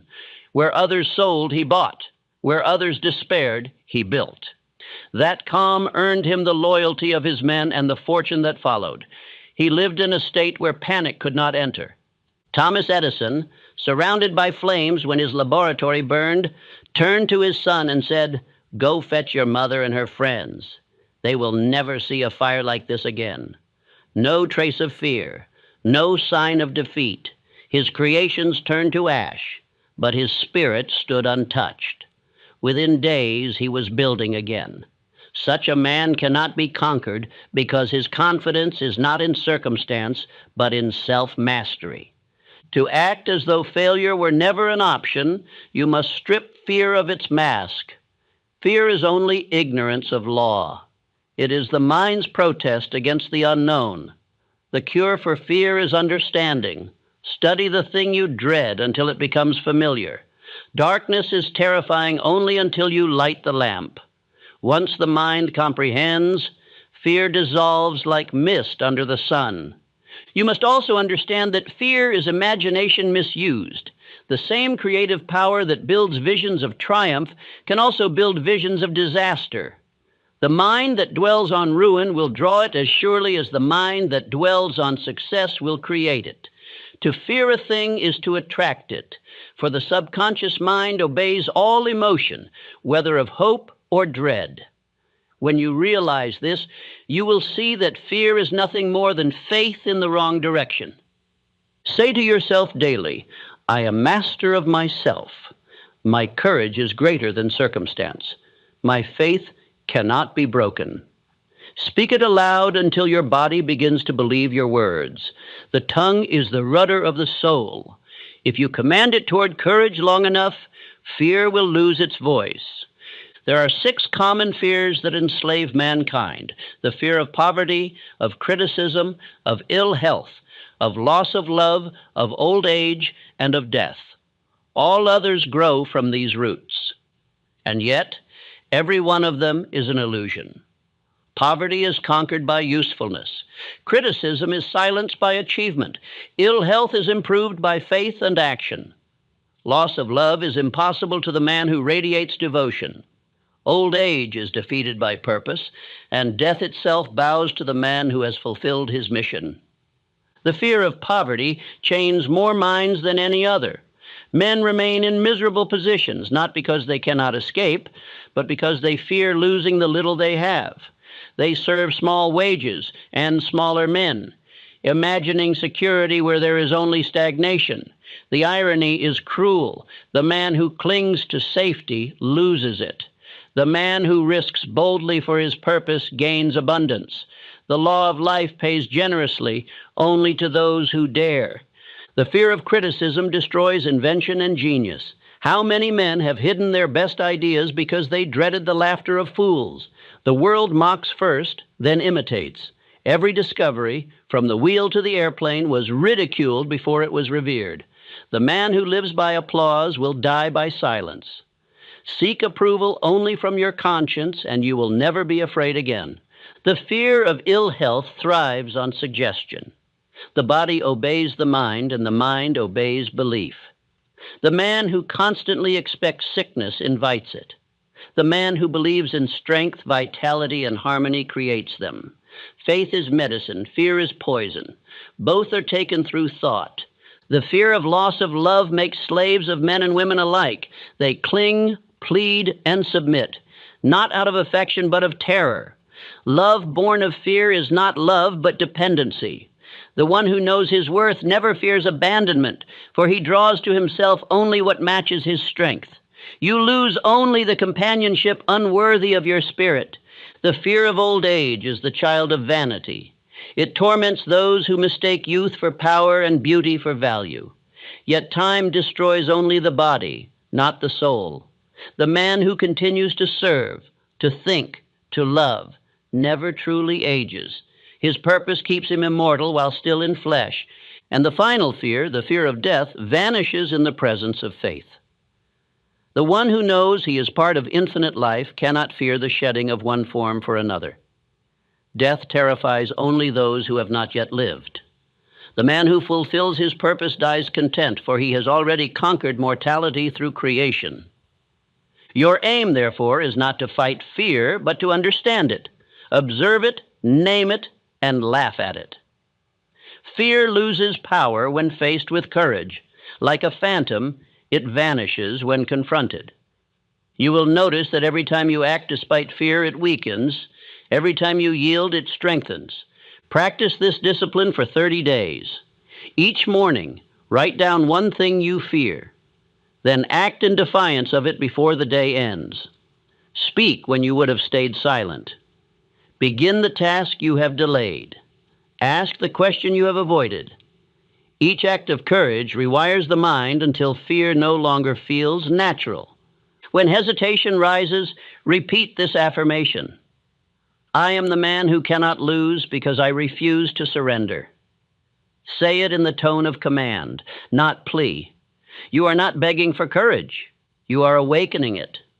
Courage is not something you find. It is something you uncover, for it has been within you since birth. Remember that fear is contagious, but so is courage. The sight of one brave act strengthens every witness. Lincoln's steadiness held a nation together because courage is more persuasive than words. Be the man whose composure gives others strength. That is true leadership. To live without fear is not recklessness. It does not mean leaping blindly nor ignoring reason. It means acting with calm confidence in the face of uncertainty. Recklessness defies law. Fearlessness obeys it. Recklessness is born of impulse. Fearlessness of understanding. The fearless man does not tempt danger. He transcends it by mastery. Imagine how many years of your life have been wasted in hesitation. Ideas unspoken. Opportunities declined. Dreams postponed. All because of a shadow that never struck. To live without fear is to reclaim those lost years. 1 month of fearless living is worth 10 years of anxious survival. There will come a day when you stand before the ghosts of your discarded fears. You will see them as pale, powerless things that once ruled your decisions. You will laugh at how they trembled you, how they made you crawl, and you will say, "You no longer exist, for I no longer believe in you." This is not mere poetry, it is transformation.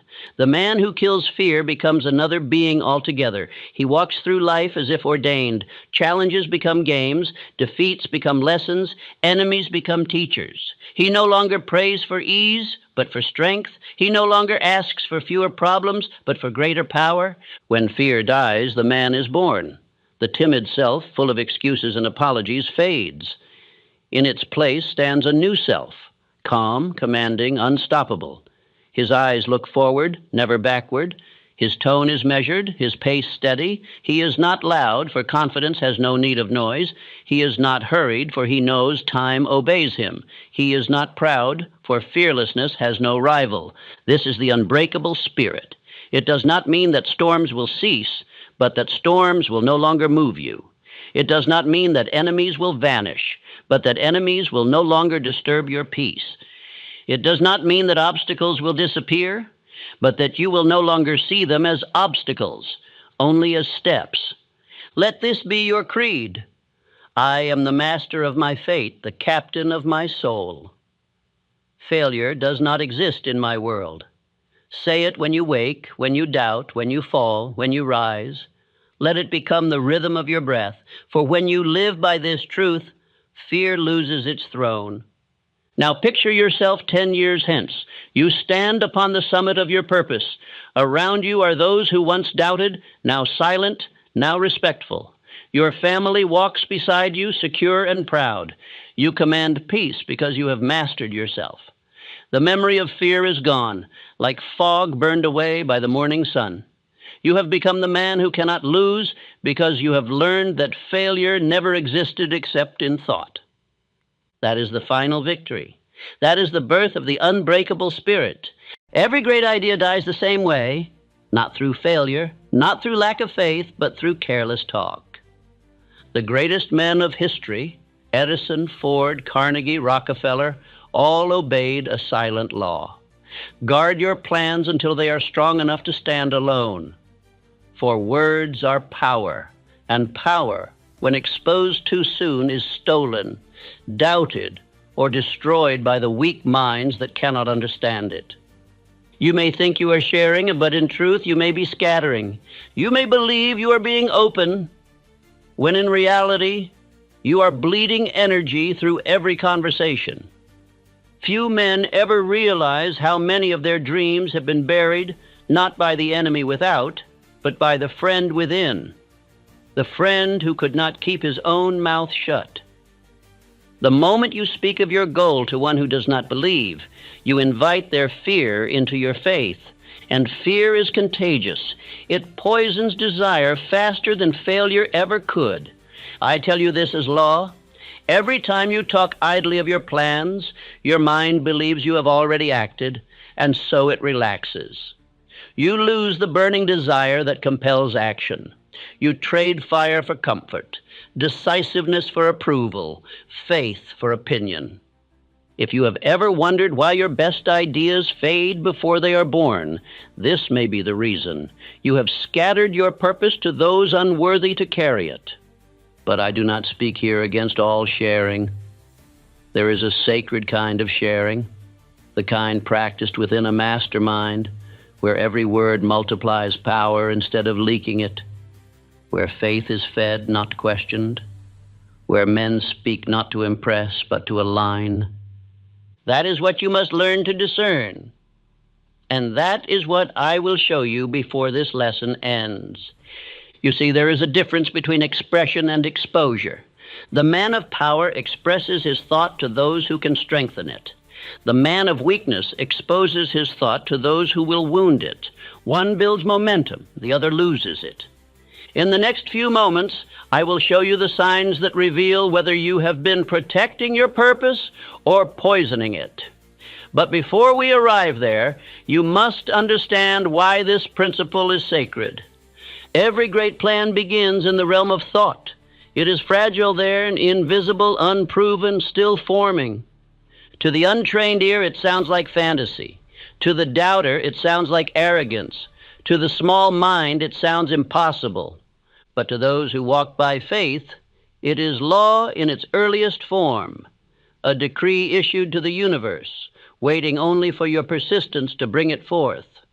When you speak that law to unbelief, it weakens. When you repeat it to the wrong audience, it dissolves. When you brag of what you will do, your subconscious believes you have already done it. And so the desire cools, the hunger fades, the energy vanishes. This is why the majority live and die full of unfinished plans. They have spent their power in conversation instead of creation. They talk when they should act. They boast when they should build. They announce when they should observe. And yet there is a higher law. There is a place where words multiply faith instead of draining it, a place called the mastermind. Here and only here may you speak your dream aloud, for there it is received by minds that believe. In that circle, criticism becomes correction, envy becomes cooperation, and your thought is nourished by the collective intelligence of men moving toward the same horizon. Outside of that circle, silence is gold. Within it, speech is creation. And your task is to know the difference. If you have ever wondered why some men seem to move faster, why their ideas attract allies while yours attract doubters, this is the reason. They speak only where faith can hear. They reveal only what is already built within. Remember this, energy must be directed, not displayed. Every time you seek validation through talk, you rob yourself of victory through action. Every time you explain your plan to those who cannot see, you invite confusion into your conviction. Your vision was not given to them. It was given to you. It is sacred property, not public opinion. Guard it as such. After this lesson, you will possess a rare ability, the ability to analyze your own speech and know whether you are feeding or draining your power. You will learn to feel when a conversation strengthens your purpose and when it dilutes it. You will know when silence is strength and when words are command. Most men never develop that sense. They mistake talk for progress. They believe movement of the tongue equals movement of destiny. But destiny does not answer noise. It answers definiteness. Ask yourself, how many of your goals have you killed with conversation? How many times have you announced your intent, received a compliment, and then never followed through? How many times have you let the judgment of others cause you to abandon an idea that once burned in your soul? The crowd does not destroy the dreamer through malice, but through mediocrity. They will drown your fire in their doubts, not out of hatred, but out of habit. And if you are careless, their disbelief will become your own. Silence is not secrecy, it is protection. Speech is not sharing, it is power, and when used with purpose. When this lesson is finished, you will be able to measure your words as the wealthy measure gold, not by quantity, but by worth. You will see that silence is the shield of the wise, and that the man who guards his plans guards his destiny. I will show you the difference between speech that strengthens and speech that destroys, between talk that builds empires and talk that buries them, between the voice of the mastermind and the noise of the multitude. But before we reach that point, promise yourself this, that you will no longer speak idly of your dreams, that you will no longer trade faith for validation, that you will no longer explain to those who cannot understand. The world will know your plan soon enough when it becomes visible through results. Until then, speak little, act much, and remember, a wise man counts his words as a banker counts his gold. Your silence is not weakness, it is strength under command. And after this message, you will know exactly how to use it. The first sign, you speak to be praised, not to be understood. There is a weakness that has ruined more men than failure, more dreams than poverty, more plans than ignorance, the hunger to be praised before one has earned it. Every man is born with the desire to prove his worth, but when that desire is fed by applause before achievement, the fire that should drive him dies in its own smoke. Words of approval are sweet, but they are poison when taken too soon. Every time you speak of what you intend to do, you feed the illusion that you have already done it.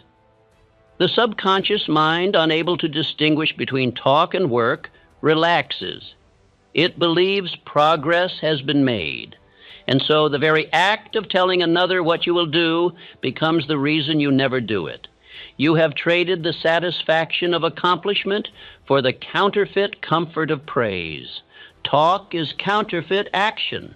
It is the noise of intention without the substance of labor. The man who spends his energy describing his dreams leaves none for their construction. Each word of premature talk drains the reservoir of persistence that could have built an empire in silence. The wise man knows that words are tools, not toys. He uses them sparingly, for he knows their weight. The moment you seek validation for your plans, you divide your energy.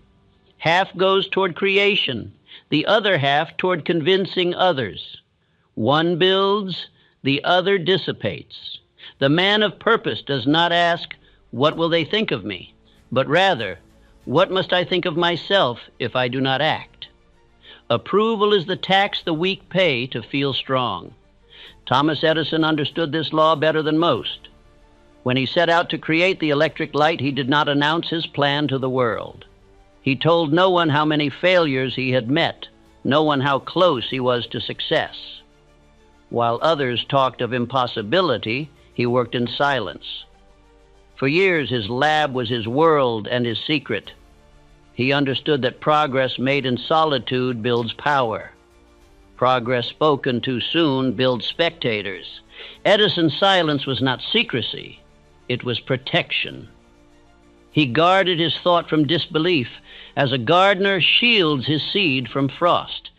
He knew that criticism, however small, could cool the heat of conviction.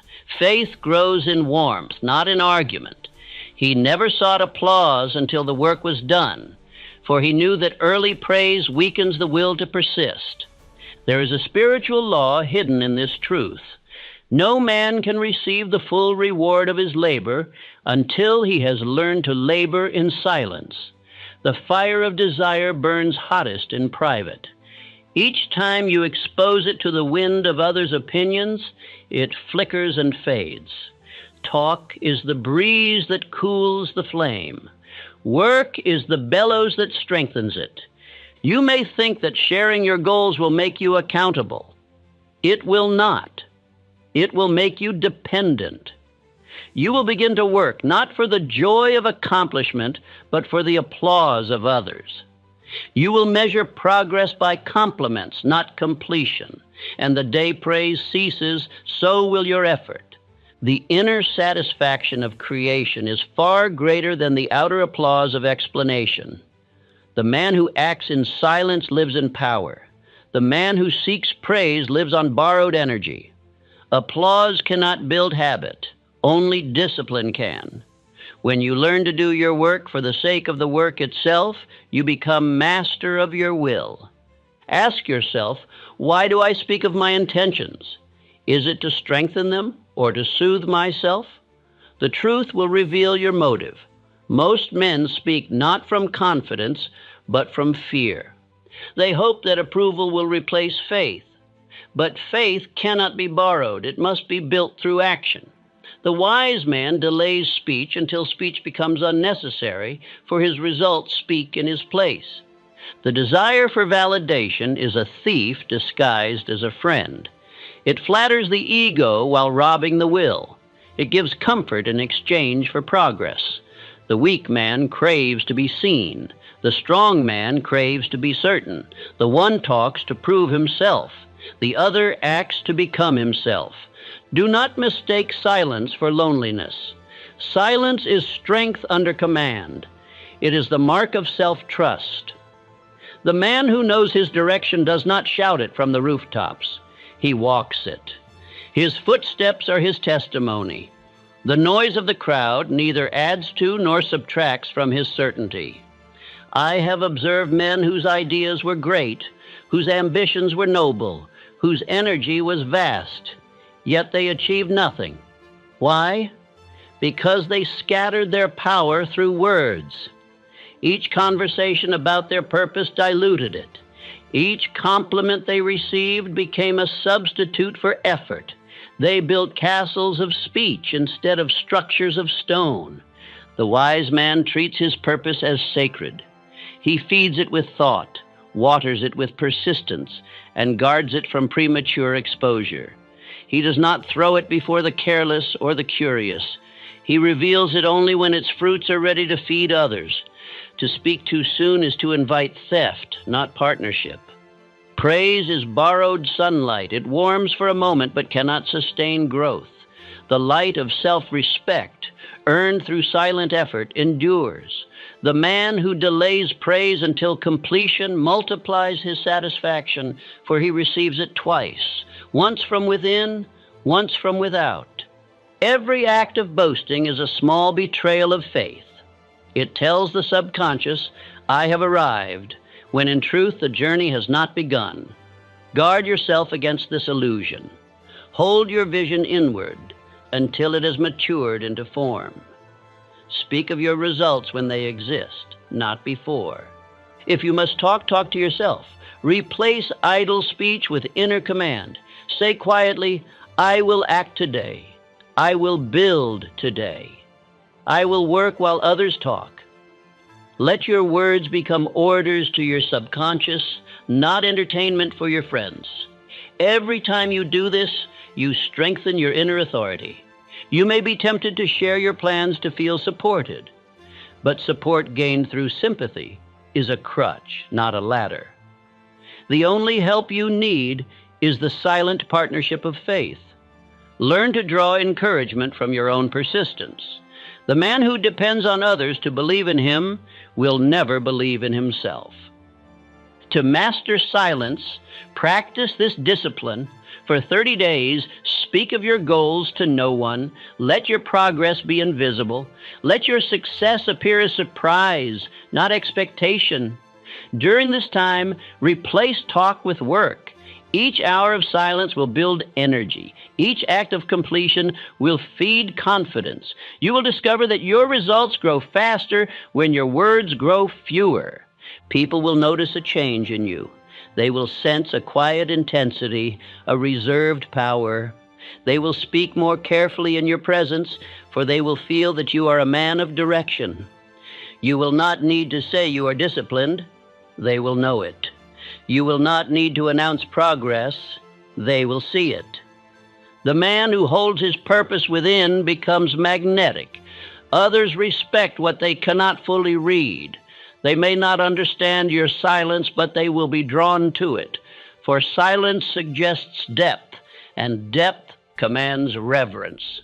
A talkative man reveals himself too soon. A silent man allows curiosity to serve him. Let this be your affirmation. I trade praise for progress. I do not speak to be admired, but to act with precision. I build in silence and let my works declare my worth. Each time I resist the urge to boast, I preserve the fire of my purpose.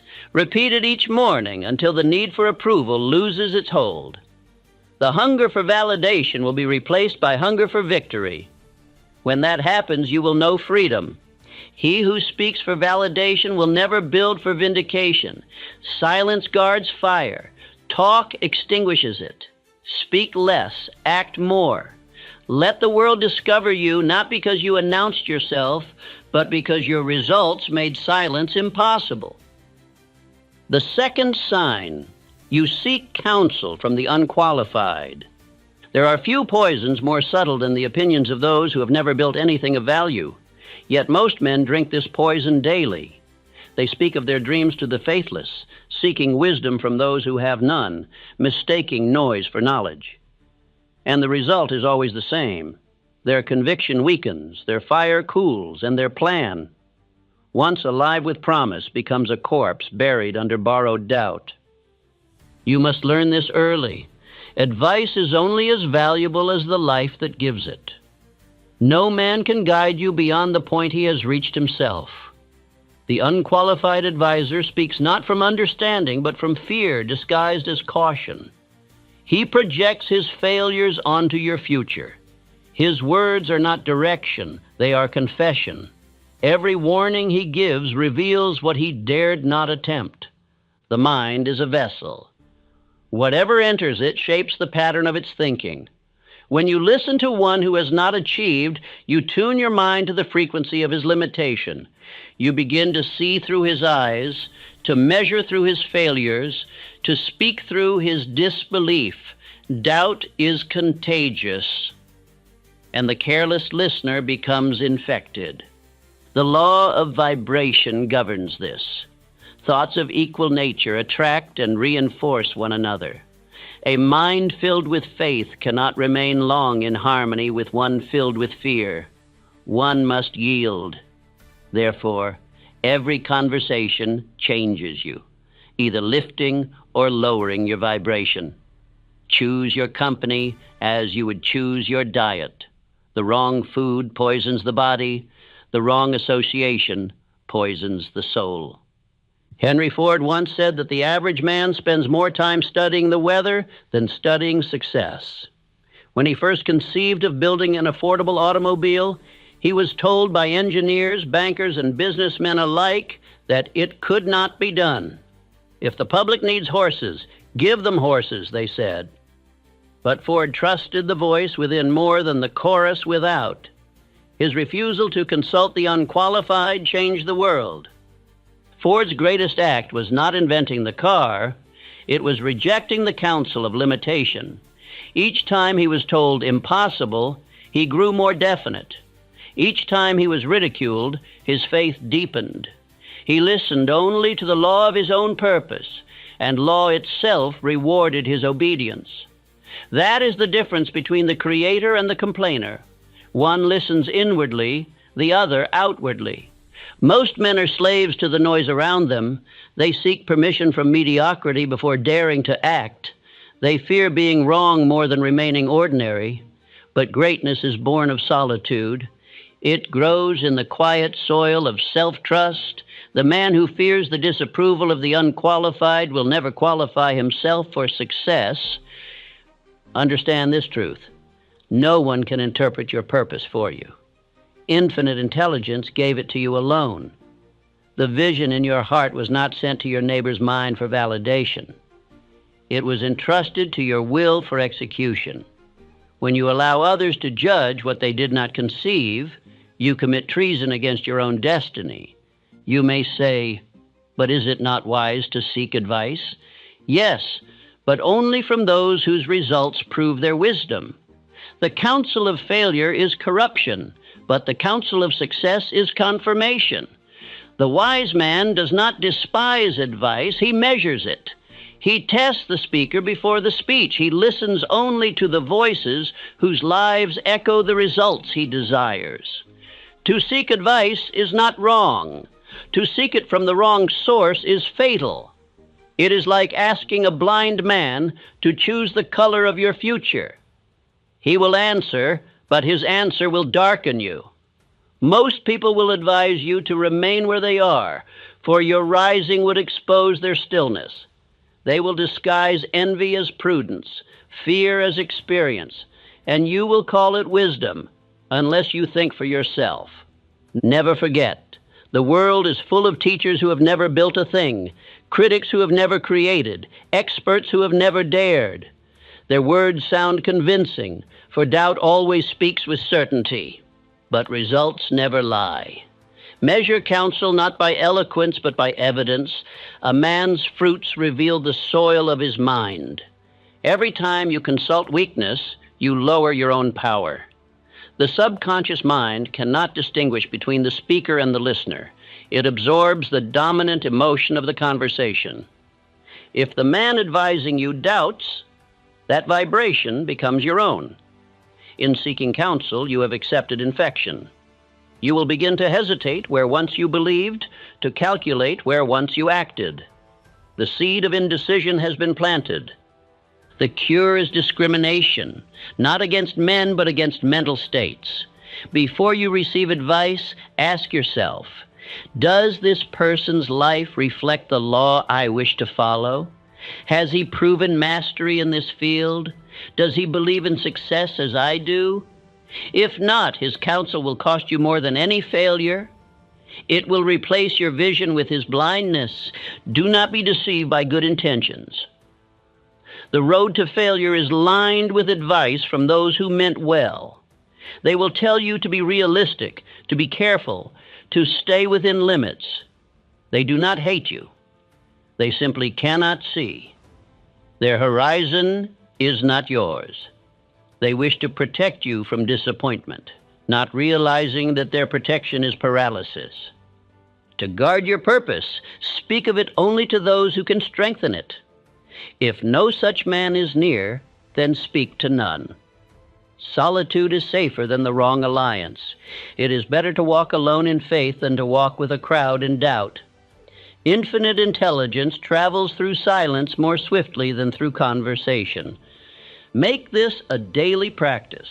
Each time you feel the urge to ask advice, pause. Ask yourself instead, do I already know the answer? Most of the time you do. The conscience is law's messenger. It whispers before you ever ask. You ignore it because you do not trust it. But the moment you do, you will find that the right counsel was within you all along. I have watched men destroy fortunes by trusting the wrong counsel. They had the right plan, the right timing, the right purpose, and the wrong ear. They told it to a man who laughed, and in that laughter their faith died. Others told it to a man who feared, and in his fear their confidence dissolved. The listener's belief becomes part of the builder's foundation. Choose carefully whom you allow to contribute. Carnegie used to say, "I have never asked a man for advice unless he was already doing what I wanted to do." That is wisdom. Do not take lessons in flight from those who still crawl. Seek guidance only from those who have walked the road you intend to travel. And even then, listen with your own judgment awake. The man who guards his plans as sacred attracts the right allies naturally. His silence radiates certainty. People of faith sense it and draw near. People of weakness sense it and withdraw. This is the law of vibration in motion. Like attracts like. Guard your inner atmosphere, and the right minds will find you. Now let me speak of the deeper danger. When you consult the unqualified, you offend infinite intelligence itself, for you declare by your action, "I trust man more than law." You trade the wisdom that whispers within for the noise that shouts without. Law withdraws from those who dishonor it through dependence on the blind. You were not made to follow. You were made to think. Thought is the one freedom that cannot be taken, yet most men give it away willingly. They prefer the comfort of being told to the courage of knowing. The man of purpose cannot afford this luxury. His thought must be his own, pure and definite. Practice this affirmation each morning. I receive counsel only from competence. I listen only to those whose results prove their wisdom. My mind is immune to borrowed doubt. I guard my faith as treasure, and it multiplies through obedience to law. Repeat it until you feel its truth settle within you. This affirmation is armor for the soul. It protects you from the contagion of other men's fear. You will find as you apply this law that your decisions become swifter and surer. You will no longer waste days seeking permission from others. You will feel guided from within, calm amid confusion, firm amid contradiction. Those who once intimidated you with their certainty will now seem small, for you will see that their certainty was ignorance wearing confidence. Others will sense your independence. They will begin to trust your word more than their own thoughts. They will come to you for counsel, not realizing that you learned wisdom by learning whom not to ask. And when they ask, do not speak hastily. Teach them as I now teach you, to listen inwardly first and outwardly only when the voice within agrees. The moment you cease to seek approval from the unqualified, your progress will accelerate. The mind, once divided between your purpose and their opinions, will become whole again. Doubt will lose its grip. The path that seemed uncertain will straighten. For when your thought is united, the universe becomes obedient. Guard your plans from the untrained mind. What they call impossible, law calls unpracticed. Their disbelief is not proof of your error. It is proof of their blindness. Do not argue with them. Pity them if you must, but never imitate them. The man who imitates doubt inherits failure. The man who imitates faith inherits fortune. Let silence be your refuge and faith your counselor. For within you lives the same intelligence that guided every man who ever succeeded. When you learn to trust it completely, you will discover that true counsel is not borrowed, it is received. The third sign, you announce intention without commitment. There is a subtle deception that ruins the plans of men before a single step is taken. It is the illusion of movement created by words. Every time a man announces his intention before committing himself to action, he gives the mind a false sense of completion. The subconscious, eager to please, accepts the announcement as achievement. The energy that should have built becomes contentment. Thus, he mistakes expression for execution and dies still talking of what he might have done. The law of mental substitution governs this principle. One form of energy will always replace another. Speech, if not guided by purpose, takes the place of labor. Words unbacked by action consume the very fuel required to act. This is why the talkative seldom achieve, and the silent often accomplish much. The tongue spends what the hand should invest. You must understand that the mind rewards you for declaring intention. It releases the satisfaction that belongs only to accomplishment. The pleasure of applause, even imagined applause, arrives too soon, and because you have tasted it, you no longer hunger for the real thing. Men who boast their plans feed on illusion. They dine on smoke and rise from the table proud but empty. Andrew Carnegie never spoke of what he intended to do. He spoke only of what had been done. In his youth, while others debated possibilities, he worked. When asked of his methods, he said, "I have always preferred to let results be my spokesman." His associates often marveled that he could remain silent under provocation, yet every time he withheld words, he stored energy. That energy, multiplied by restraint, became his empire. Carnegie understood that power is not scattered. It is concentrated. Every thought spoken before its time is a leak in the reservoir of will. The man who speaks before he acts loses the heat that forges destiny. He opens the furnace door and wonders why the metal cools. Creation requires containment.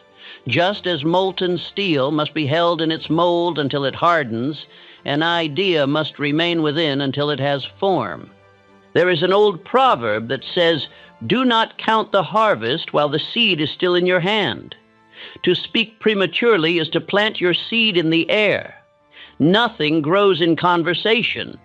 Growth requires contact with soil, the soil of action, of sweat, of silent persistence. Talk produces no roots.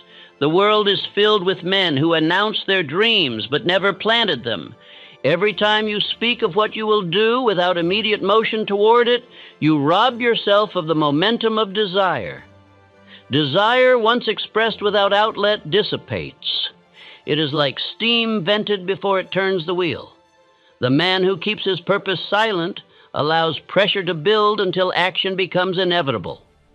The wise man speaks of his intentions only in two forms: in prayer to infinite intelligence, or in command to his own subconscious. All other speech is leakage. You may write your goals in private, read them daily, whisper them to the silence of faith, but never announce them for admiration. Law rewards secrecy, not spectacle.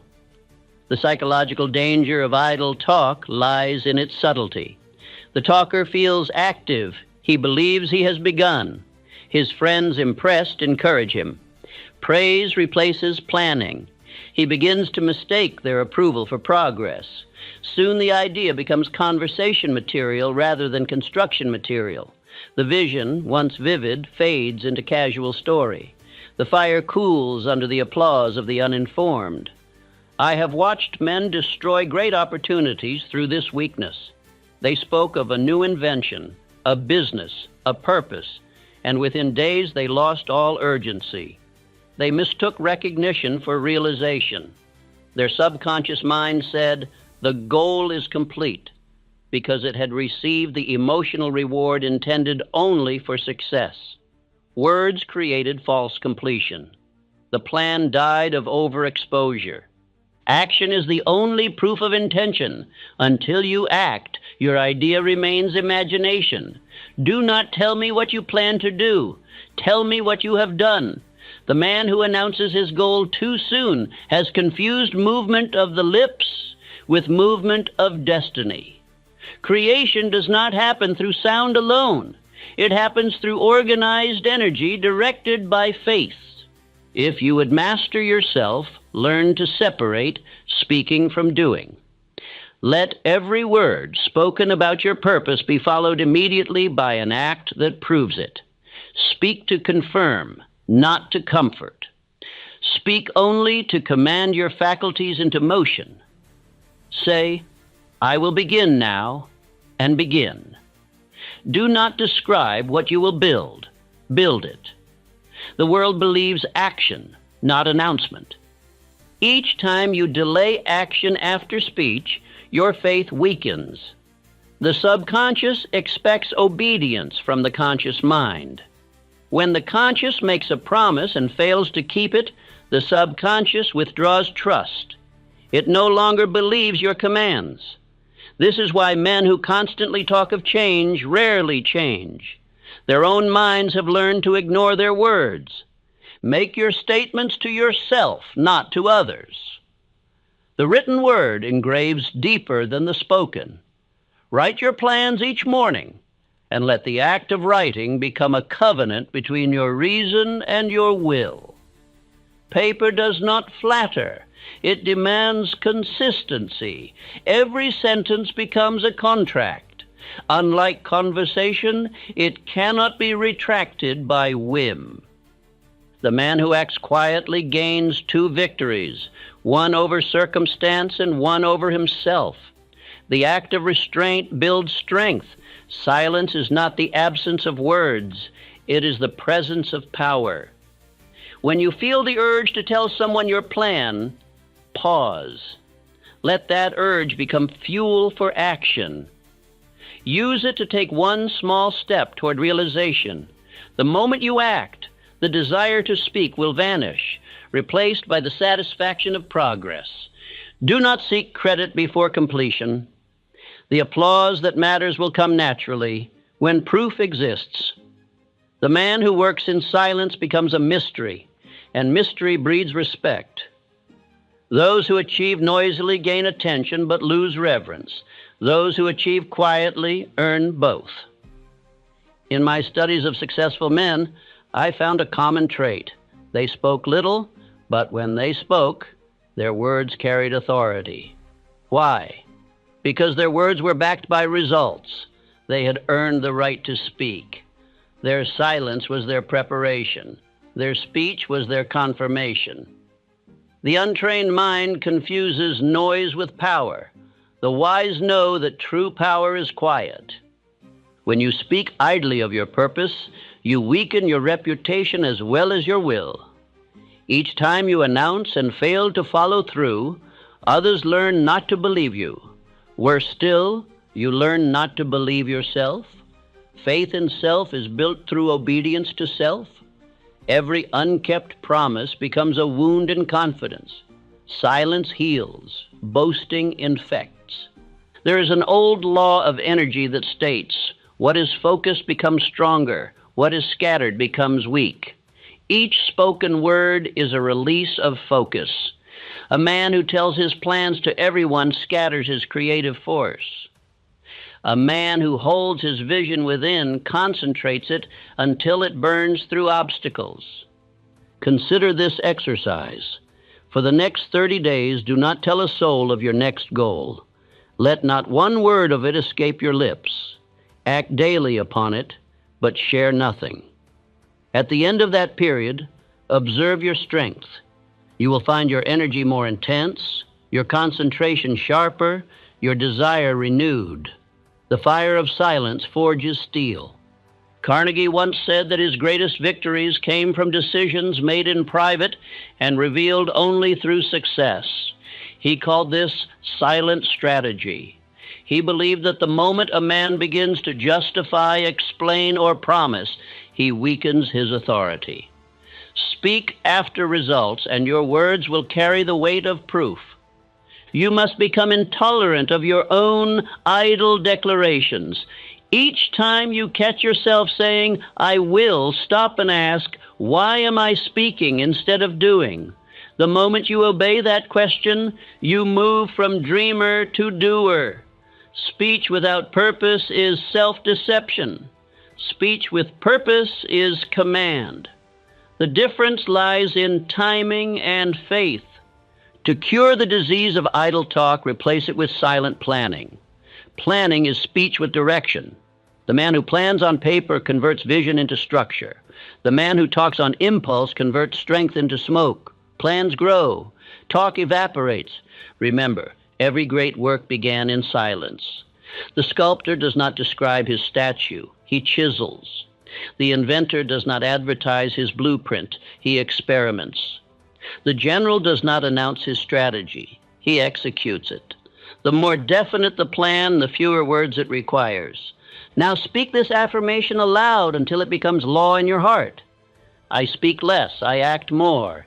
My plans grow in silence. Each time I resist the urge to talk, my power increases. I am master of my word because I am master of myself.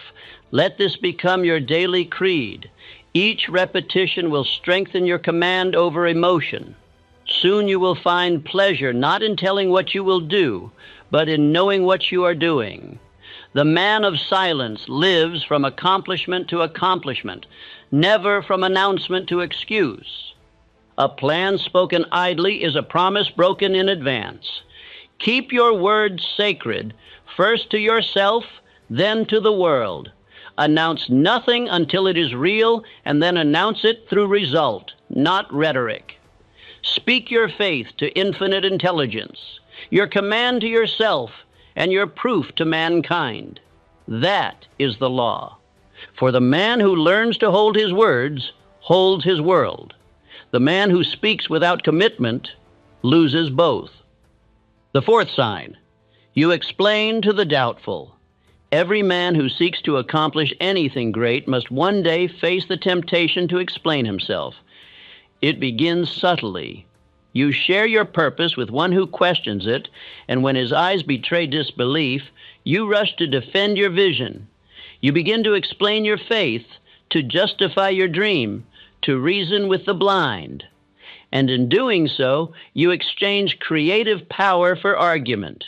The moment you explain to the doubtful, you admit their authority over your conviction. You must understand that faith is not a theory to be proven. It is a command to be obeyed. It does not plead for acceptance. It acts with certainty. The man who explains his belief to one who does not share it degrades that belief into debate, and debate is the death of definiteness. For faith grows only in silence. It cannot breathe in the climate of doubt.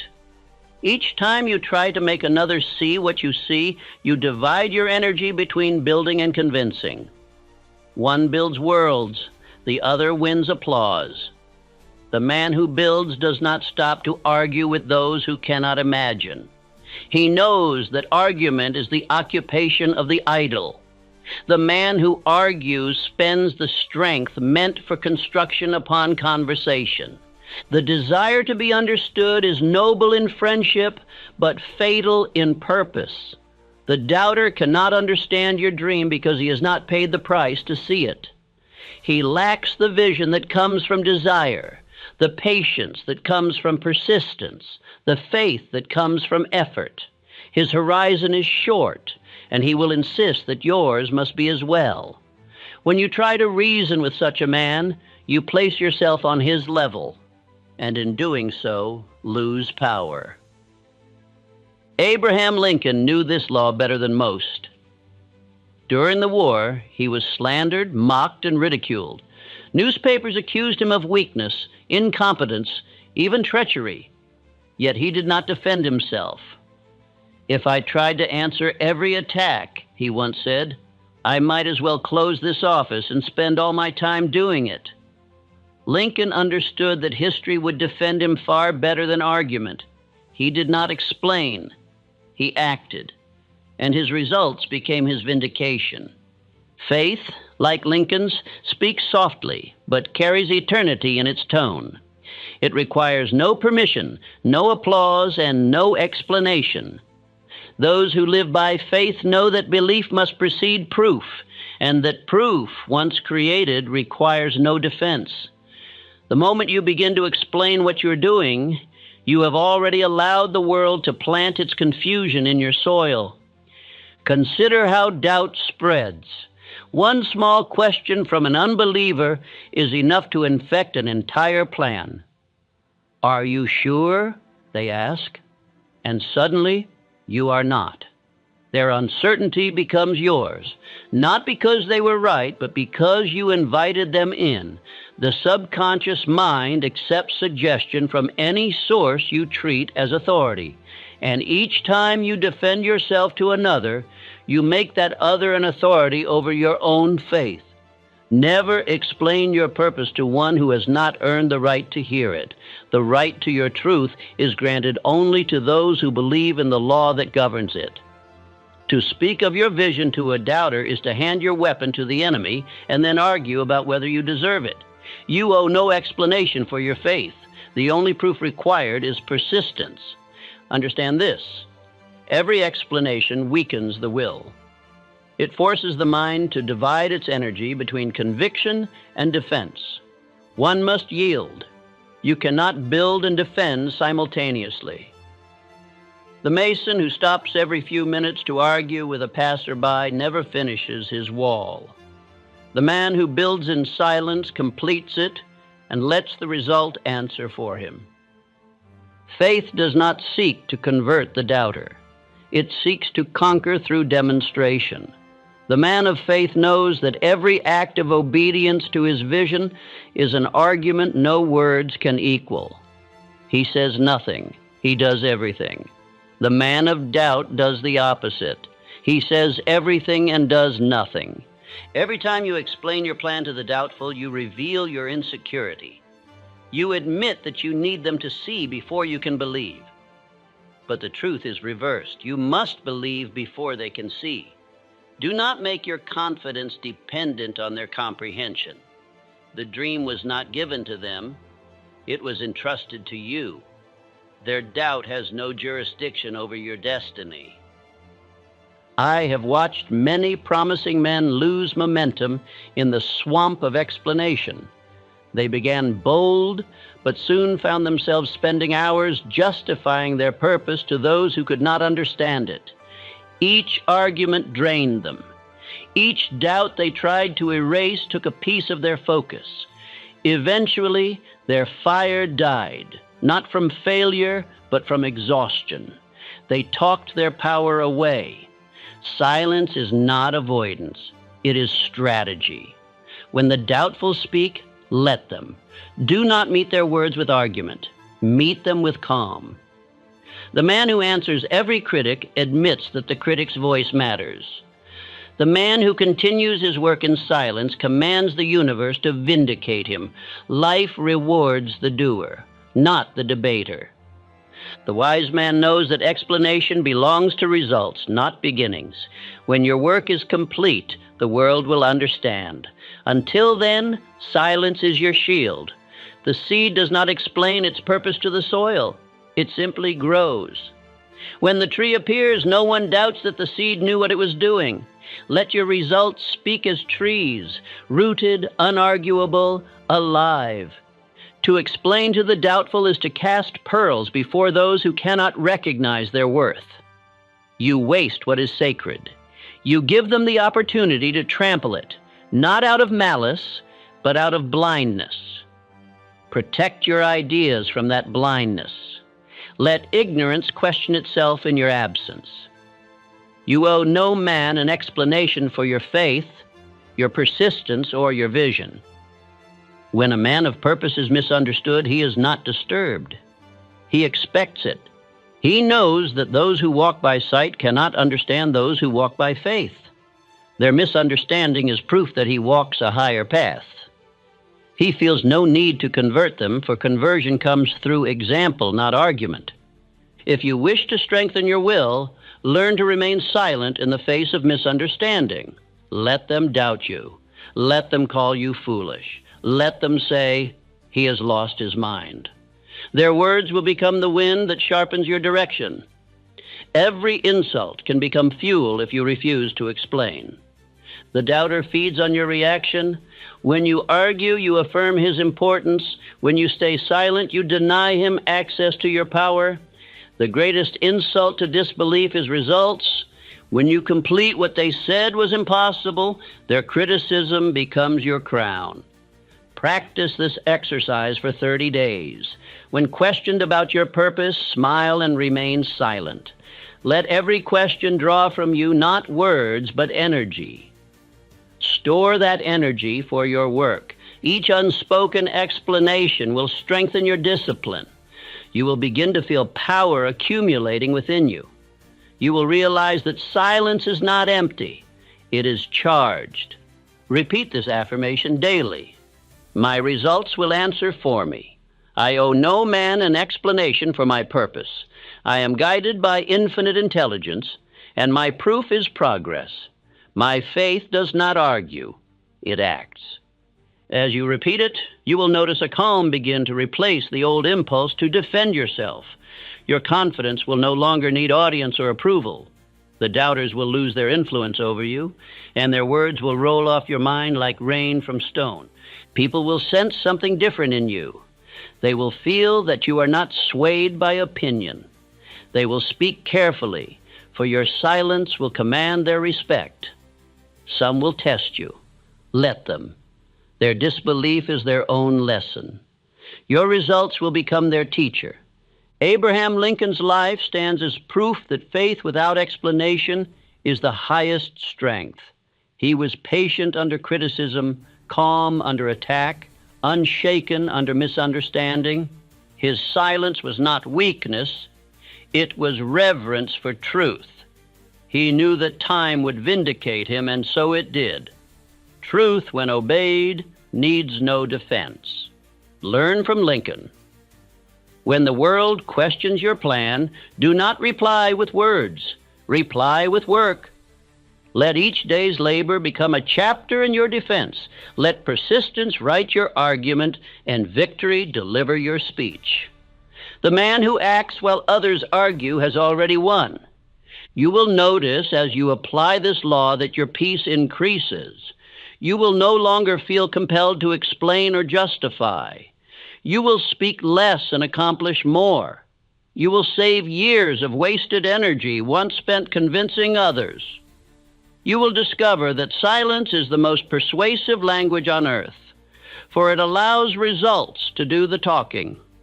Let this truth settle deeply in your heart. Faith does not need to be explained. It needs to be expressed through action. The man who argues for his belief has already begun to doubt it. The man who acts upon his belief makes doubt impossible. The next time someone questions your path, smile and say nothing. If you must speak, say only this: watch me. That phrase is the anthem of every man who has ever achieved greatness. Watch me, not because he seeks validation, but because he knows law will vindicate him. Let your results speak. Let silence guard your purpose. Let the doubters waste their breath while you use yours to command action. You are not here to convince, you are here to create. Remember this law. Faith does not plead, it commands. Results are the only explanation required. The fifth sign, you confuse expression with creation. There is a moment in every man's growth when he mistakes motion for progress, talk for power, and expression for creation. He confuses the joy of describing a vision with the labor of building it. He believes that by giving it words, he has given it life. Yet every word spoken before the work is done weakens the fire that could have made it real. The true creator does not waste breath on possibilities. He breathes life into form. Every idea has a season of silence, a sacred period in which it must live unseen, protected from the frost of opinion and the glare of judgment. When you speak too soon of what you intend, you pull that idea out of its soil. You expose it to an atmosphere where it cannot yet survive. Like a seed lifted before its roots have taken hold, it withers not from lack of power, but from lack of protection. Creation is not display, it is gestation. The great builder does not parade his blueprints before the foundation is laid. The wise farmer does not boast of the harvest while the field is still bare. Yet most men are eager to speak before they have acted, eager to show before they have grown. They crave the sound of approval more than the sound of hammer striking nail. You must understand, expression is easy, creation is hard. Expression flatters the ego. Creation disciplines it. Expression requires imagination. Creation demands endurance. The talker releases energy through words. The worker channels it into results. The man who builds learns that silence is not emptiness but incubation.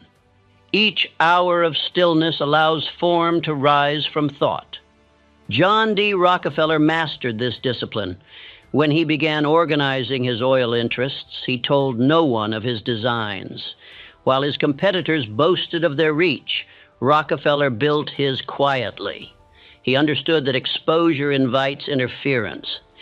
Every word spoken of his plans would have drawn opposition. His silence became his fortress. He spoke only when the plan was complete, and by then his words carried the authority of proof. Rockefeller once said, "Work, not words, will make you." He lived that law.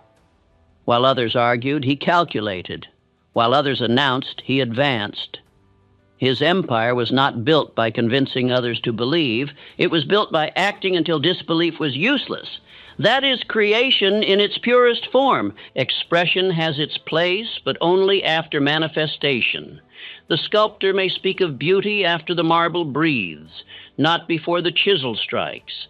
The scientist may describe discovery after the experiment succeeds, not while the idea still lives in thought. Speech before creation is waste. Speech after creation is teaching. The wise man speaks only when the word multiplies power, never when it disperses it.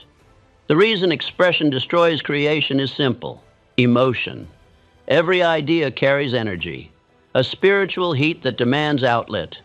When you speak of your goal, you release that heat. The excitement that could have fueled work dissolves in conversation. You feel satisfied, but you have created nothing. The mind, deceived by emotional release, believes the task complete.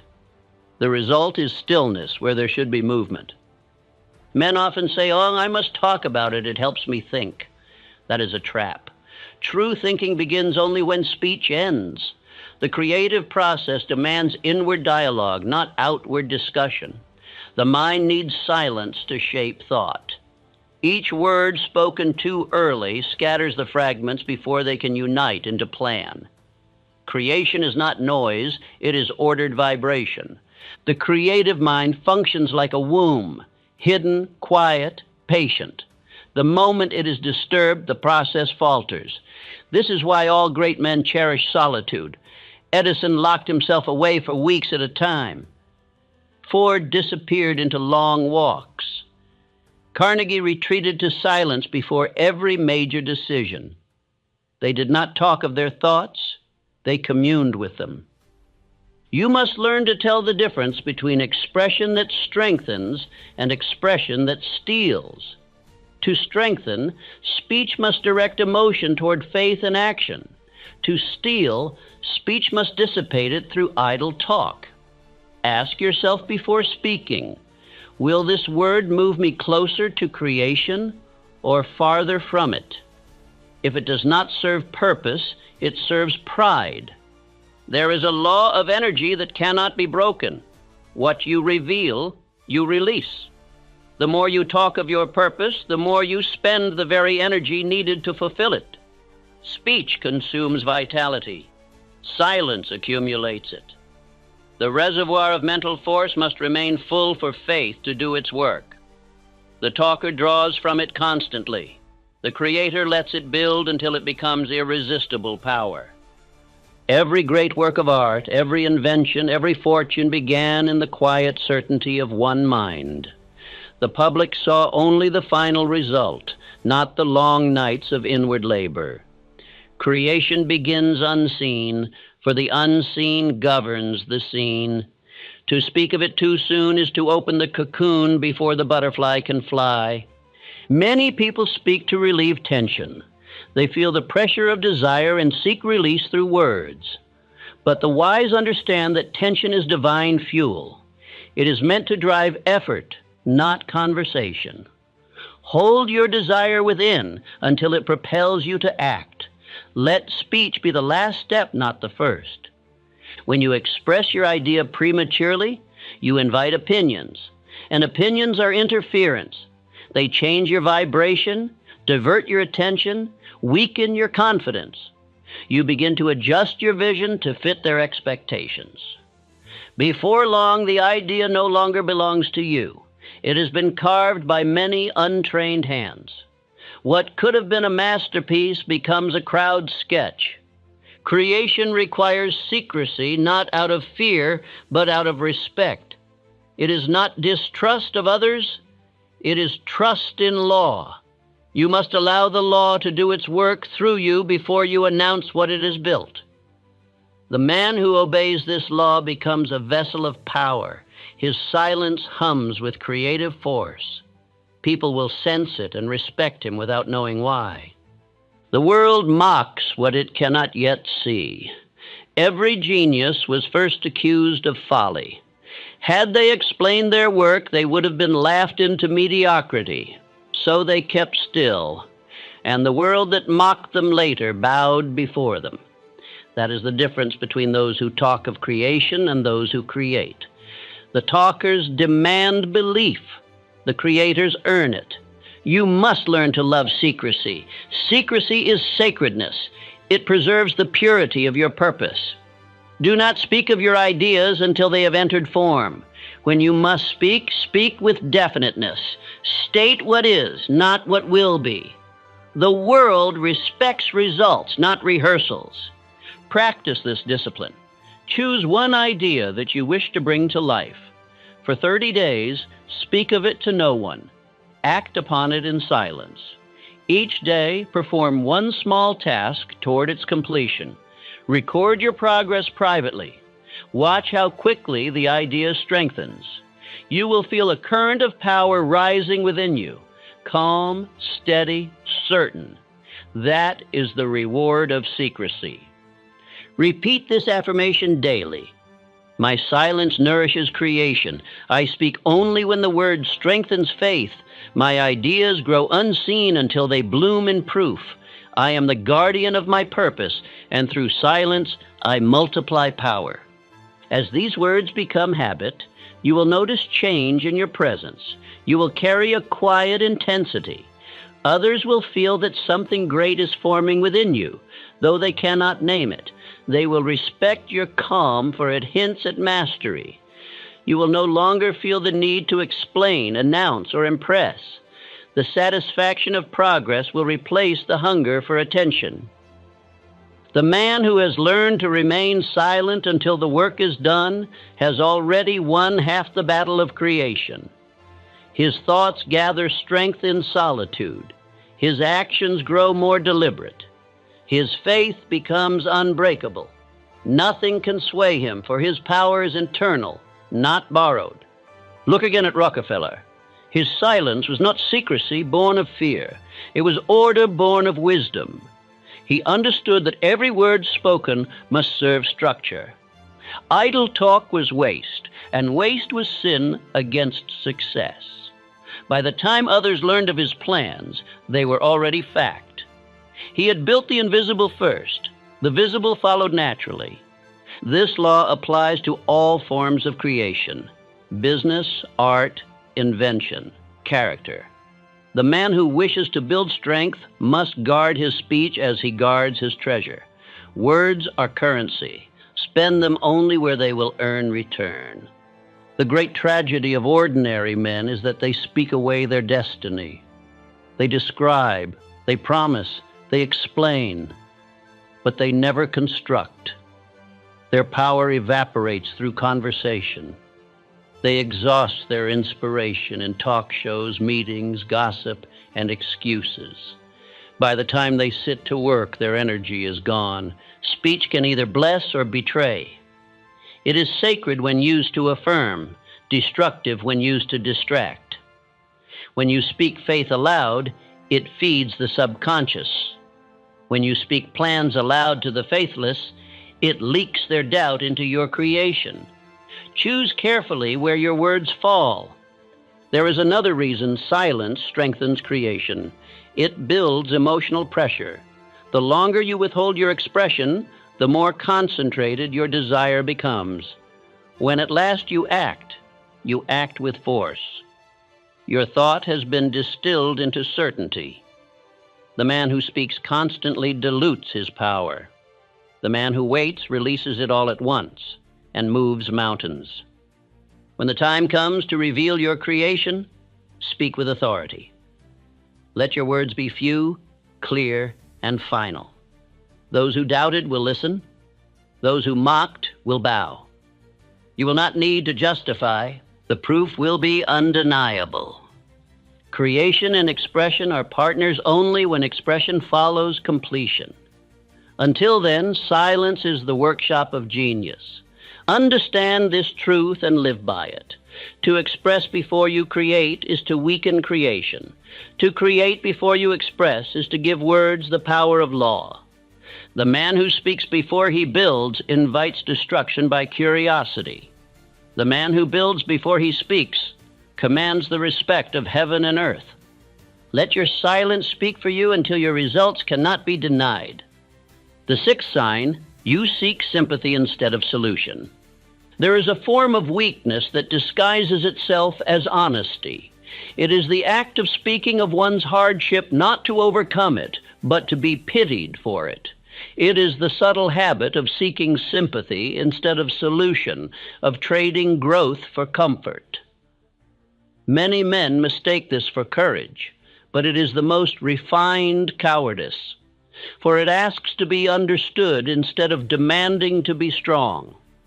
Every time you speak of your struggle with complaint, you tell the subconscious that you are a victim, and the subconscious, obedient and literal, begins to shape your world accordingly. It will fill your days with conditions to justify your words. If you insist upon being seen as burdened, it will provide burden.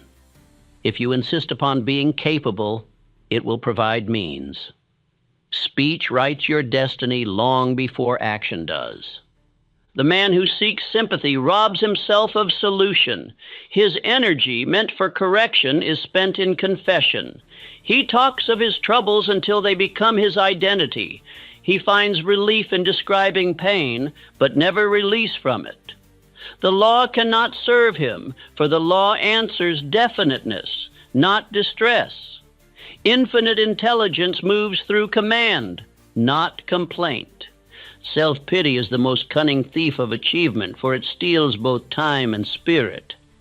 It invites others to agree with your limitation, to stroke your weakness instead of challenging it. You gather around you comforters instead of conquerors. They mean well, but they paralyze you with kindness. They confirm your defeat by making it acceptable. Thomas Edison failed thousands of times, yet he never complained. He did not seek sympathy when the world called him a fool. He sought the next test. Each failure was not a story to tell, but a lesson to extract.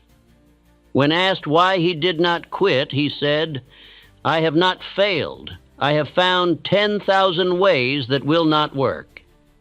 That is the voice of solution, not sympathy. Edison understood that complaint magnifies failure, while gratitude transforms it. When you speak of what went wrong, you build a monument to defeat. When you speak of what you learned, you build a bridge to success. Every word directed toward weakness multiplies it. Every word directed toward strength strengthens it. The law does not judge. It simply reflects. You must learn to treat hardship as raw material. The fire that burns can also temper. The storm that bends the tree can also deepen its roots. When you seek sympathy, you flee from the furnace. When you seek solution, you enter it willingly, knowing that pain is not punishment but preparation. The man who avoids hardship avoids growth. The world has no shortage of listeners, but a scarcity of doers. Most men want to be heard, not helped. They tell their stories endlessly, gathering attention as a substitute for action. They mistake discussion for deliverance. They believe that by expressing their weakness, they have exercised it. But weakness leaves only when replaced by strength. Talk without transformation is indulgence. I tell you, this is law. The mind cannot hold two masters, self-pity and self-respect. Every time you choose to complain, you dismiss the authority of faith. Faith cannot live where the voice of grievance reigns. The man who would command circumstance must first silence the impulse to complain. Understand this. Complaint is prayer in reverse. Each word of misery is an affirmation to failure. Each repetition of sorrow is a demand for more of it. You cannot build prosperity by rehearsing pain. You cannot attract power while confessing weakness. Infinite intelligence grants increase where gratitude reigns, not where self-pity lingers. The strongest souls in history knew this law. Lincoln, when pressed under impossible burdens, never begged for comfort. He would retire in silence, walk beneath the stars, and commune with that infinite mind that rules all order. His solace came not from sympathy, but from understanding that every trial carried instruction. He said, "I have been driven to my knees by the overwhelming conviction that I had nowhere else to go." From that prayer, not complaint, came guidance. You must adopt the same spirit. The next time you feel wronged by life, refuse to speak of it. Write instead what the lesson may be. Ask yourself, what is this trying to teach me? The law always provides answer to those who inquire with faith. The man who complains receives more to complain about. The man who questions receives wisdom. The desire for sympathy is rooted in fear, the fear of standing alone, of enduring without applause. It is the craving to be comforted rather than corrected. But correction is mercy in disguise. Every stern lesson life gives is meant to carve away illusion. The sooner you cease to seek sympathy, the sooner you will find strength. Self-pity feeds on memory. It replays old wounds to sustain itself. The man of power refuses to replay pain. He converts every recollection into instruction. He says, "This will not happen again," and builds new habits from that decision. The man who refuses to let go of grievance builds a monument to his own failure. The man who forgives and forgets builds a foundation for triumph. The greatest danger of sympathy is that it substitutes emotion for effort. You feel relieved without changing anything. You experience the warmth of understanding and mistake it for progress. But progress is not emotional. It is structural. It requires new thought, new discipline, new decision. Comfort is temporary. Correction is eternal. Do not confide your pain to those who will merely agree with it. Speak only to those who will challenge it.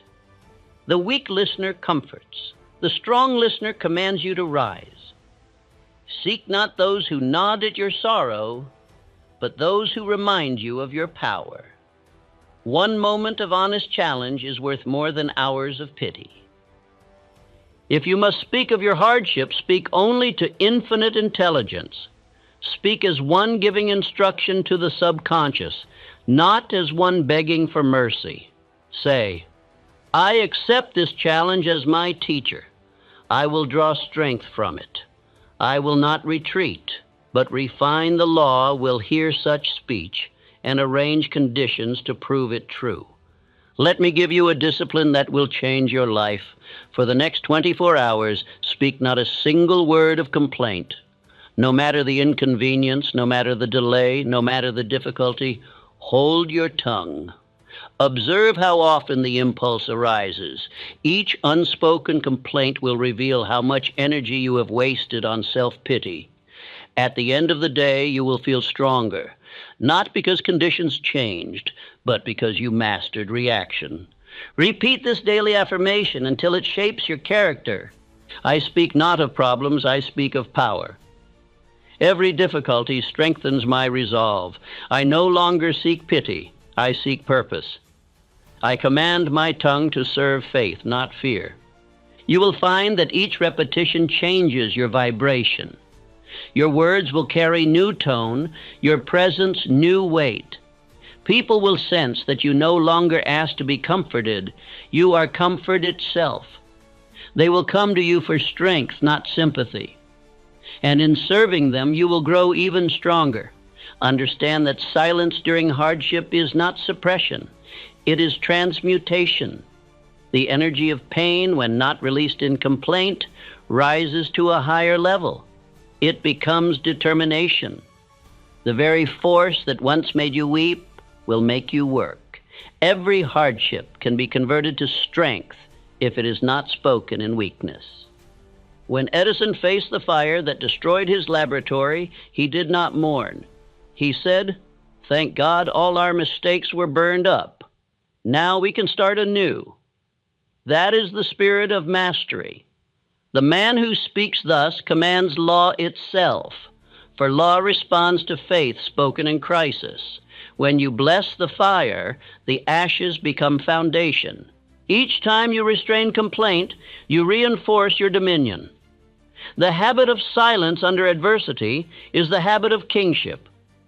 The man who controls his tongue controls his fate. The man who explains his misfortune surrenders twice, first to the event, then to his description of it. Your words are commands to infinite intelligence.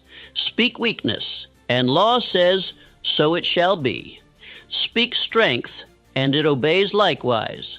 Every syllable is creative energy. To speak defeat is to build failure brick by brick. To speak victory is to construct destiny.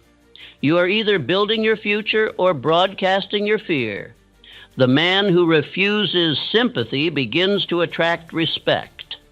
Others sense that his faith is internal. They cease offering pity because they feel it is unnecessary.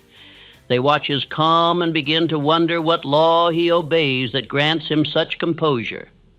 Without preaching, he becomes example. His silence instructs. His steadiness inspires. There is a strange thing that happens when you stop seeking sympathy. Problems begin to shrink. The energy once spent describing them now fuels their solution. You think clearer, act faster, decide stronger. The universe, seeing that you no longer broadcast distress, sends assistance in the form of opportunity. Conditions begin to obey your command. The crowd feeds upon sympathy because it is easier than self-mastery.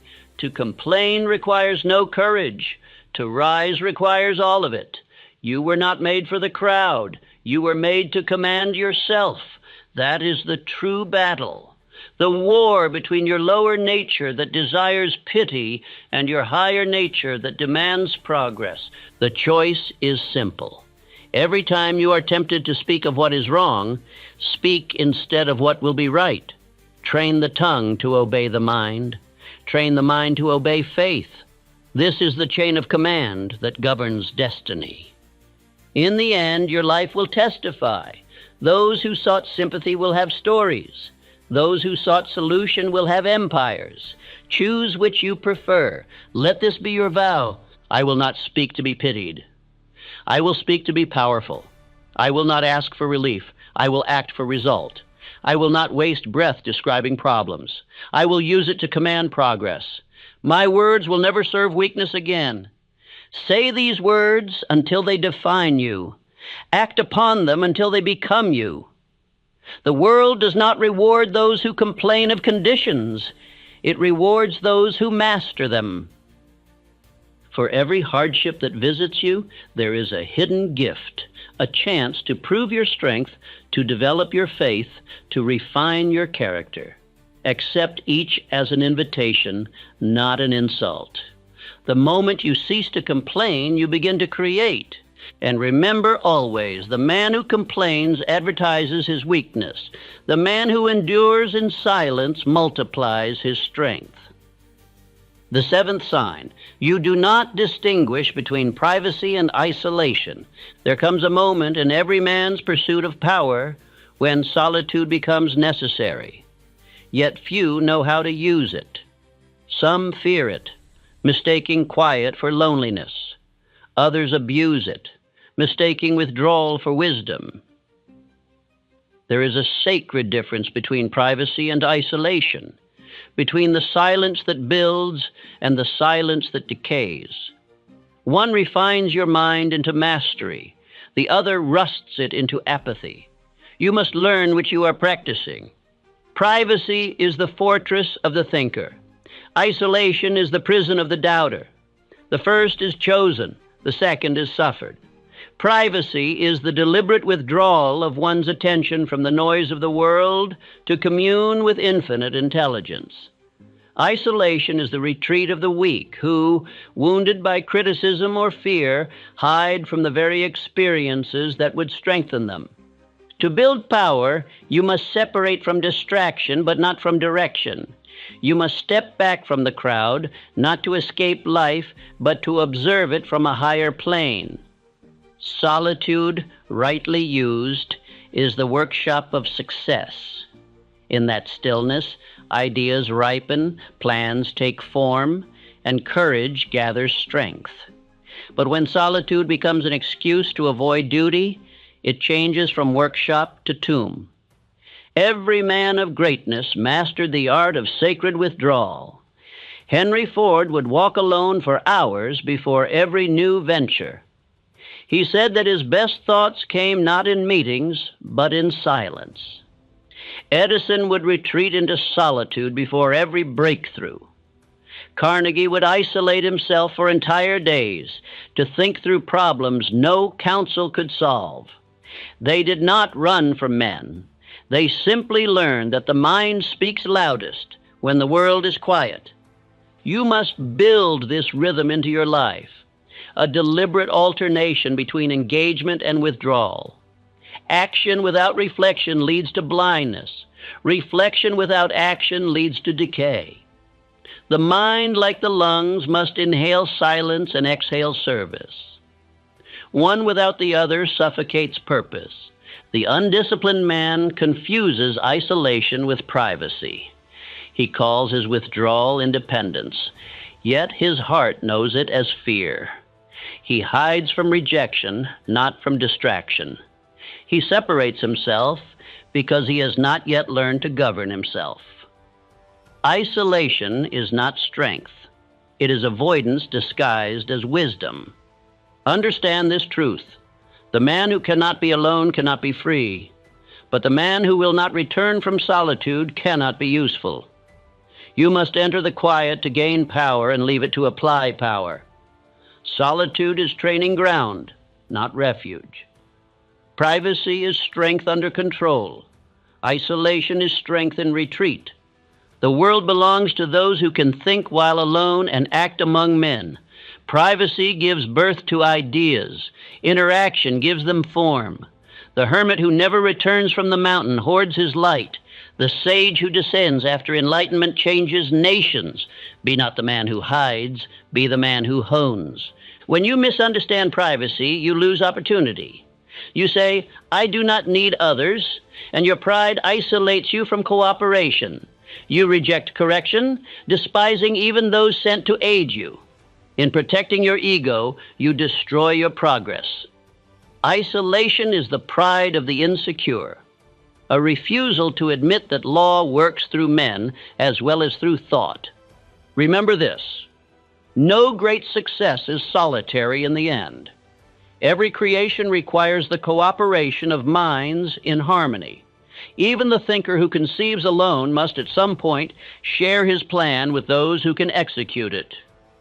Solitude conceives, cooperation builds.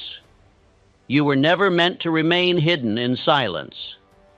The seed that stays underground forever rots. It must rise to bear fruit. Yet there is a time when silence must be absolute. It is the hour of communion with infinite intelligence. Each day you must withdraw for at least 1 hour from the voices of men and listen to the voice within. This is the hour of privacy, not escape, but engagement with the source of all wisdom. In that hour, no conversation should intrude, no worry should enter, no memory should distract. It is the sacred meeting of your finite mind with the infinite. There, in silence, you will receive impressions, intuitions, and guidance that cannot be found in noise. Ideas will emerge as if whispered from eternity. You will sense direction without needing reason. This hour is not idleness. It is preparation. It clears the fog of confusion and aligns your thoughts with law. When you rise from it, your actions will flow with clarity and purpose. Solitude is misunderstood by the weak because they enter it without aim. They sit in silence but never listen. They withdraw physically but carry noise within. Their solitude becomes isolation because it lacks intention. Privacy without purpose decays into loneliness. The man who enters silence without question leaves it with none answered. You must go into privacy with demand, a definite chief aim to contemplate, a problem to solve, a virtue to develop. Approach silence as a soldier approaches instruction. Ask, how may I think more clearly? How may I act more efficiently? How may I align my plan with the laws of success? If you enter the quiet with a definite desire, infinite intelligence will answer. There is a moral discipline in solitude. It strips away pretense. When you are alone, there is no one to impress, no applause to seek, no excuse to hide behind. You meet yourself face to face, and that meeting is either judgment or liberation. Most men avoid it because they fear what they will find. They fill their days with noise, not because they love sound, but because they dread silence. But silence is the only place where you can measure your faith honestly. It will reveal whether your confidence is genuine or borrowed. In solitude, masks fall and the truth stands naked. There you will see whether your thought is disciplined or scattered, whether your purpose is definite or vague, whether your will is strong or weak. Such knowledge is priceless, for only through accurate self-measurement can you grow. To turn privacy into power, treat it as practice and command. As you sit in silence, direct your thoughts deliberately. Imagine yourself issuing orders to your mind, training it as a general trains an army. Say, you will think this way. You will hold this image. You will believe this truth. Each repetition strengthens your authority over self. Solitude becomes a classroom of discipline rather than a chamber of escape. The man who uses solitude thus becomes magnetic when he returns to the world. People sense calm around him. They cannot name it, but they feel it. His voice carries weight, his gaze steadiness, his presence peace. They trust him without knowing why. What they feel is the residue of silence, the vibration of a mind that has been harmonized with law. You will find that true privacy increases cooperation. Paradoxically, the more you master solitude, the more effectively you connect with others. Why? Because your thought becomes clean, and others feel safe in its presence. You no longer seek approval. You extend certainty. Men will follow you because you have learned to follow truth. Isolation, however, breeds suspicion. The man who cuts himself off grows strange in mind and brittle in spirit. His thoughts circle without progress. Without exchange, his perspective narrows. Without feedback, his errors multiply. Isolation whispers lies. You are complete, but privacy whispers law. You are being completed. Do not withdraw from the world to avoid pain. Withdraw to refine strength. Then return to the world and test it. The cycle of success is retreat, realization, return. Like the ocean tide, you must move inward to gather force and outward to express it. Without ebb, there is no flow. Without flow, there is stagnation. Let me remind you that even prayer obeys this rhythm. You enter silence to commune with infinite intelligence, then you rise to act upon the impressions received. The prayer unfinished by action is isolation disguised as devotion. Law requires that faith be followed by motion. Henry Ford once said, "Thinking is the hardest work there is, which is probably why so few engage in it." He found his greatest insights not surrounded by people, but in the quiet of his long walks. Yet when the idea came, he did not stay walking. He returned to build. His solitude was not separation from the world, it was preparation to serve it. You must practice the same rhythm. Dedicate an hour daily to silence, but give the rest of the day to service. Each morning, go inward for guidance. Each afternoon, go outward for execution. In the evening, return inward to measure. This balance will keep your soul vibrant and your mind clear. Repeat this affirmation each morning before your hour of solitude. My solitude is strength in preparation. I retreat to command myself. I return to serve others.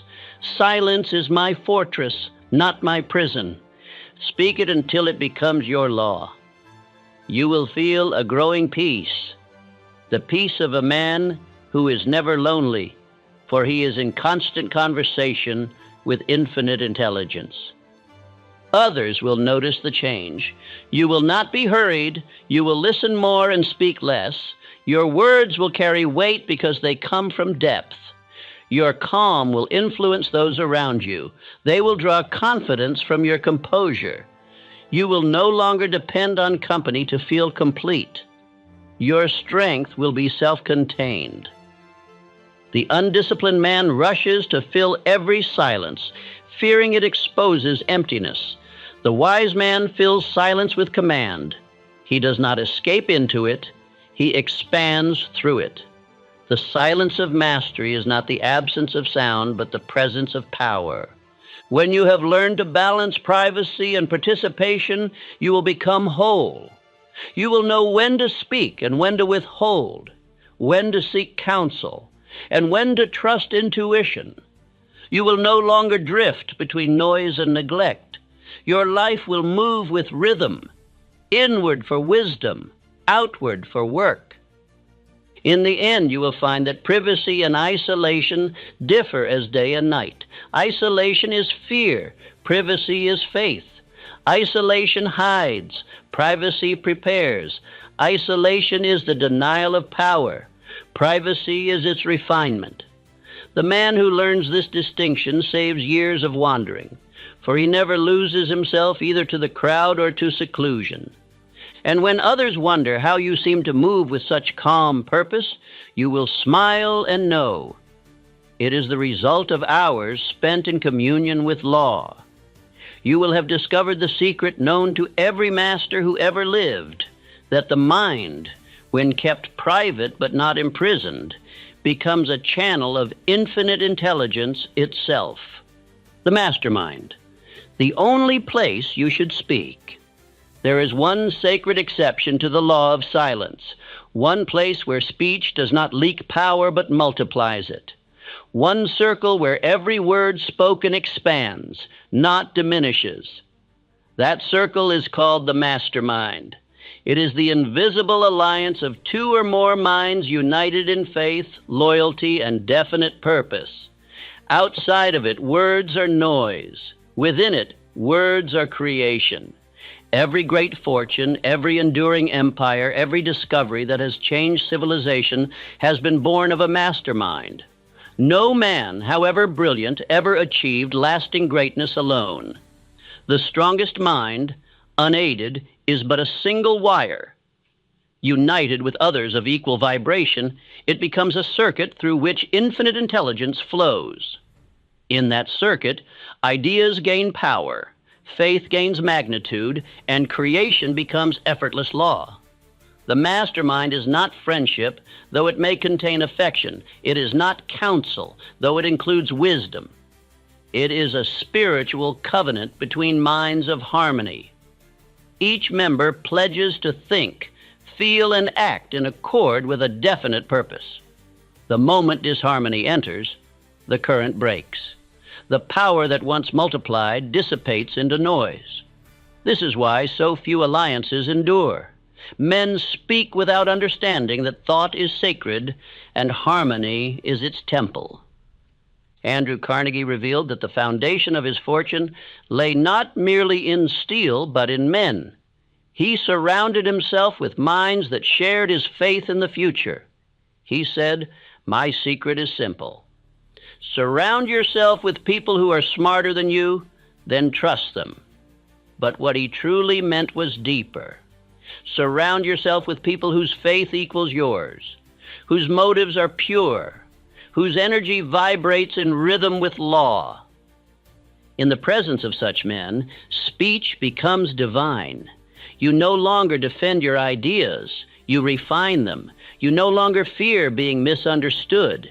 You are understood before you finish speaking. Words in such company become keys that unlock greater wisdom. The air itself seems charged with direction. Each sentence becomes a decree to the universe, strengthened by the belief of all who hear it. The law that governs this power is simple. Two minds in harmony create a third mind, invisible but infallible. It is through this third mind that infinite intelligence expresses itself. It provides ideas no single member could have conceived. It arranges circumstances no individual could have controlled. It moves through intuition, through inspired thought, through sudden flashes of certainty that carry the signature of divinity. You may have experienced this in moments of deep unity. When two people, thinking as one, arrive at a conclusion neither could have reached alone. That is the whisper of the mastermind. But when the harmony is deliberate, when it is sustained and guided by purpose, it becomes a generator of limitless power. The first condition of a true mastermind is motive. If any man enters with selfish intent, the vibration is broken. The current of infinite intelligence flows only through the channel of goodwill. Greed, envy, suspicion, these are spiritual rust. They corrode connection. A mastermind thrives only where loyalty and service prevail. The second condition is secrecy. What is spoken within the mastermind must never leave it. Every plan, every confidence, every confession of weakness must remain within the circle. Secrecy is not mere courtesy. It is the wall that protects the energy of faith.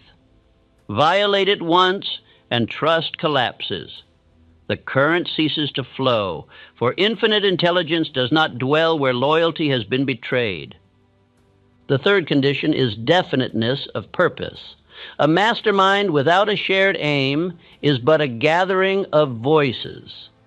Each mind must contribute its power toward one objective, whether it be business, invention, spiritual growth, or personal development. The aim must be clear, the faith mutual, and the effort continuous. Only then does the invisible third mind awaken. The fourth condition is harmony.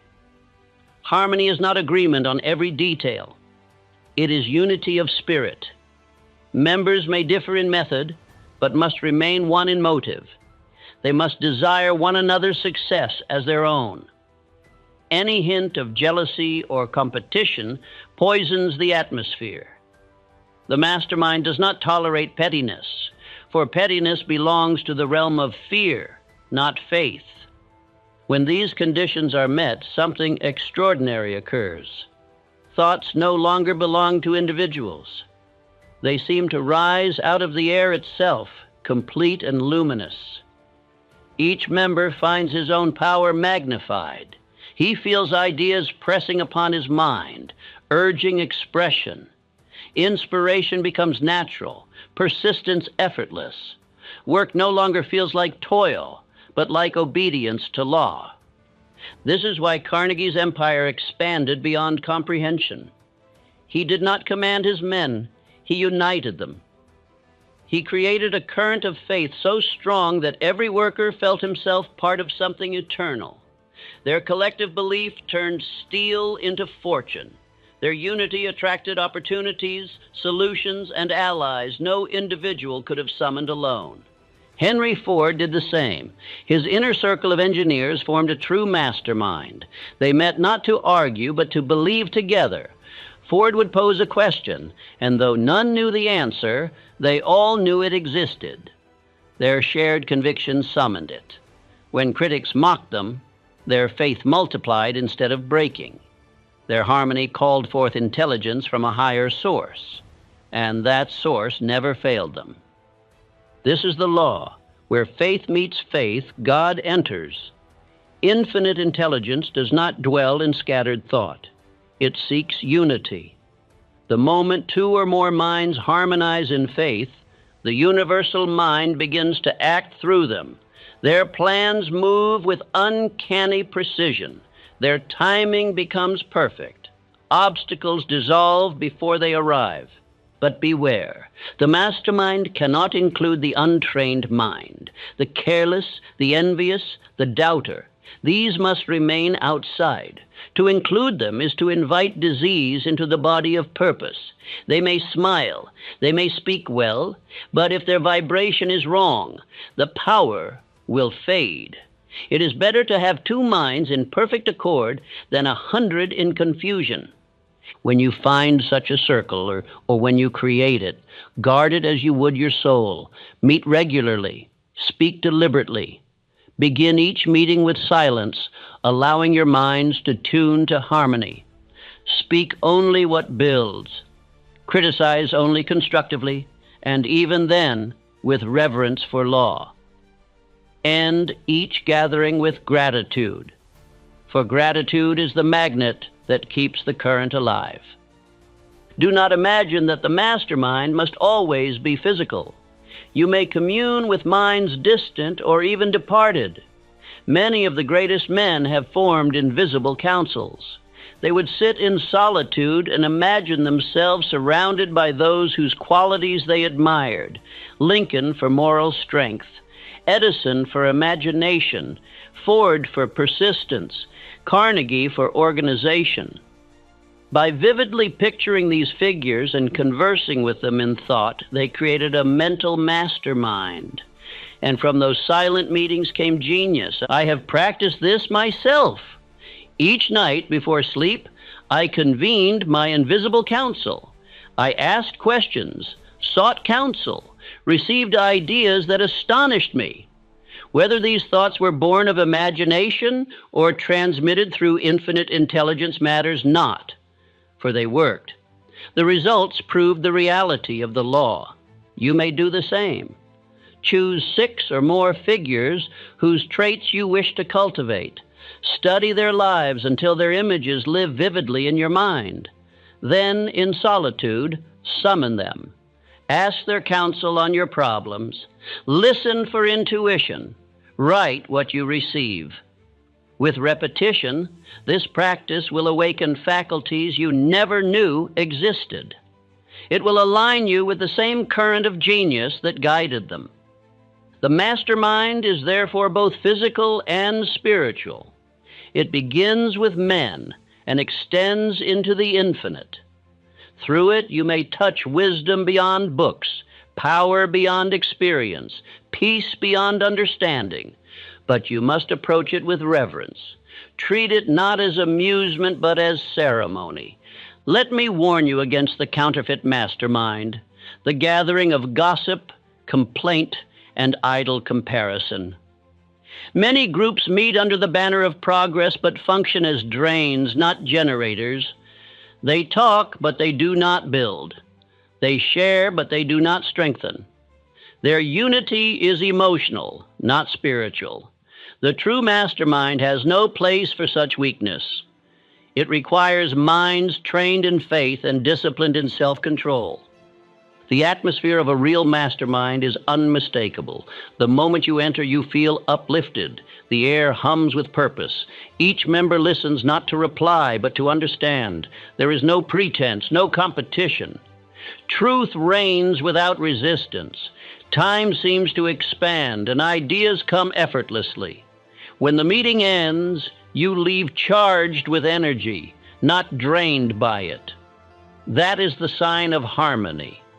This is why I tell you, The mastermind is the only place where you should speak freely of your plans. Outside of it, your words will fall upon misunderstanding and decay. Within it, they will take root and grow. Every sentence will become a seed planted in fertile soil, nourished by belief, guarded by loyalty, watered by encouragement. To build such a circle, begin by becoming worthy of it. Purify your motives. Eliminate envy, suspicion, and deceit. Seek to serve rather than to shine. When you become the kind of man another can trust with his dreams, you will attract others of the same nature. The law of attraction governs association as surely as it governs wealth. Once your circle forms, make this your covenant: to think faithfully, to speak truthfully, to act harmoniously. Let each member become a mirror reflecting the best in the others.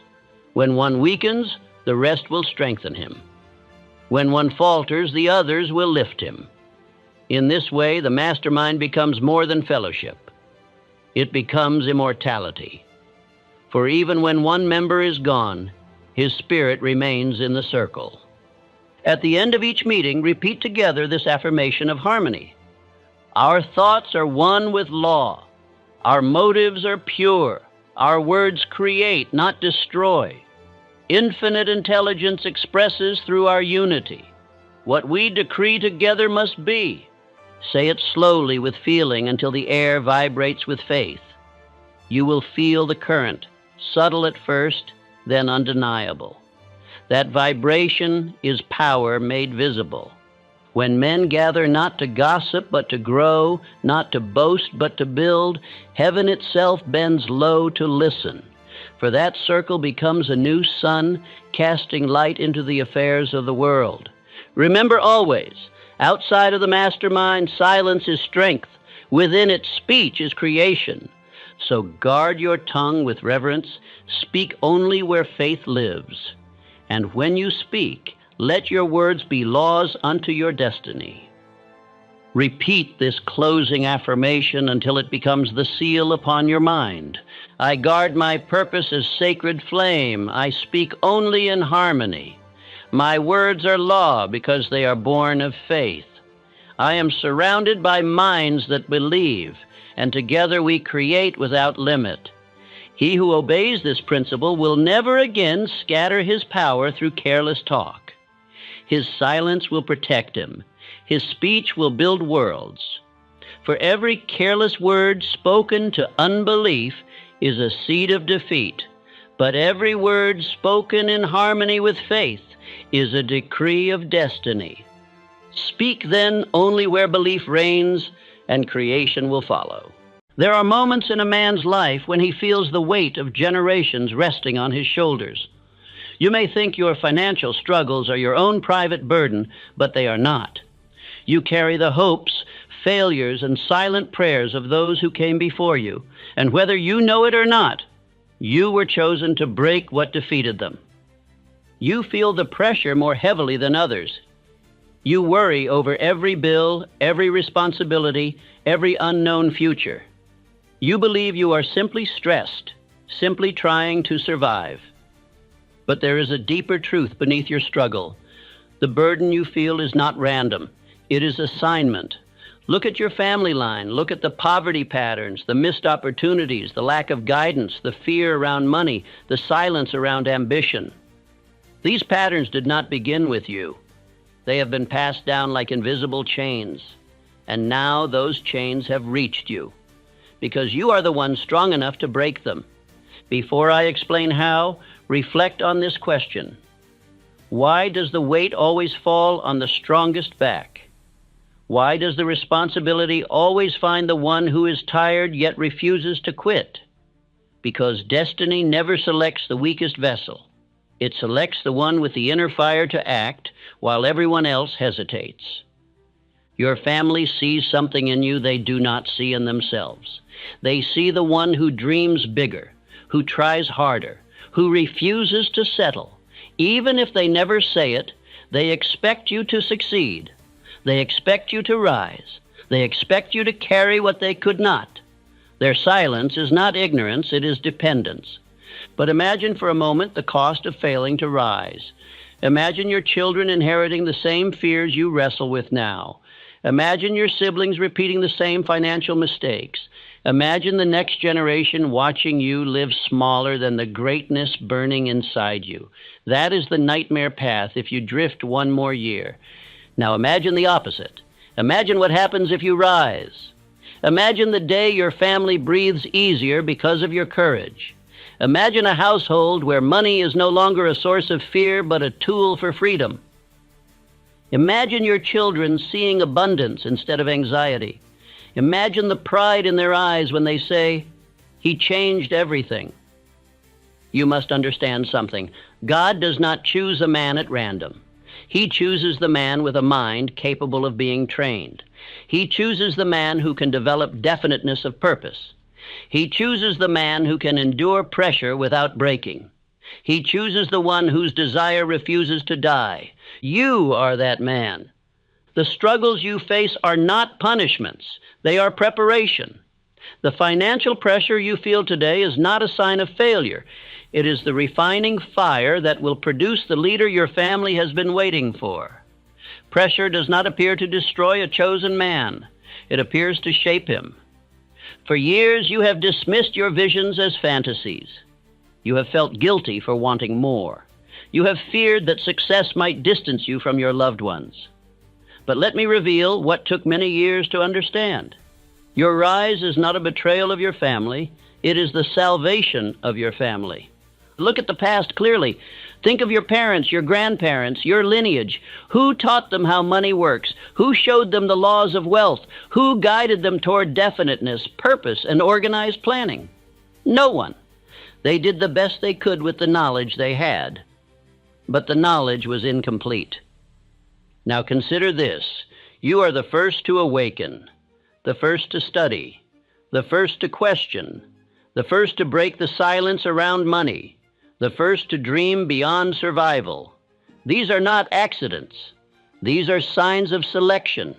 You may say, "But I am overwhelmed. I am struggling myself.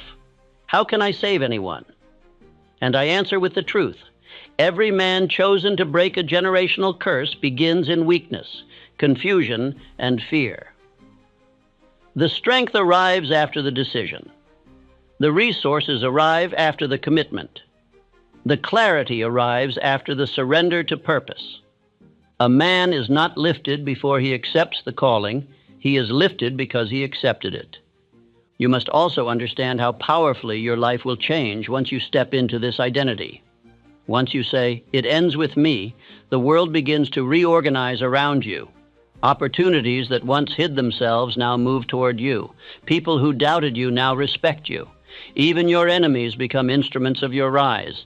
You will begin to speak differently, walk differently, make decisions with new conviction. Because a man who knows he is chosen does not hesitate. He commands. But do not mistake this for arrogance. This is responsibility. True leadership requires humility. The chosen man is not the loudest. He is the most disciplined. Not the one who boasts, but the one who obeys the law of purpose with unwavering consistency. Now consider the timeline of your family, from past to present to future.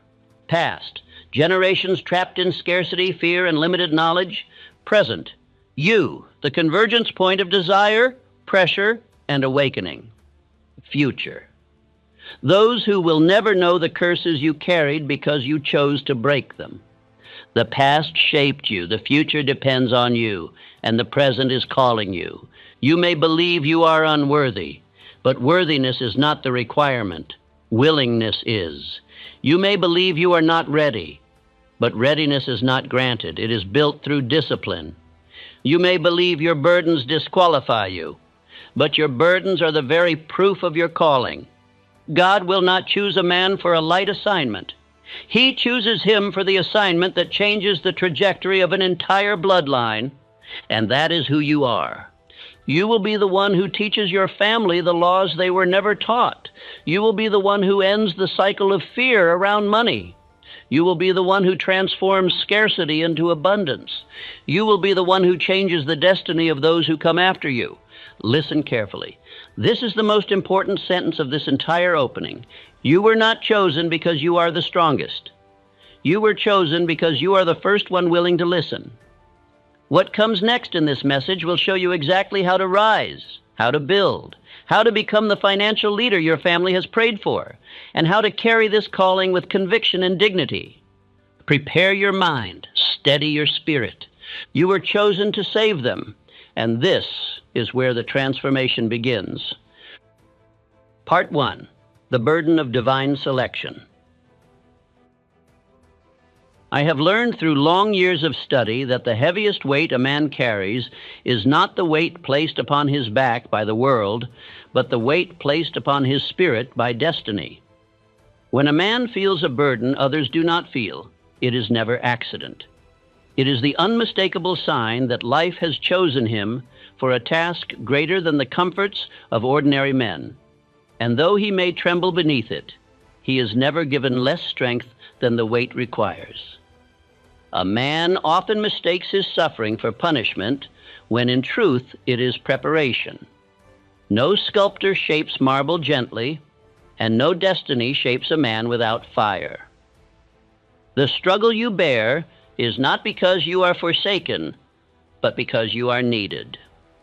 It is the mark of selection, the quiet whisper of the ages, declaring that your life shall rewrite the fortune of those who came before you. Your ancestors stop with you not because you are weak, but because you are the first strong enough to listen. I have witnessed many men crushed beneath poverty who believed they were cursed by some unseen force. Yet the only curse they carried was ignorance handed down without guidance. Poverty is not a chain forged by evil. It is simply a path where knowledge never walked. And when knowledge enters, poverty must retreat, for it has no power where understanding lives. That is why the burden rests on you. You are the first to seek truth, and truth always chooses the seeker. Consider Abraham Lincoln, born in hardship so severe that despair could have claimed any lesser soul. Yet the adversity that threatened to break him became his training. The loneliness, the failure, the repeated blows of misfortune did not curse him, they carved him. They carved a depth of character that made him fit to carry a nation. His early pain was not punishment, it was preparation for immortal duty.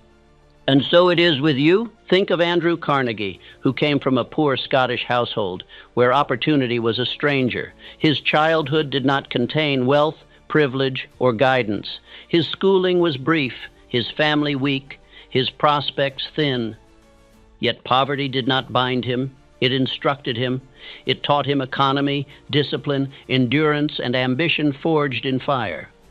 The very struggle he thought was his downfall became the mother of his fortune.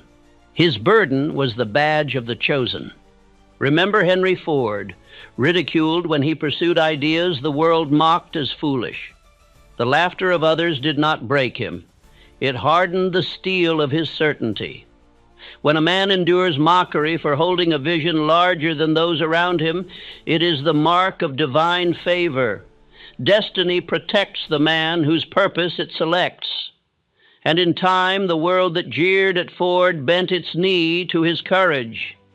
You stand in the company of these men, though your name may not yet be known. The burden you feel is not the weight of failure, it is the weight of calling. A man who carries the future of his family upon his shoulders feels pressure the idle will never understand. You are not overwhelmed because you are weak. You are overwhelmed because the assignment is sacred.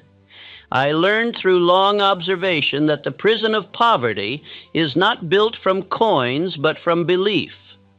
A man poor in purse may rise swiftly, but a man poor in thought remains trapped even when gold touches his hand. You inherited not the lack of money, but the lack of the laws which create money. This is the true generational burden, not debt, but misunderstanding, not scarcity, but confusion. Yet within this inheritance lies your advantage. For the man who sees his chains sees also the key. You are no longer blind to the patterns that govern those before you. You see the fear they walked with. You see the hesitation that stopped their steps. You see the silence that kept them small. And because you see it, you can break it. Awareness is the first strike of the hammer upon the old lock. Let me reveal to you the principle I call spiritual economy. Nothing in your life has been wasted. Every hardship placed upon your path deposited unseen strength within you. Every disappointment sharpened your judgment. Every moment of fear revealed the areas where faith must grow. Every fall refined your endurance. Spiritual economy wastes nothing. Even your deepest wounds become instruments of your ascent. Infinite intelligence shapes a chosen man not through ease, but through adversity. Ease makes a man soft. Adversity makes a man capable. When life intends to use a man as a pillar for others, it pours weight upon him early. This is why the strongest child often grows under the sternest household, and the wisest adult often rises from the darkest beginning. The universe does not place heavy burdens on the unprepared. It places them on the chosen. Say this quietly within your spirit. I am not cursed by what I carry. I am strengthened by what I was chosen to lift. Repeat it until the truth becomes the marrow of your bones. Repeat it until the fear dissolves and the dignity rises. A chosen man walks differently once he accepts his role. He does not move with the frantic haste of the frightened. He moves with the deliberate calm of the appointed. As you begin to embrace this identity, others will notice even before you speak a word. They will sense steadiness in your presence, a quiet conviction shaping your eyes, a calmness governing your decisions. They will not know why, but they will feel it. A man who understands his calling radiates a dignity that cannot be mimicked. It is the dignity of one who has stopped questioning his worth. When you accept that your struggle is sacred, you stop envying others. You stop fearing the future. You stop resenting your past. You begin to recognize that everything that once felt hostile was actually guiding you toward mastery. You begin to walk as one who belongs to his purpose, and life begins to respect a man the moment he respects his assignment. You were not born into your family by accident. You were not placed upon this earth at this moment by chance. The patterns you see were placed before you so that you could end them. The fears you feel were permitted so you could rise above them. The dreams that burn in you are not imagination. They are instruction. A chosen man is not the one with the lightest path, but the one with the clearest fire. Now you must understand this. Breaking the financial chains of your lineage begins not with money, but with identity. You cannot lift your family if you still see yourself as the one who must be lifted. You cannot lead them if you see yourself as a follower. You cannot instruct them if you remain trapped in the old beliefs they passed to you. Identity must rise before fortune rises. The first step in your transformation is not action, but realization. You must see yourself as the one appointed. You must feel the weight with reverence instead of fear. You must let the burden become your badge.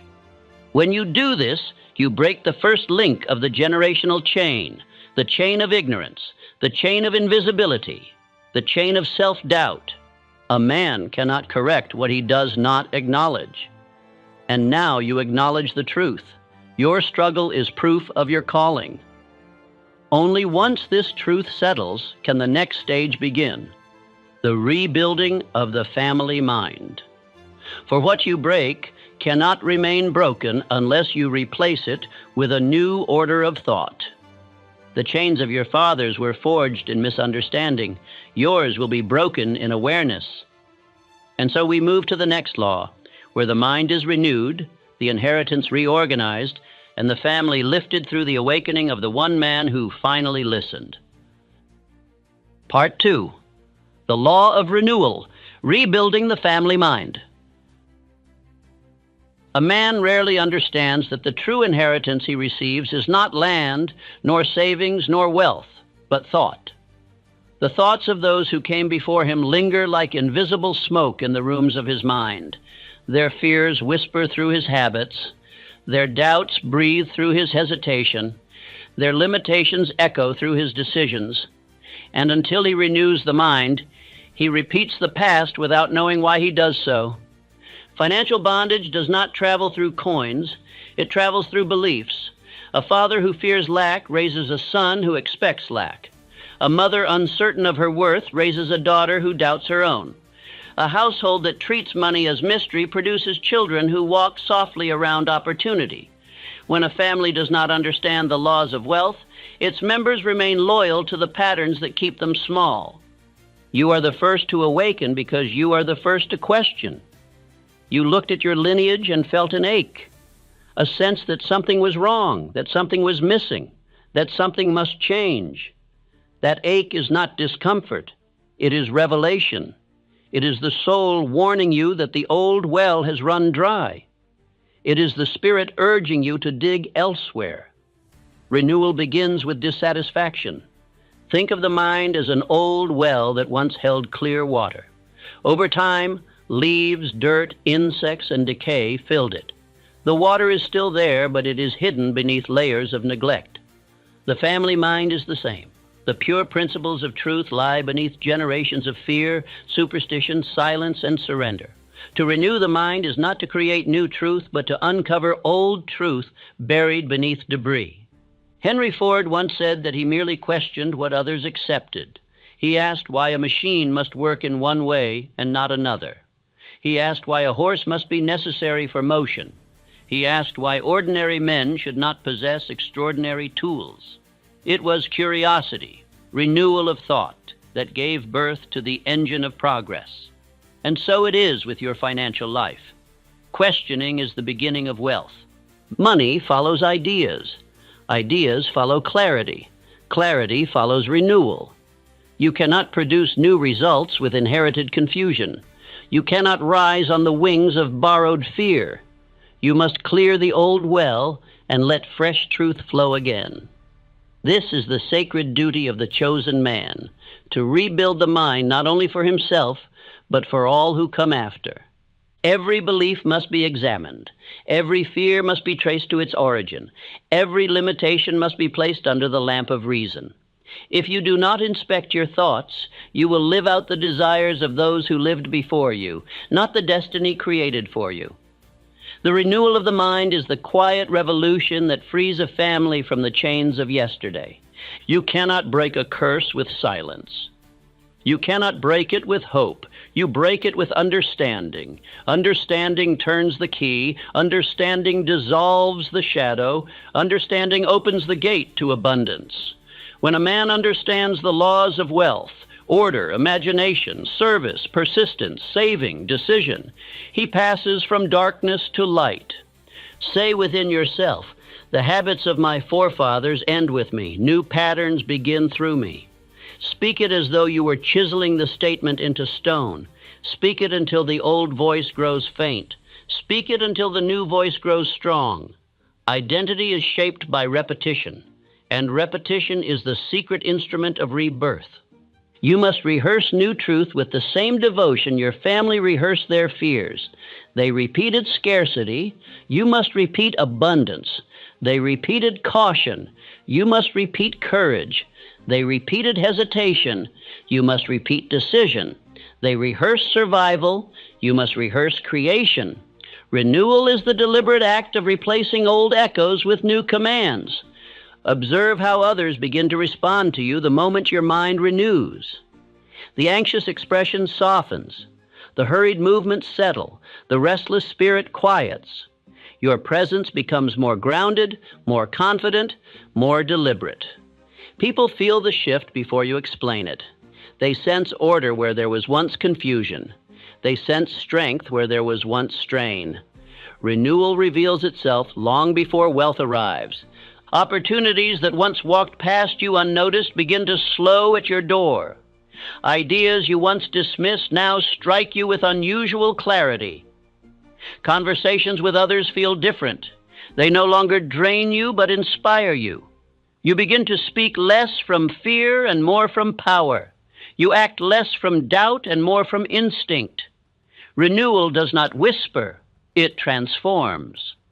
I have watched men remain trapped for decades, not because they lacked strength, but because they lacked a renewed mind. They attempted to build a palace on a foundation of old beliefs. They tried to create new futures without cleansing inherited thought. A renewed mind is the cornerstone of all permanent success. Without it, abundance leaks. With it, abundance flows. Let me tell you something vital. The world does not reward the man who works the hardest. It rewards the man who thinks the clearest. A renewed mind sees opportunity invisible to ordinary eyes. It hears possibility in the faintest whisper. It detects advantage in the smallest event. When you think clearly, wealth becomes a natural consequence. Imagine the future you will create when your mind is no longer burdened by inherited fear. Imagine the decisions you will make when doubt no longer colors your vision. Imagine the wealth that will gather when your inner world supports your outer actions. This is not fantasy. This is the promise of renewal. Renewal demands discipline. You must create time for study, for wealth is first built in thought before it is built in form. You must create time for reflection, for the mind needs silence to grow strong. You must create time for prayer, for the spirit must be fed as faithfully as the body. You must choose companions who elevate your purpose, for association shapes belief. Look to the life of Henry Ford once more. He surrounded himself with thinkers, dreamers, and builders. He kept company with those who expanded his vision. He studied success with the devotion of a student of law. He renewed his mind daily with ideas larger than his circumstances. And because he renewed his mind, he renewed his destiny. Your family did not teach you these laws because they did not have the luxury of learning them. They survived by instinct, not by strategy. They endured without understanding. Their silence was not malice, it was limitation. You must not resent them, you must redeem them. Renewal transforms resentment into purpose. The chains you carry now are not yours. They are relics of unspoken fears passed through generations. But here is the truth. The chains lose their power the moment you see them. Darkness dissolves the moment the lamp is lit. And you are the lamp. You are the flame. You are the renewal long awaited by your lineage. You cannot break the financial curse without first breaking the mental curse. Money obeys thought, and thought obeys identity. Renewal is the reconstruction of belief, desire, imagination, and expectation. Renewal is the resurrection of a lineage once bound to survival. Renewal is the awakening of the chosen man. Study daily, reflect deeply, question boldly, associate wisely, repeat intentionally. These are the tools of renewal. These are the instruments given by infinite intelligence to shape destiny. When you use them, you rewrite your lineage. When you neglect them, you repeat your lineage. Now we prepare for the next stage where renewal gives birth to purpose, for a renewed mind must have direction. And a man chosen to break financial chains must not walk without a covenant, a vow that binds him to destiny. Part 3. The Covenant of Purpose. I have witnessed more lives ruined by drifting than by failure. A failure can be corrected. Drifting cannot, for drifting is the slow surrender of the soul. A man does not lose his destiny in a single day.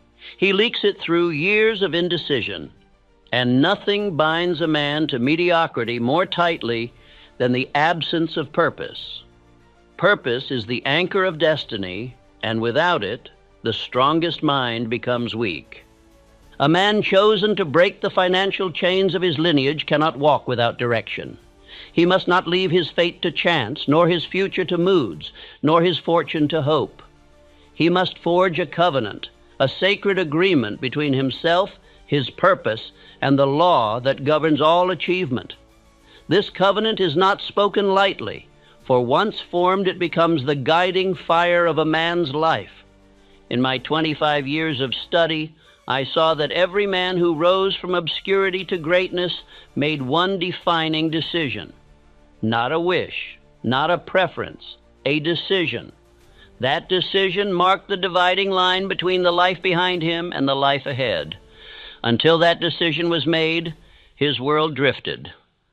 After it was made, his world aligned. Dr. Frank Gonzalez understood this. He wanted to build a college for the children of the poor. For years he wished for the funds. He dreamed of them. He imagined them.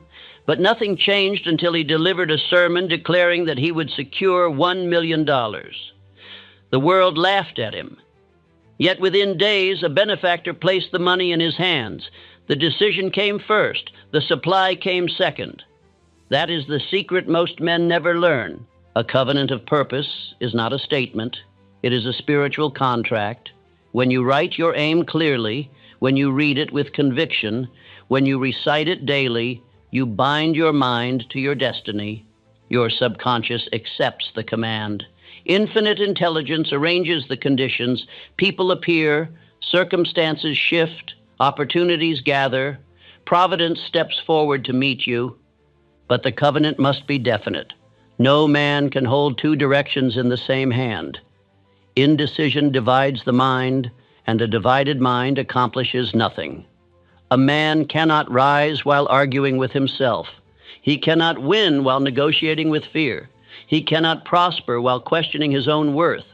The covenant of purpose strips all contradiction from the soul and leaves a single unbreakable intention. When you write your purpose, you must write it with reverence.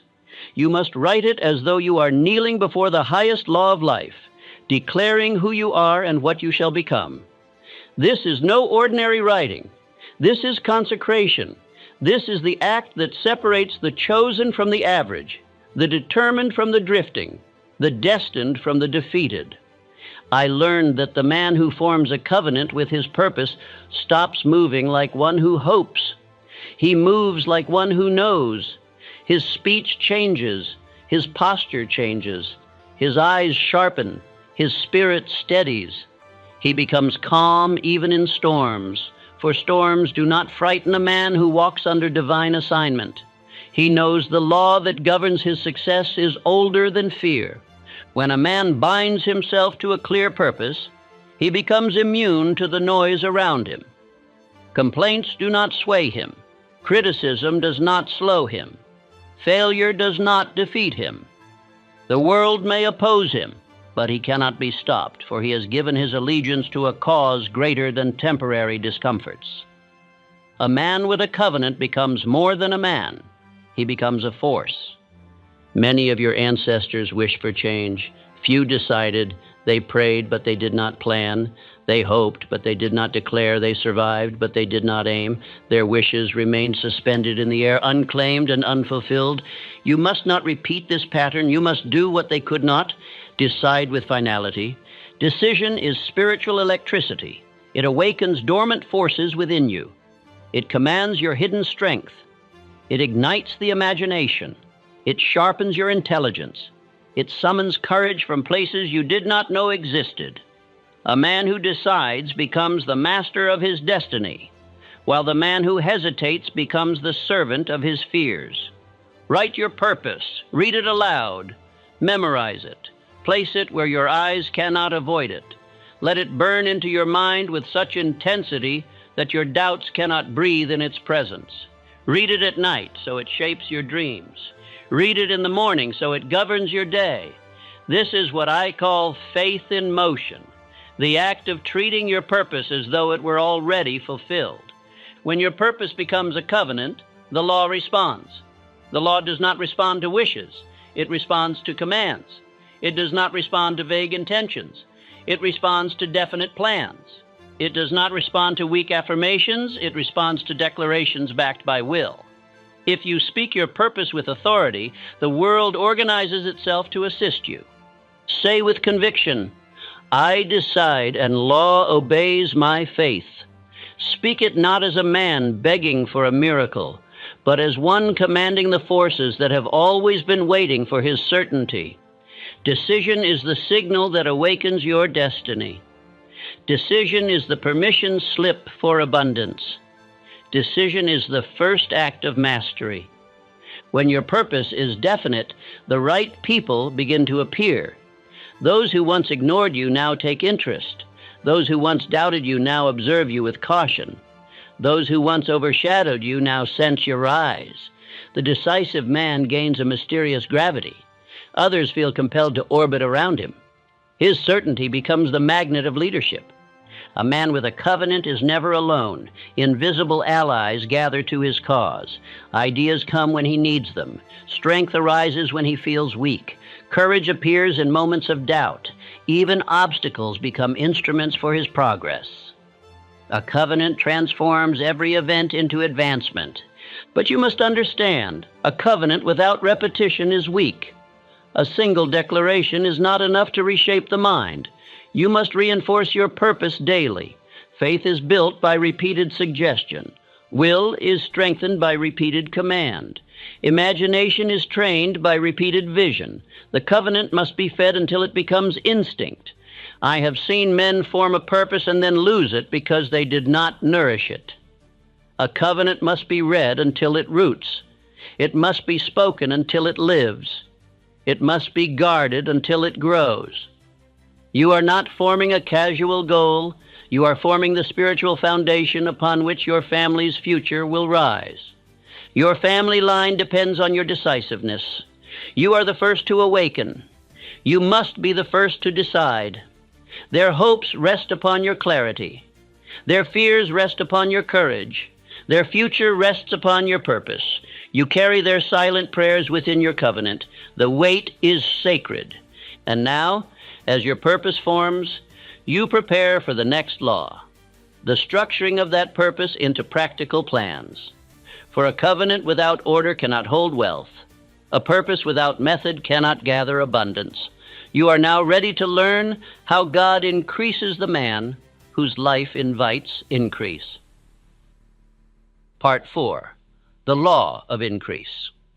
How order multiplies supply. A man may pray for abundance, but abundance cannot enter a life where disorder reigns. Disorder is the broken gate through which blessings escape. I have seen men with great vision remain empty-handed because their habits contradicted their desires. They asked for rain while holding no vessel. They sought a harvest while preparing no field. The law cannot reward a life that refuses preparation. Wealth does not come to the man who merely desires it. Wealth comes to the man whose life can hold it. There is a spiritual mathematics governing this truth. Increase flows only where order is established. The universe does not place treasure where it will be wasted. It places treasure where it will multiply, and multiplication requires structure. I call this the law of increase, for it governs all growth, whether spiritual, financial, or personal. A tree increases because its roots are orderly. A city prospers because its roads are organized. A business thrives because its accounts are measured. A destiny expands because its mind is disciplined. Increase is the reward of order.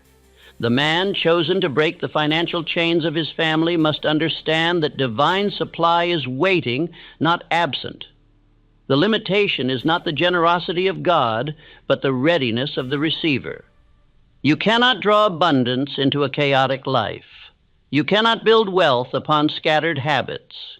You cannot expect prosperity to remain when your days have no structure. Look at Andrew Carnegie. His empire was not a miracle of luck. It was a miracle of method. He surrounded himself with specialists, each trained to carry a precise portion of the vision. He employed systems for every operation, plans for every expansion, and order for every goal. His success was not the product of raw ambition. It was the product of ordered ambition. Consider Thomas Edison. His laboratory was not a room filled with scattered tools and frantic experimentation.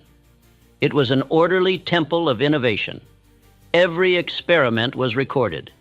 Every idea was placed in sequence. Every attempt was documented. His mind was free to imagine because his environment was disciplined.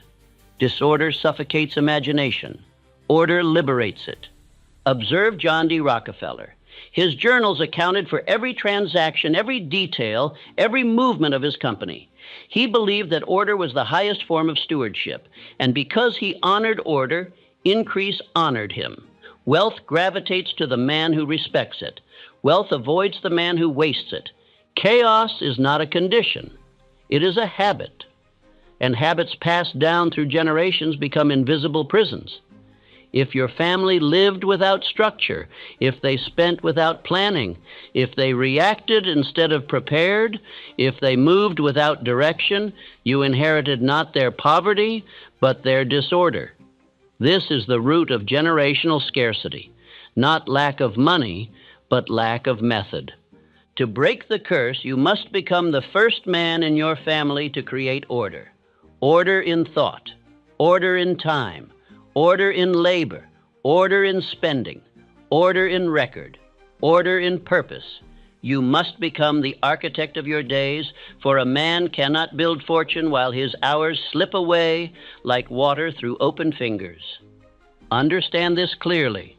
Every act of order is a signal to the universe that you are ready for increase. When you organize your finances, you invite more to manage. When you structure your day, you invite greater responsibility. When you discipline your habits, you invite greater opportunity. When you plan your goals, you invite greater results. Order speaks a language abundance understands. Picture the man who prays for harvest while leaving his fields unplowed. He kneels in earnestness, asking the heavens for grain, yet he makes no space to receive it. Even if the rain fell upon his land, it would yield nothing, for the soil was not prepared. Many men pray with this same contradiction. They desire wealth, but do not prepare for wealth.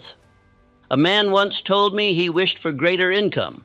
I asked to see his records. He had none. I asked to see his plans. He had none. I asked to see his structure. He had none. I told him plainly, "You do not lack money, money lacks you." For money is a servant that refuses to work for a disorganized master. To honor the law of increase, you must become a steward. Stewardship is not merely keeping. Stewardship is expanding. It is the art of taking what you have, however little, and proving you are worthy of more. If you cannot order a single dollar, you will never command 10. If you cannot discipline 10, you will never command 100. If you cannot manage 100, you will never command 1,000. Begin with the smallest act. Record where your money goes. Plan what your money must do. Direct each coin with intention. For money is like a soldier. It obeys command. But where there is no commander, it scatters in confusion, fleeing the battlefield of your pocket. Every dollar must have a duty. Say to yourself, "I bring order and abundance obeys." Repeat it with reverence, for it carries the weight of law. Repeat it until you feel calmness replacing chaos. Repeat it until you sense your life tightening with purpose.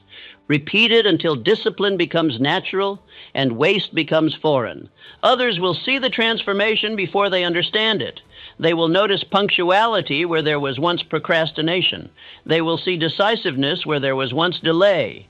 They will hear conviction in your voice where there was once uncertainty.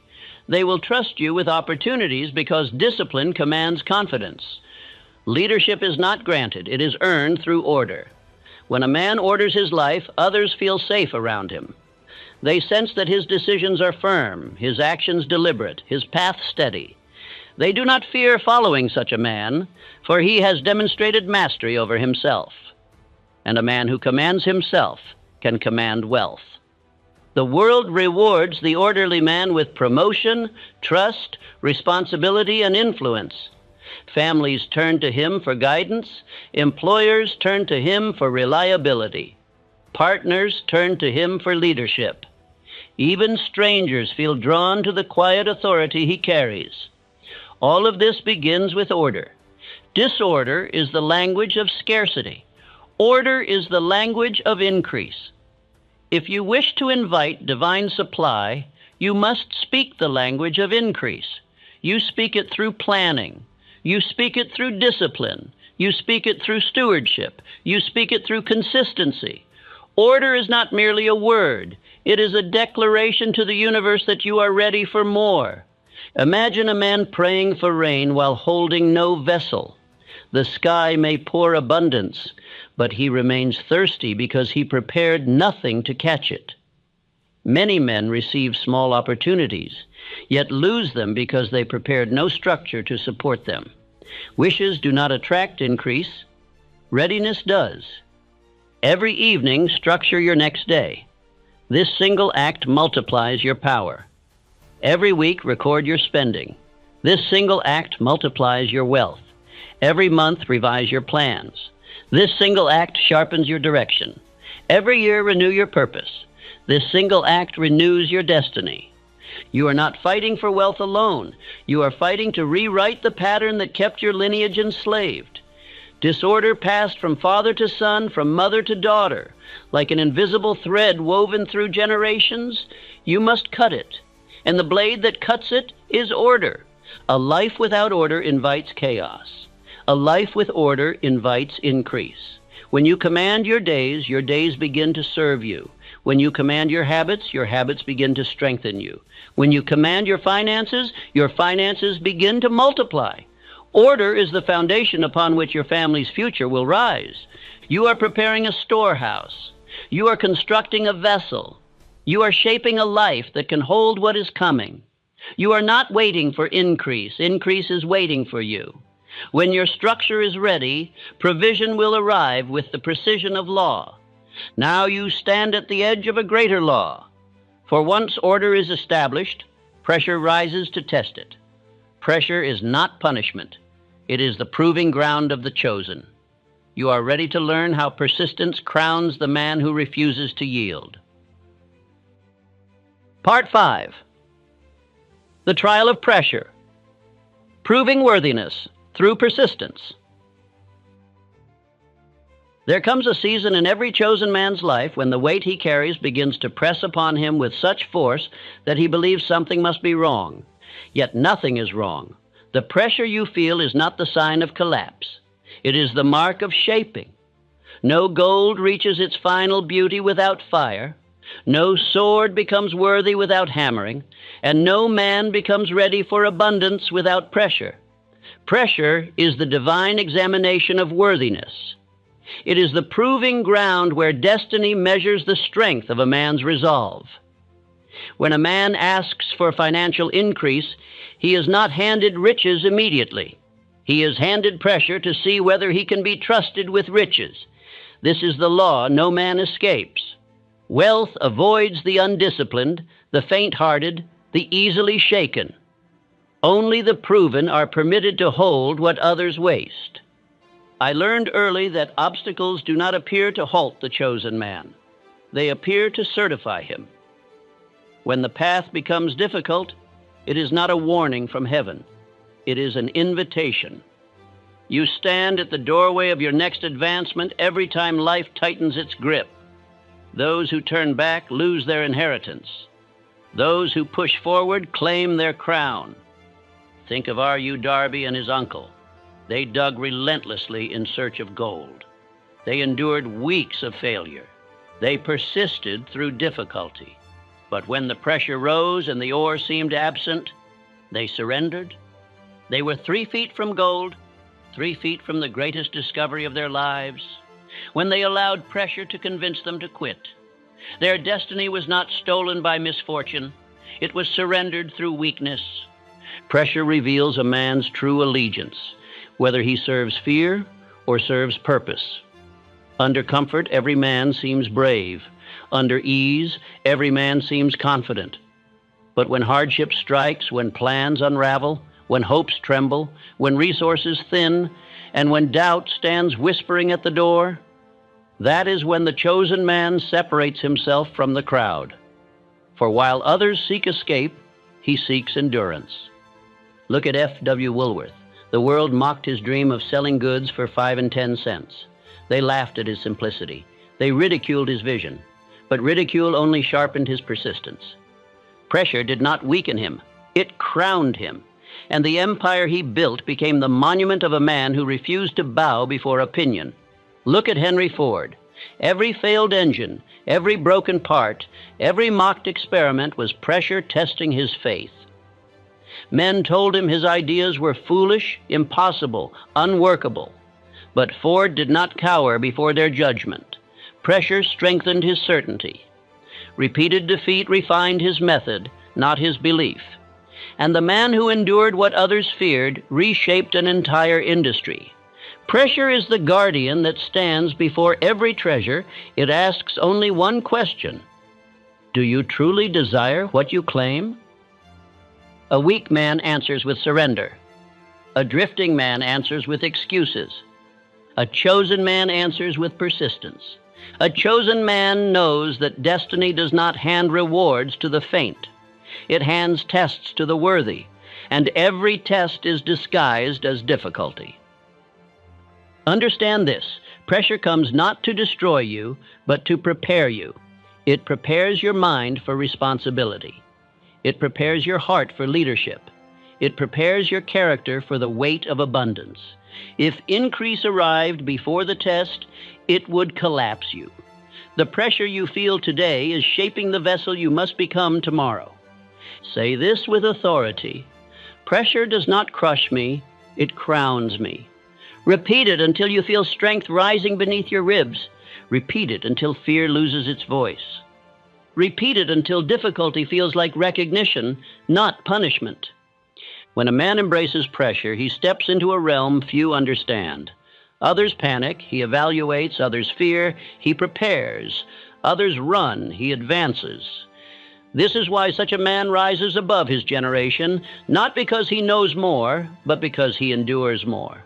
Your family did not fail because they were weak. They failed because they were never taught how to endure pressure. They believed pressure was a sign to retreat, when in truth it was a sign to persist. They mistook the divine test for the devil's trap. They surrendered their fortune because they did not understand the law. You now stand where they once stood, but you hold an advantage they never had: awareness. Awareness turns the test into opportunity. Awareness transforms pressure into instruction. Awareness breaks the pattern that kept your lineage bound. But let me warn you, quitting reactivates the curse. Every time you withdraw, you pass your burden to the next generation. Every surrender becomes their inheritance. Every hesitation becomes their obstacle. Every retreat becomes their chain. Pressure is not only your test, it is the test of your bloodline. When you persist, you free them. When you persist, you rewrite their future. When you persist, you earn the right to receive what those before you could not. Persistence is not merely effort. It is redemption. The chosen man carries himself differently during trials. While others bend beneath weight, he straightens. He does not seek pity. He does not beg for relief. He does not curse the hardship. He understands the sacredness of the struggle. Pressure shapes him. Pressure reveals him. Pressure crowns him. Others will notice this change. They will see the steadiness in your gaze. They will sense the firmness in your decisions. They will feel the calm in your presence. While they tremble, you remain composed. They will not understand it, but they will respect it. And respect is the beginning of leadership. Persistence connects man's effort with divine timing. There are miracles that do not happen until persistence unlocks the gate. There are opportunities that do not reveal themselves until persistence proves your faith. There are blessings that remain sealed until persistence demonstrates you can carry them with dignity. This is why pressure intensifies near breakthrough. The enemy does not fight a man going nowhere. Pressure rises only when victory approaches. The darkest hour is always the hour before dawn, and the heaviest weight is always the weight before the crown. When you feel overwhelmed, do not retreat. That is the moment destiny watches closely. That is the hour that separates the chosen from the forgotten. That is the threshold where most men fall and where one man rises. That one man is you. You have endured storms your ancestors could not. You have carried burdens your peers fear. You have walked paths alone because the chosen man often walks ahead. Your persistence is not ordinary. It is inherited from strength your lineage never discovered. Now you prepare for the next stage, the stewardship of success. For once the test is passed and the crown is given, a new responsibility emerges, not merely to receive wealth, but to govern it with wisdom so that others may rise through your example. Part 6. The Stewardship of Success, Becoming a Channel of Blessing. When a man has endured the trial of pressure and persisted beyond the breaking point, life places upon him a new mantle, a mantle far heavier than the one he wore during his days of struggle. Many imagine that the weight of poverty is the heaviest burden a man can carry, but they are mistaken. Poverty tests a man's endurance. Prosperity tests a man's character. And character is far more precious than coin. The man who rises from scarcity into abundance must understand that wealth does not end the test. It begins a new one. Poverty shapes desire. Pressure shapes strength. But prosperity shapes the soul. The world will tell you that fortune brings ease, but I have seen too many men collapse under the very abundance they once prayed for. It is not hardship that destroys most men, it is success. For success magnifies what already lives within. This is why God does not grant increase lightly. Increase is not given to decorate a life, but to develop it. It is not a trophy, but a trust. The chosen man must see wealth not as something he owns, but as something he governs. An instrument placed in his hands for the elevation of his lineage.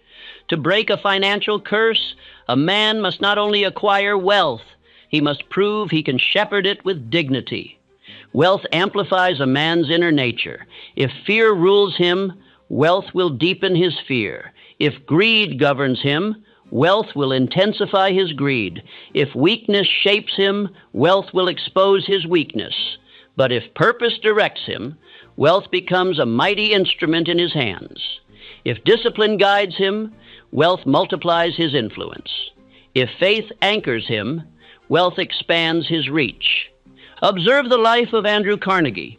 He did not treat wealth as a possession, but as a responsibility.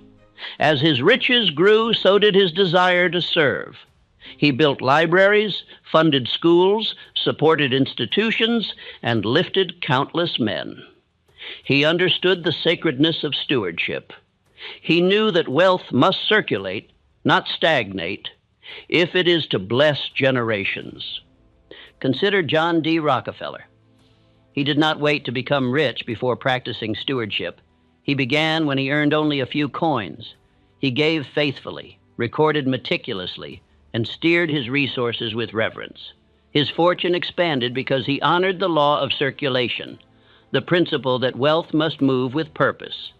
Money withheld decays.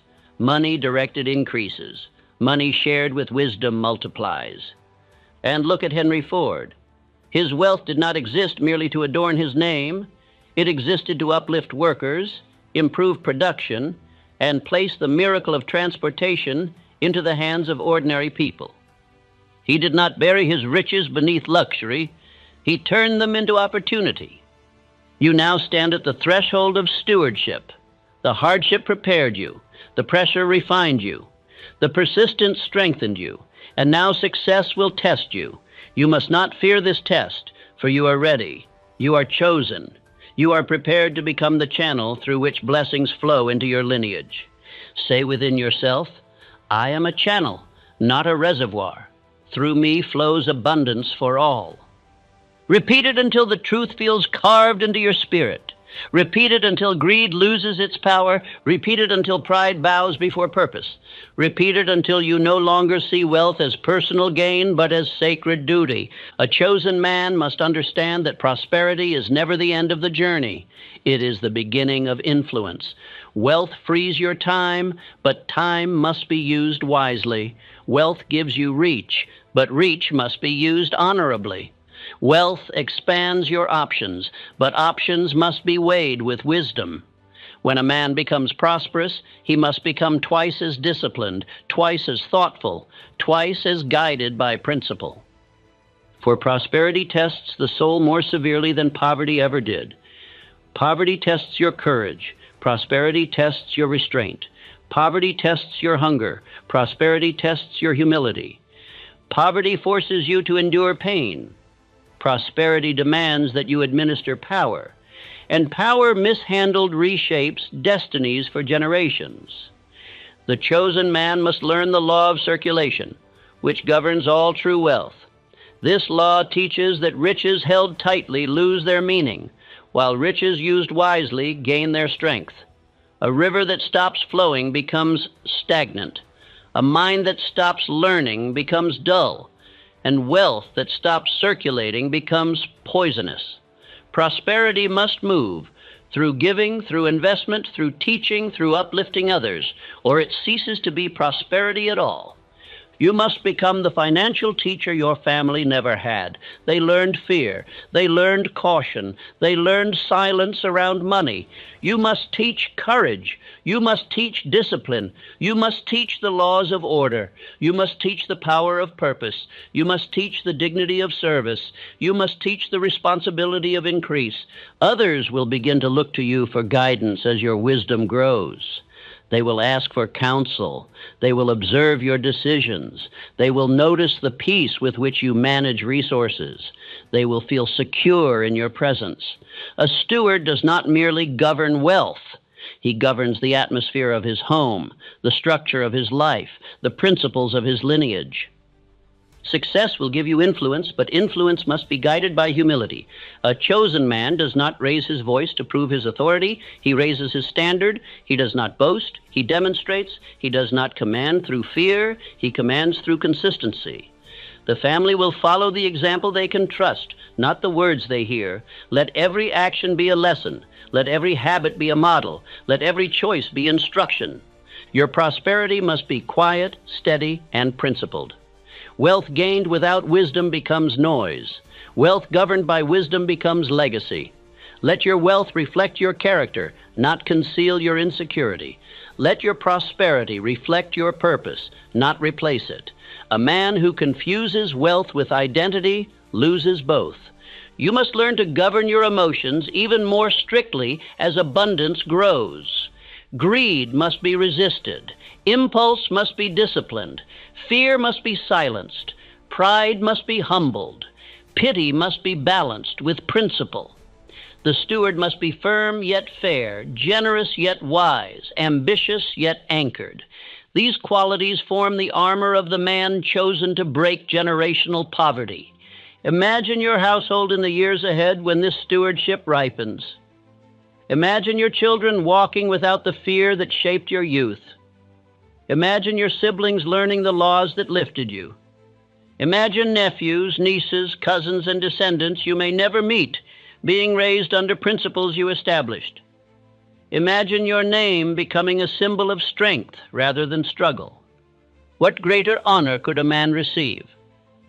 There will be moments when abundance tempts you toward carelessness, times when the ease of prosperity tries to soften your discipline, times when pride whispers that you no longer need the principles that lifted you. These are the dangers that destroy many who rise. But the chosen man remains watchful. He remembers his lineage. He remembers his assignment. He remembers the suffering he overcame. Memory becomes his shield. You do not become a steward because you are perfect. You become a steward because you are faithful. Faithful in small things. Faithful in daily habits. Faithful in disciplined planning. Faithful in serving others. Faithful in honoring the laws that elevated you. You govern what you receive, not for your comfort, but for the sake of those who shall inherit your example. You must teach your household that money is not a master, but a servant. It is a tool of creation, a means of expansion, a resource for service. It must not be worshipped nor feared, but understood. When the family learns this, the curse breaks permanently, for the mind becomes free. And now you stand prepared for the most sacred stage of the legacy beyond you. For a man does not truly break the curse until he leaves behind principles that can outlive him, truths that can guide generations, and a pattern of thought that ensures prosperity remains. Part 7. The Covenant Fulfilled, the Legacy Beyond You. When a man reaches the summits he once feared, when he stands upon the heights that his ancestors could not climb, he discovers a truth that humbles him more than any hardship he endured. The work he has done is not merely for himself. It is for those who shall walk the earth long after his footsteps have faded. A chosen man does not live for his own years. He lives for the centuries shaped by his example. And a financial curse is not broken until the children of his children inherit a mind free from the chains that once held him captive. Legacy is not the wealth you leave in their hands. It is the wealth you leave in their minds. Money disappears. Houses crumble, enterprises shift. But the laws of thought, the discipline of purpose, the order of faith, the habit of endurance, these are eternal, these are immortal. These are the invisible inheritance that no thief can steal and no fire can burn. I have seen men squander fortunes and rise again because their minds were strong. And I have seen men inherit wealth but lose it because their minds were weak. The true curse of a family is not poverty of coin, but poverty of thought. And the true redemption of a family is not abundance of possessions, but abundance of principle. This is why you were chosen. Not to accumulate wealth for yourself, but to plant truth in the soil of your lineage, to rewrite the story your forefathers could not finish, to ensure that long after your body returns to dust, your influence continues guiding the footsteps of those who come after. Think of Abraham Lincoln. He left little wealth behind, but his ideals became the inheritance of a nation. The principles he embodied became a lamp carried by generations. It was not his coins that endured, it was his character. So it must be with you. Your descendants must inherit your strength, not merely your earnings. Think of Thomas Edison. His fortune faded long ago, but his curiosity still breathes in every invention that followed his. His children did not inherit a pile of gold. They inherited a mind trained to question the impossible. They inherited possibility itself. What greater gift could a father bestow? Think of Andrew Carnegie. His name remains not because of the steel he forged, but because of the libraries, the schools, the opportunities he created. He left behind roads for minds to travel. He lifted the world not through riches, but through principles. That is the true heritage of a chosen man. And think of Charles M. Schwab, his optimism, his enthusiasm, his leadership. These lie far beyond the years of his earthly life. Those who worked under him carried fragments of his spirit into their own endeavors. A man's true wealth is the influence he deposits into the hearts of others. That is legacy. You must look upon your own life with the same gravity. The resources you build now are merely instruments. The purpose you embody, that is eternal. A chosen man does not ask, "What shall I leave for them?" He asks, "What shall I awaken in them?" For it is the awakened mind that carries a family forward. Say within yourself, "I pass on faith, discipline, and courage. I leave no debt of ignorance behind." Repeat it until it becomes the guiding star of your final years. Repeat it until you understand that legacy is not an event. It is a daily demonstration. Repeat it until every action becomes a message to the future. The children of your lineage may never know your name. They may never see your face. They may never hear your voice, but they will live beneath the shelter of the patterns you establish. They will walk upon a road paved with your sacrifices. They will benefit from victories you won long before they were born. That is the sacredness of legacy. Legacy is not carved in stone. It is carved in character, and the chosen man must begin shaping that character now. Every act of integrity becomes a pillar. Every act of discipline becomes a foundation. Every act of courage becomes a fortress against future storms. Every act of stewardship becomes a shield for generations. Imagine a family once bound by fear, now walking with upright pride because of you. Imagine children growing without the shadow of financial terror, without the confusion that shaped your youth. Imagine grandchildren learning principles that took you decades to grasp, principles they will absorb in their earliest years.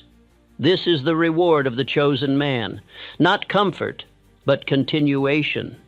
Your lineage will rise because you rose. Your name will become a proverb for strength. Your story will become a quiet lesson whispered by mothers to sons and fathers to daughters. You may think your actions are small, but the future will see them as monumental. Every discipline you practice now becomes a gift to those who will never meet you.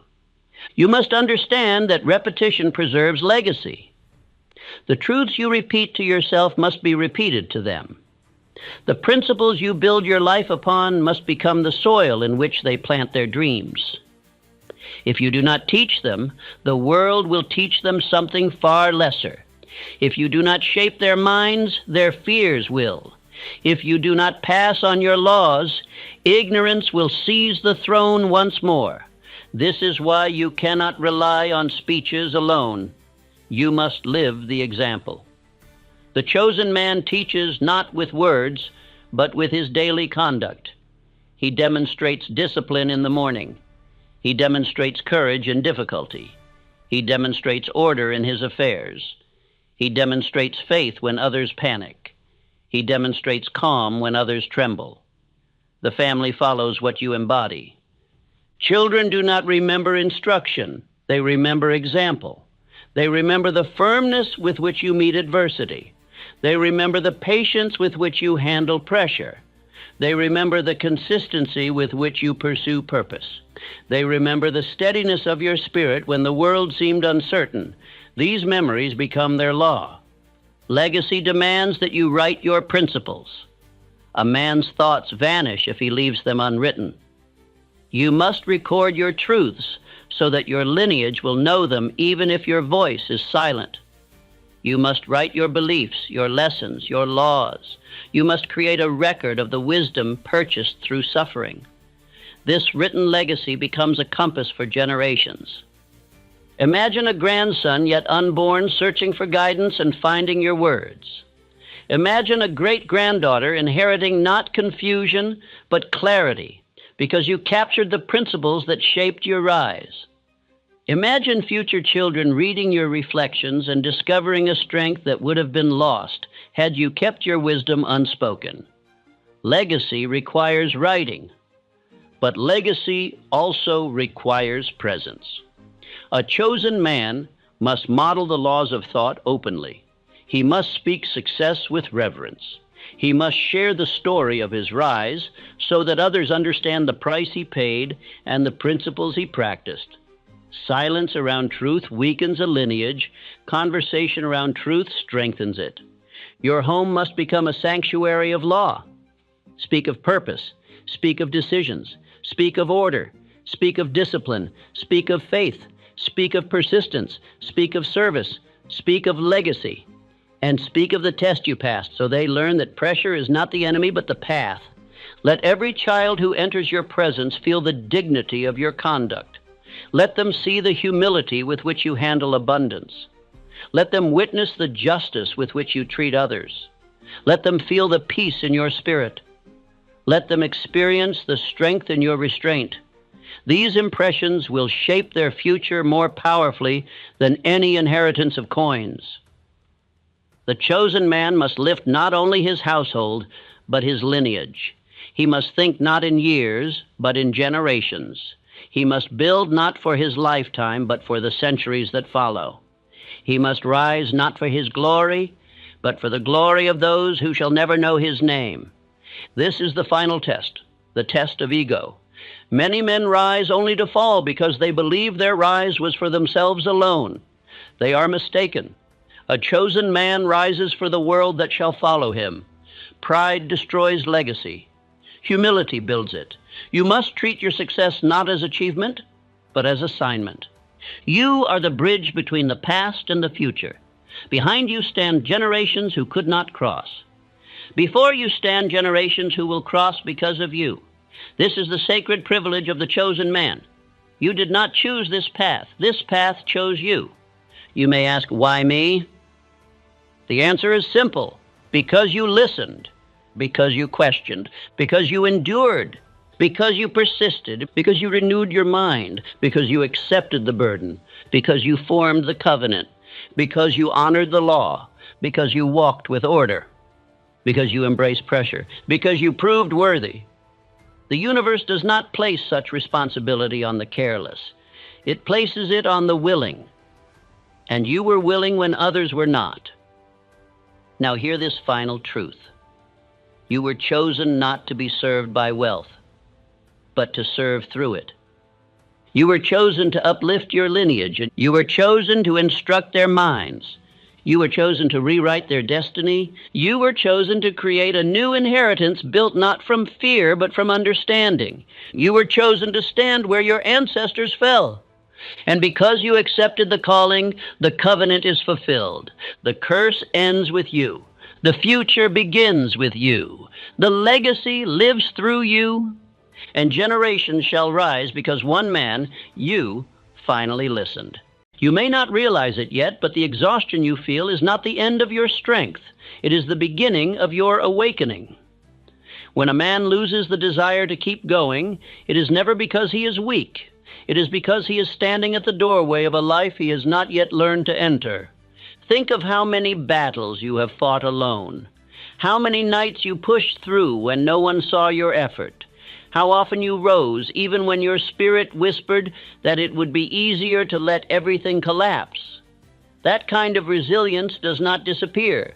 It only falls silent under the weight of disappointment. What you call losing the desire is often nothing more than the soul refusing to continue a path beneath its potential. You are not resisting life. You are resisting a version of yourself that no longer fits who you are becoming. Your fatigue is not surrender. It is transformation demanding space. Look back at the promises you once made to yourself. Not the small ones, the sacred ones. The visions that stirred you, the goals that once lit your mind, the future that felt so close you could almost touch it. If those dreams still live in you, then desire has not died. It has only been buried beneath discouragement. Ask yourself why the desire feels faint now. Is it because you cannot reach what you want? Or because you have not yet decided to rise to the height your dream requires? A man loses energy when he forgets his purpose and regains it the moment he remembers why he began. There is a truth you must hear. The strongest men you admire all reach this same hour. The hour when the body obeys, but the heart hesitates. The hour when logic says to slow down, but destiny demands that you continue. What separated them from the crowd was not talent. It was refusal. Refusal to collapse when desire felt absent. Consider how close you may already be. A mind discouraged by yesterday cannot see how near tomorrow's victory lies. Some men quit when the ground becomes heavy. Unaware that one more push would reveal the treasure just beneath the surface, do not repeat their fate. The world does not test men at the beginning of their journey. It tests them inches before their breakthrough. The loss of desire is not an ending. It is the final pressure applied to those who are destined to rise above the average. If you feel tired of the climb, it means the summit is nearer than you think. Now think of the consequences of giving in, not just for you, but for everyone who silently depends on your rise, your future family, those who look to you for strength, and even the man you will become years from now. If you give in today, you do not merely lose progress, you lose the future version of yourself who was waiting for your arrival. Yet imagine the opposite. Imagine refusing to give in. Imagine choosing persistence when everything inside you begs for rest. Imagine discovering that your desire returns tenfold the moment you prove you can act without it. That is the turning point of every extraordinary life. You do not need motivation right now. You need direction. You need the steady inner command that says, I will not yield. Desire is a flame, but decision is the spark that reignites it. And once you make that decision, desire follows, courage returns, and strength rises from places you thought were empty. Listen closely. You are not at the end. You are at the threshold. And thresholds always feel like breaking points to those who do not understand them. What feels like the collapse of your desire is only the collapse of the limitations that once defined you. Hold on a little longer. Push once more. Refuse to give in. The man you are becoming is forged in exactly this hour, and no other hour could have shaped him. There comes an hour in every man's life when the flame that once drove him forward grows faint, not because his strength has vanished, but because his spirit is pressing against an inner boundary that no longer fits the stature of his growth. What feels like failure is often merely expansion demanding a larger field in which to move. A man does not lose desire because he is weak. He loses desire because the life he has tolerated no longer satisfies the deeper nature within him. The spirit becomes restless when confined to a purpose too small, and this restlessness expresses itself as fatigue, discouragement, and the strange heaviness that settles upon the mind before transformation begins. Most men misinterpret this inner pressure. They believe they are falling behind when they are actually outgrowing the limits that once held them. They confuse emotional exhaustion with true exhaustion, forgetting that a man can be weary in his heart while his strength remains untouched. The body bends only after the spirit yields, and it is the spirit that is calling for renewal now. There is a silence that comes over a man in such times, a silence not of death but of preparation. Desire may withdraw into the shadows, but it has not disappeared. It has merely retreated to make room for a greater force that wishes to emerge. You are not standing at the end. You are standing at the threshold, and thresholds always feel heavier than ordinary moments. Many men have walked this path before you. Abraham Lincoln endured months when desire deserted him completely, when his spirit felt broken beneath the weight of failure and loss. Yet from that very silence came the strength that later shaped a nation. Henry Ford knew long stretches of discouragement when his plans failed and his funds dwindled, yet he pressed forward because something silent within him refused to collapse. Andrew Carnegie faced seasons when desire dimmed under hardship, but he learned that desire is not the source of persistence. Purpose is. Discouragement is cunning. It disguises itself as reason, offering arguments that seem sound. Slow down, step back, turn away. But these arguments are the language of fear, not truth. When a man seeks growth, discouragement always arrives to test his seriousness. It whispers not because he is incapable, but because he is close to crossing into a life the timid part of him does not yet understand. This moment is not a wall. It is a threshold. The weight you feel is not the weight of failure, but the weight of doors preparing to open. A man must learn to recognize the difference between the end of desire and the pause before rebirth. When desire goes silent, the man must become still enough to hear the quieter voice beneath it, the voice of the deeper self calling him upward. Others may not understand this hour, but they will feel its impact. For when a man continues despite emptiness, those who watch him sense a rare strength. They may not speak it, but they see the steadiness in his bearing, the dignity in his endurance, the quiet confidence in his refusal to yield. People instinctively admire the man who acts with resolve, even when enthusiasm has departed. There is strength hidden within the simple act of one more hour. The man who gives one more hour when his desire is gone gains an advantage over those who quit at the first sign of fatigue. Nature reserves her greater rewards for the man who endures past the ordinary limit, for endurance reveals character more than desire ever could. Desire begins the journey, but endurance completes it. A man must learn to speak to himself when desire grows silent. He must declare inwardly, "My spirit is stronger than my mood. My purpose is greater than my discomfort. I continue because I have chosen to continue." Such affirmations are not mere words. They are commands issued to the subconscious, which responds not to emotion but to firm instruction. You must understand that losing the desire to continue is not a verdict. It is a message. It is the mind saying, I can no longer remain the man I have been. It is the spirit saying, I require a higher direction. It is life saying, you have outgrown this stage, rise. The danger lies not in losing desire, but in assuming that the loss of desire means the loss of destiny. It does not. It never has. The greatest men in history reached this same bending point, where the desire to press forward faded, and the only thing that remained was decision. And it was decision, not desire, that carried them into greatness. The mind often confuses emotional fatigue with true depletion. When a man feels discouraged, he believes he cannot continue, yet he rises the next morning and works again. This proves that he has more strength than he realizes. The fatigue he feels is not a lack of power, but a lack of direction. Direction renews power, the way fuel renews a flame. Do not mistake the silence of desire for its death. Desire rests at times, the way the sun sinks beneath the horizon before rising again.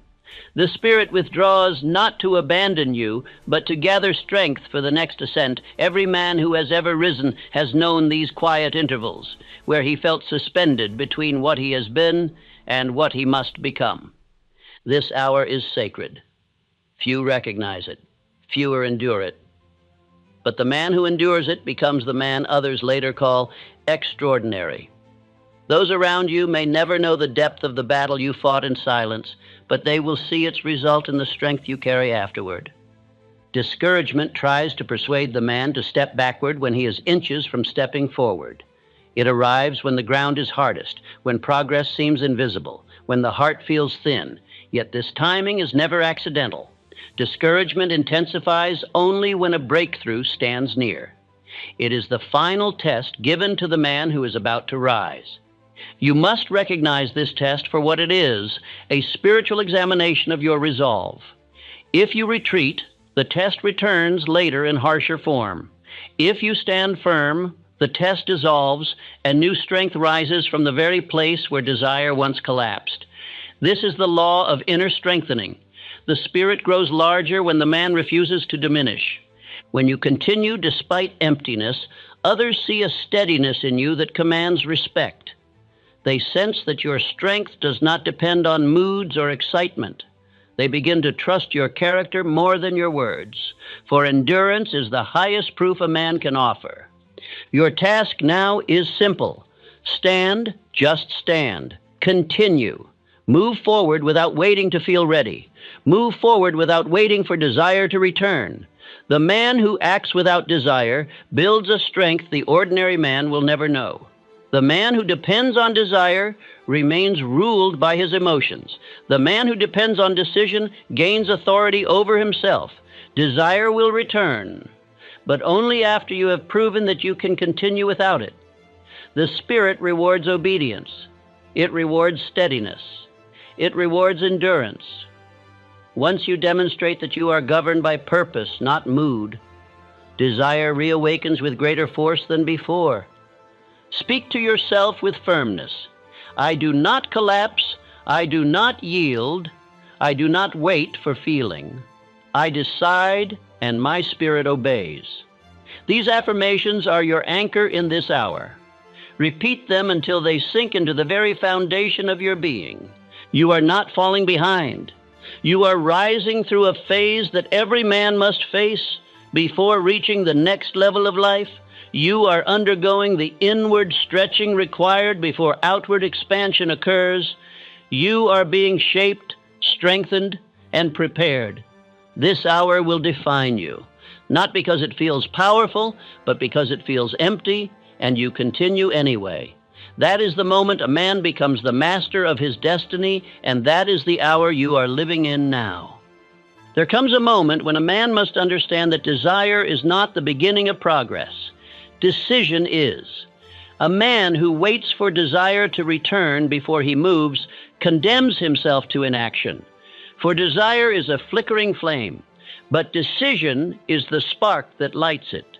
Most men wait for their emotions to push them forward, not realizing that emotions are servants, not masters, and they obey the man who commands them with unwavering purpose. When desire fades, a man believes he has reached the end of his strength, yet he has merely reached the end of his dependence on feeling. This is the point at which a man must learn the law of inner ignition, the principle that the will can summon power without waiting for emotion. The mind responds to command more powerfully than to mood, and when the will issues a decree, the subconscious begins to gather its forces in obedience. The danger lies in believing that enthusiasm must come first. Enthusiasm is a companion on the path, but it is not the leader. The leader is decision, spoken with authority from the center of your being. When a man decides with firmness, he awakens within himself a spark that grows into a flame. When he hesitates, the spark dies, and he falls back into the shadows of indecision. No man rises until he accepts that he must move before he feels ready. There is a profound difference between the man who waits for enthusiasm and the man who summons it. The man who waits is ruled by circumstance, governed by passing moods, shaped by the softness of habit.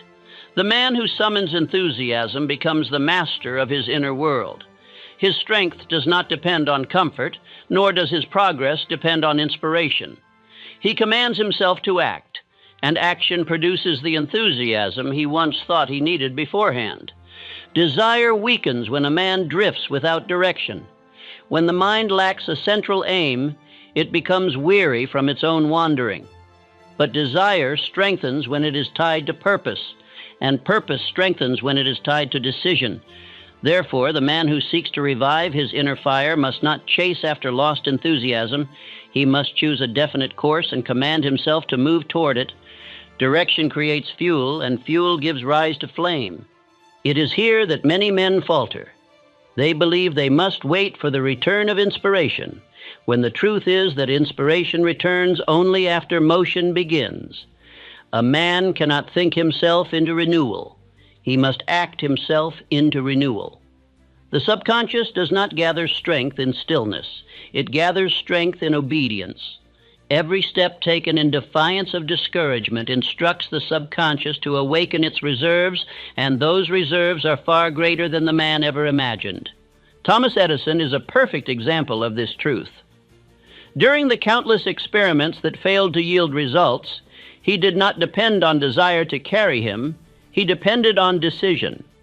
His resolve did not waver with each setback, for he understood that the mind must be commanded, not negotiated with. He issued his will with firmness, and the subconscious obeyed that will by producing endurance through thousands of disappointments. It was not desire that kept him going. It was an absolute refusal to stop. Charles Schwab cultivated boldness in the same manner.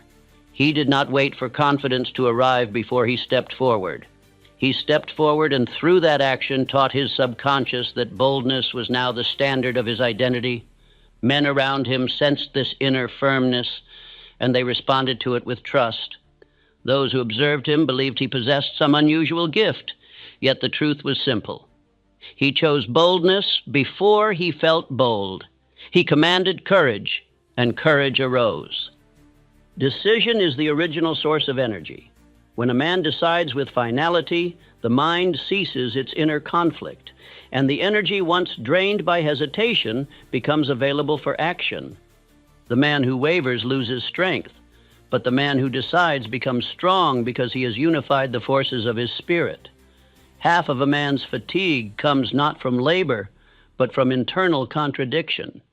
Decision removes contradiction and releases power. The process of awakening one's dormant courage begins with a single inward decree. You must speak to yourself with the authority of a commander addressing his troops. Say within yourself, I move whether I feel desire or not. I advance because I have chosen to advance. These words, repeated with firmness, reshape the subconscious. The more often you declare them, the more quickly your inner strength awakens. When others observe a man who acts without waiting for mood or motivation, they recognize something rare. They see a man governed by principle, not by emotion. They see a man whose will stands above his circumstances, a man who advances even when ordinary men fall back. Such a man earns respect without seeking it, for his conduct speaks louder than his words. He gains an aura of certainty that others instinctively trust. This is the hour in which you must choose whether you will be ruled by desire or by discipline. The man ruled by desire moves only when the flame is strong.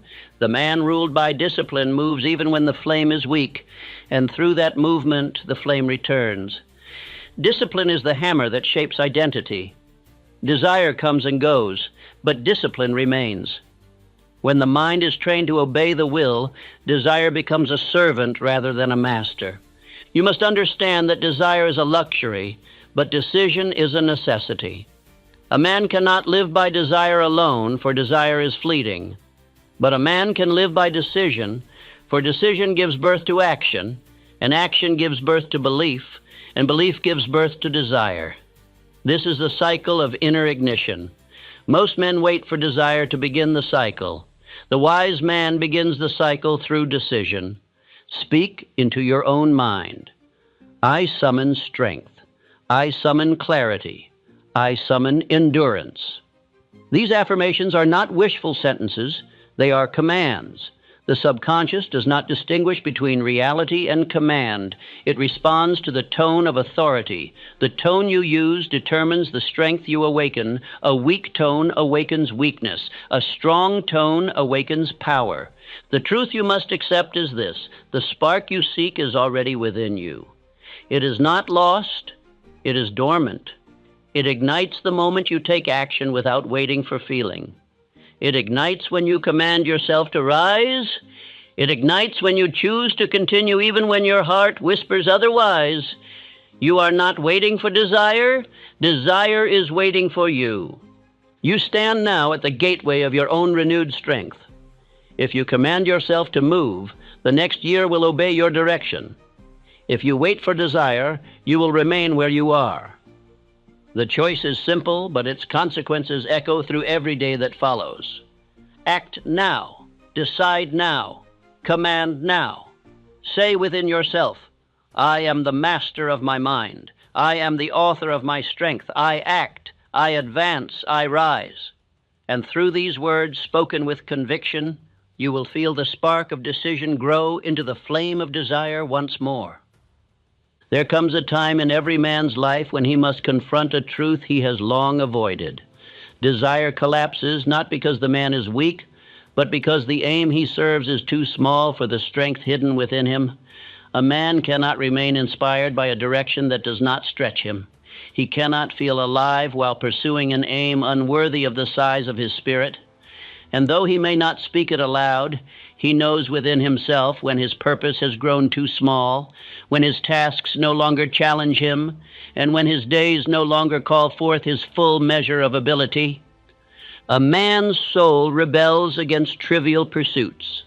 It grows restless when unchallenged. It withdraws when confined to duties beneath its potential. And when the soul withdraws, desire fades. This is why the man who has lost his desire to keep going must not merely rest or retreat. He must examine the aim he is serving. If the aim is too small, he must release it. If the aim is not worthy of his strength, he must replace it. The collapse of desire is often the soul's way of demanding something greater. You must understand this profound truth. The spirit refuses to devote itself to what does not require its full strength. A goal that asks little of you will give little to you. A direction that does not require your courage will not awaken your courage. And if you are serving an aim that does not stir your imagination, sharpen your will, or call forth your deeper powers, then your desire will decline not because you are unworthy, but because your aim is unworthy. This is why men of great achievement always chose aims that were larger than themselves. Andrew Carnegie's resolve took shape in his youth when he declared that he would rise above the limitations of his circumstances and devote himself to a mission that demanded the utmost of his ability. That aim was not small, and because it was not small, it made him powerful. His spirit rose to meet the height of the task he had chosen. John D. Rockefeller's perseverance was born of purpose. He did not wake each morning wondering whether he felt strong or inspired. He woke with the knowledge that he had devoted himself to a purpose that demanded consistency and excellence. His desire did not fluctuate with his emotions because his aim was too great to be influenced by passing moods. Even Abraham Lincoln's enduring strength came from a purpose larger than personal gain. He suffered reversals that would have broken lesser men, yet he continued because his aim called for endurance. His purpose was not about himself, it was about the destiny of a nation. A man who shoulders a large purpose becomes larger because of it. If your desire has faded, you must ask yourself, is my aim too small? For the spirit does not tire of greatness, it only tires of mediocrity. It does not grow weary of challenge, it grows weary of stagnation. It does not lose interest in growth, it loses interest in repetition without advancement. The aim you choose for your life must be large enough to awaken your imagination and firm enough to guide your decisions. It must demand something from you, something real, something difficult, something meaningful. A man who chooses an aim too easily reached will soon lose interest in reaching it, but the man who chooses an aim that stretches him becomes renewed by the very pursuit of it. A powerful aim restores energy the moment it is chosen. It brings clarity to the mind. It strengthens the will. It directs the attention. And it revives desire even before action begins. When a man ties himself to a great direction, his steps become lighter, his mind becomes sharper, and his spirit becomes steadier. The aim itself becomes the engine that drives him forward. But a man cannot form this aim thoughtlessly. He must form it with seriousness and inner honesty. He must ask himself not what will impress others, but what will make him worthy in his own eyes. He must choose a direction that resonates with the deeper part of him, the part that knows he was created for more than drifting through life without purpose. You must search your own thought and discover the aim that stirs your spirit, not the aim that merely satisfies your comfort. The path you choose should demand the fullest expression of your abilities. It should demand discipline, improvement, courage, and faith. A small aim weakens a man because it allows him to remain small. A great aim strengthens a man because it forces him to grow. Once you have chosen a greater aim, you will notice that desire, which once seemed dead, begins to rise again. It rises because it has something to attach itself to. Desire is a flame. A powerful aim is the oil that sustains it. Without a worthy aim, desire flickers. With a worthy aim, desire becomes a controlled fire capable of enduring storms and setbacks. When a man aligns himself with a greater aim, discouragement loses much of its influence. The obstacles that once disheartened him now appear as stepping stones. The delays that once frustrated him now act as instructors. The doubts that once weakened him now sharpen his resolve. The man becomes fortified because the aim he serves fortifies him. There is a spiritual magnetism created by a clear and powerful aim. The world begins to rearrange itself around a man of purpose. Opportunities are drawn to him, allies are drawn to him, ideas are drawn to him. Even adversaries respect the steadiness of his direction. A man who walks with purpose walks with power. Moreover, others begin to admire the man who lives by direction rather than reaction.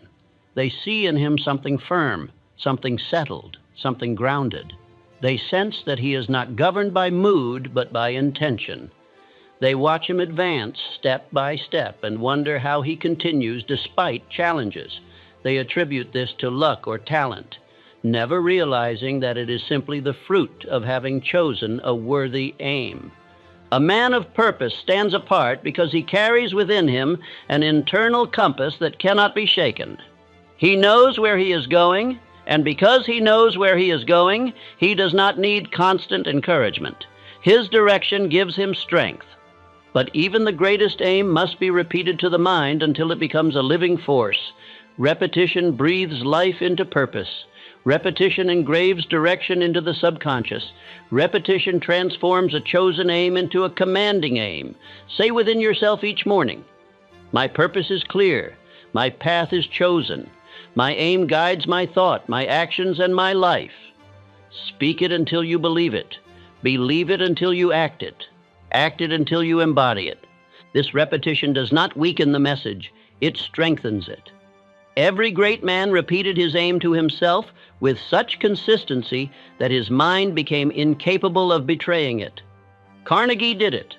Rockefeller did it. Lincoln did it. Their aims became part of their identity, and identity governs conduct far more effectively than emotion ever could. You must also understand that a great aim does not require you to feel ready. It requires only that you be willing to advance, willing to withstand discouragement, willing to persist through slow hours and dark days, willing to hold to your direction even when your desire wavers. Desire is the reward of alignment. When you align your life with a purpose worthy of your spirit, desire returns, not as a fleeting emotion, but as a steady undercurrent of conviction. And conviction is a far stronger force than enthusiasm. When you choose your aim, let it be one that reflects the man you intend to become. Let it be an aim that demands courage. Let it be an aim that demands discipline. Let it be an aim that demands the highest within you. For a man's aim is not merely a target, it is a mirror. It shows him who he is, and it shows him who he must become. This is why you cannot choose an aim that is beneath your ability. It will not hold your attention. It will not stir your passion. It will not summon your strength, but choose an aim that calls you upward, and you will feel your energy rise with it. Now take this truth into your heart. You have not lost desire. You have outgrown your old aim. Desire dies only when purpose dies, and purpose dies only when it is too small for the man carrying it. Choose a new aim, a greater aim, a worthy aim, and desire will return to serve you. There comes a point in every man's struggle when he must learn the difference between acting with desire and acting with discipline. Desire is a welcome companion when it is present, but it is undependable. It rises with triumph, fades in difficulty, and disappears entirely in the quiet hours when the path grows long. Discipline, however, is the steadfast servant of all who have risen above the common level. Where desire flickers, discipline burns steadily. Where desire hesitates, discipline pushes forward. And where desire collapses, discipline keeps the man upright until the flame returns. A man must understand that progress does not belong to the inspired, it belongs to the consistent. The man who moves in small steps each day surpasses the man who waits for bursts of passion. 1 hour of disciplined effort outweighs a day of unfocused enthusiasm. You cannot build a great life on the unstable foundation of mood. You must build it on the solid stone of deliberate action. Action carried out even when the spirit whispers of weariness. The law of forward motion is one of the most overlooked truths in human advancement. Once a man begins moving, the mind adjusts itself to support that movement. Once a man begins acting, the subconscious rallies its forces behind his direction. Once a man takes even the smallest step, his inner resistance weakens. Motion produces power. Inactivity increases doubt. The man who understands this law uses it to restore his strength whenever discouragement attempts to place its hand upon him. Small advances carry within them a mysterious power. They rebuild confidence. They dissolve hesitation. They remind the man that he is capable, that he is not defeated, that he still possesses command over himself. A single act of effort, even a minor one, can restore a man's dignity when he has nearly lost it. The spirit responds favorably to movement, for it was created not for idleness, but for advancement. When desire falters, discipline must step forward as the guardian of success. It must hold the man steady through the hours when his mind is uncooperative. Discipline is not punishment, it is protection. It shields the man from the influence of temporary discouragement. It keeps him aligned with his purpose when emotion would push him away from it, and it constructs within him a strength far greater than he ever possessed during moments of excitement. Examples of this truth stand throughout history. Thomas Edison did not depend on desire to carry him through thousands of failed experiments.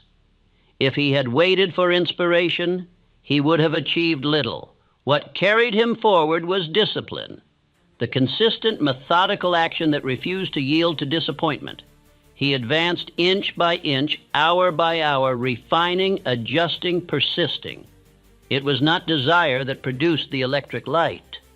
It was the stubborn discipline behind the man who created it. Henry Ford built his success through incremental improvements.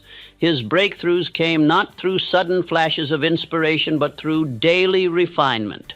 Each day he tested, adjusted, reworked, and improved. His discipline carved a path where others saw only obstacles. Ford moved steadily toward his aim because he treated each day as a stepping stone, not as a final destination. The world calls it genius, but it was discipline in disguise. Daily progress changes a man's identity.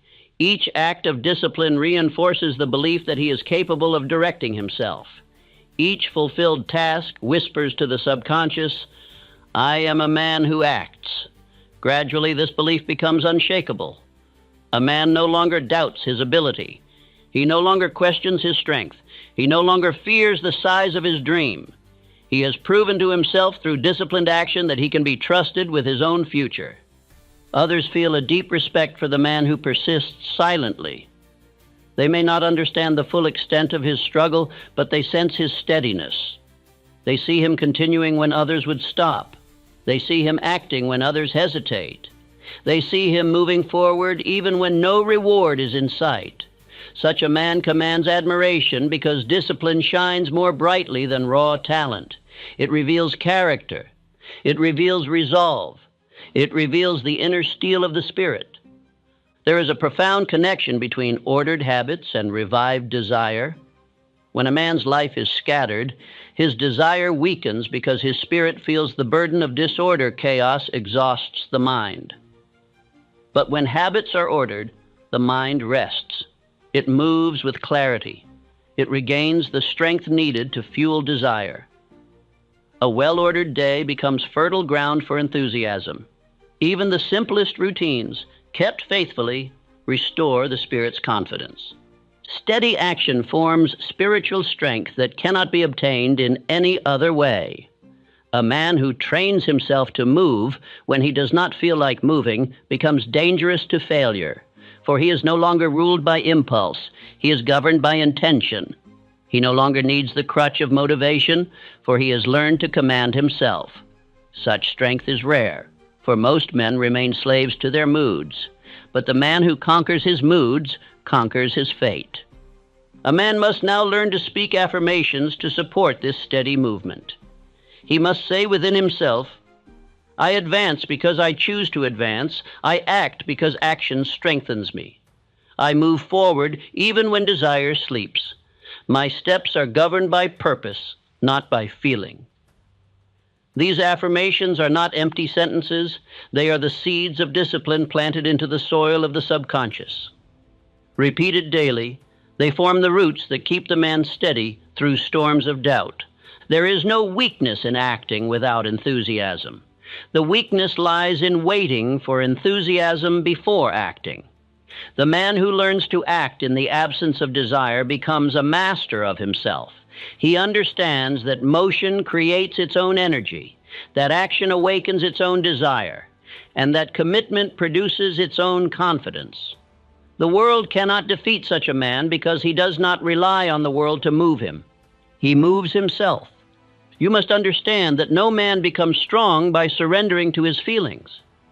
He becomes strong by elevating his purpose above his mood. A disciplined man is free, for he is not chained to circumstance. A man ruled by mood is enslaved, for his actions depend on forces outside his control. Discipline frees the man from this slavery. It places the reins of his life back into his own hands. There will be moments in your journey when discipline feels heavy, but these moments are signs of growth, not struggle. When a man lifts a weight just beyond his comfort, he feels the strain, yet this strain is what builds his strength. The same is true in the spiritual realm. Discipline stretches the man, and in stretching him, it prepares him for the greater success that lies ahead. When discipline becomes your daily companion, desire returns, stronger, clearer, and deeper than before. It returns because you have proven yourself worthy of it. It returns because you have created habits that support it. It returns because the Spirit responds to movement with renewed enthusiasm. In this hour, you must choose to embrace discipline as the vessel that will carry you through the valleys and up the mountains of your next year. Let discipline become the steady hand that guides your steps. Let it become the structure that holds your vision aloft. Let it become the quiet power that supports your greatest ambitions. Say within yourself, I act steadily. I advance daily. My steps build my future. My discipline shapes my destiny. Repeat this until the words are carved into the deepest part of your being. For the man of discipline cannot be defeated, not by fatigue, not by discouragement, and not by the loss of desire. There comes an hour in every man's life when he must face the most cunning enemy he will ever encounter. Not failure, not poverty, not opposition from the world, but the quiet, creeping force of discouragement. This adversary does not strike with noise or violence. It does not announce itself openly. It moves in shadows, slipping into a man's thought when he is tired, whispering its poison with the tone of reason. And unless the man understands its nature, discouragement can undo in a single day what years of effort have built. Discouragement is not a sign that the man is unfit for his aim. It is a sign that he is nearing a point where his old identity must fall away. Discouragement intensifies when a breakthrough approaches. It pushes hardest when destiny stands closest. It grows strongest when a man's next step will carry him beyond the boundaries of who he has been. This is why the moments before accomplishment often feel like the darkest, heaviest hours of all. A man stands between two lives, the one he has lived and the one he is becoming. And the pressure of that crossing tests him more than failure ever could. The adversary of discouragement works by exploiting the weakness of memory. It reminds the man of every past mistake, every past disappointment, every moment when he fell short. It repeats these scenes until the man begins to doubt not his strength, but his right to succeed.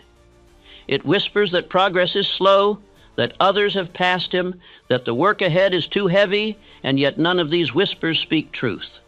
They speak fear disguised as truth. This enemy becomes most dangerous when the man is alone with his thoughts. It approaches him in the evening hours when his energy fades and his vision blurs. It comes to him early in the morning when he rises with uncertainty instead of eagerness. It visits him in the quiet moments between tasks, planting seeds of doubt that grow quickly if not identified and uprooted. A man must therefore learn to recognize discouragement's voice, its tone, its timing, its deception, so he may silence it before it gains power. Discouragement intensifies near the threshold of accomplishment because the subconscious feels the pressure of transformation. The old identity senses it is about to lose control, and so it resists. It brings forth doubts, fears, excuses, and memories of past failures. It does not do this to destroy the man, but to test him. For no man can rise into a new life without proving that he is willing to leave the old one behind. Every great transformation requires a death of the former self, and discouragement is the gatekeeper of that death. The man who pushes past it becomes stronger, clearer, more determined. The man who retreats remains trapped within the boundaries he has long outgrown. You must therefore learn to view discouragement not with fear, but with understanding. It is a sign of proximity to greatness. It is the final examination before the next level of life. The invisible war between the old identity and the new one is fought not with swords, but with thoughts. The old identity seeks safety. The new identity seeks growth. The old identity clings to comfort. The new identity demands progress. And discouragement is the battlefield on which these two forces struggle. When you feel the weight of discouragement upon your shoulders, you must realize that you are not losing strength. You are shedding an identity. You are discarding beliefs that no longer serve you. You are preparing to step into a version of yourself that has waited patiently for your arrival. The mind creates resistance whenever destiny draws near. This is one of the laws of spiritual growth. A man cannot step into greatness lightly. He must earn his place by demonstrating endurance. The resistance is not a barrier, but a rite of passage. The man must prove he can remain steady when his emotions betray him. He must demonstrate that his purpose outweighs his mood. And once he passes this test, the resistance falls away, revealing the clear path ahead. Consider Abraham Lincoln. His darkest nights came immediately before his greatest transformations. His failures, his losses, his disappointments, they did not come to break him. They came to strengthen the part of him that would one day carry the fate of a nation. He endured discouragement so profound that lesser men would have retreated permanently. Yet he rose. And because he rose, history remembers him as one of the greatest leaders ever to walk the earth. Discouragement is a universal adversary, but it is also a universal instructor. It teaches a man to stand firm when the ground beneath him shakes. It teaches him to keep his eyes upon his aim, even when the path appears faint. It teaches him to trust the process when results are slow. And it teaches him to rely on discipline rather than emotion, something essential for any man seeking to create a life of greatness. There are methods by which a man can overpower discouragement. The first is to anchor his mind to a single direction. Discouragement thrives in scattered thought. But when a man holds a definite aim in his mind, discouragement loses its influence because the mind is occupied with purpose. The second method is movement. Inaction strengthens discouragement. Action weakens it. A man who takes even the smallest step forward disrupts the inner fog that discouragement creates. The third method is remembrance. A man must remember his past victories. He must recall the moments when he overcame difficulty, when he persisted despite doubt, when he rose after falling. These memories remind him of the strength that still lives within him. Discouragement attempts to make the man forget his power. Remembrance restores it. The fourth method is affirmation. A man must speak to himself with the authority of a commander. He must say within himself, "I am stronger than this doubt. My purpose is greater than this moment. My spirit stands firm." These words, repeated with conviction, awaken courage. The subconscious responds to the tone of certainty, and once certainty returns, discouragement loses its footing. As a man persists through discouragement, he begins to appear extraordinary to others. They cannot see the inner battle he is fighting, but they sense the strength he displays. They admire the steadiness with which he moves. They watch him continue when others would have surrendered. And though they may never say it aloud, they feel drawn to the quiet power that surrounds him. A man who endures discouragement without collapsing earns a transformation of self-respect that no outward achievement can match. He learns that he can trust himself. He learns that he can rely upon his own spirit even when it falters. He learns that he possesses a reservoir of endurance deeper than he ever imagined, and this knowledge becomes the cornerstone of his future success. The greatest growth a man experiences often comes in the moments when giving in feels easiest. Growth does not come through comfort. Growth does not come through ease. Growth comes through endurance. It comes when the man decides to continue despite the weight of discouragement pressing upon him. It comes when he refuses to surrender his direction to the voice of doubt. In these moments, a man must speak affirmations that silence the voice of discouragement. He must say, I continue, I persist, I rise. My strength is deeper than my fear. My spirit is stronger than my doubt. I walk forward even when desire sleeps. I will not break. These sentences, repeated daily, fill the subconscious with the energy needed to overpower the adversary within. Discouragement is not a verdict. It is a test. And you are not being tested for punishment. You are being tested for elevation. The man who endures discouragement becomes worthy of the success he seeks. The man who collapses under it remains unprepared for the responsibilities of greatness. You stand now in the midst of this inner battle, and though the pressure feels great, you must hold firm. Discouragement is the last gate between you and the life you have long desired. If you stand your ground, the gate will open. There comes a moment in every man's journey when he must confront a truth that many never learn, the difference between rest and retreat. Rest is the pause that strengthens, retreat is the surrender that weakens. One restores a man's spirit, the other drains it. Yet when weariness presses heavily upon his mind, the line between the two becomes blurred, and he risks mistaking temporary fatigue for permanent defeat. The man who learns to rise after weariness without shame and without hesitation discovers a power that separates him from the multitude who remain bound by discouragement. Weariness is not a sign that a man has reached his limits. It is a sign that he has stretched beyond the old boundaries of comfort. The spirit becomes weary, not because it is failing, but because it is expanding. This is why a man feels the weight of fatigue precisely at the moment when he is outgrowing his former self. Growth demands strength, strength demands exertion, exertion produces weariness, but weariness is never the end. It is the midpoint. It is the threshold between the man you were and the man you seek to become. Yet many men collapse at this threshold, believing that weariness signals defeat. They do not understand that nature often withdraws desire from a man to force him to develop another kind of power, the power to rise without enthusiasm. A man who can rise only when he feels strong will never rise far, but the man who rises when he feels weak, who stands when he feels unsteady, who advances when he feels uncertain, this man discovers the deeper reserves of his spirit. Renewal is not a passive occurrence. A man does not wake one morning with sudden strength unless he has commanded that strength through deliberate action. Renewal is a conscious act. It begins the moment he tells himself, I will rise. I will continue. I will not let weariness define my direction. The subconscious responds to command more rapidly than it responds to emotion.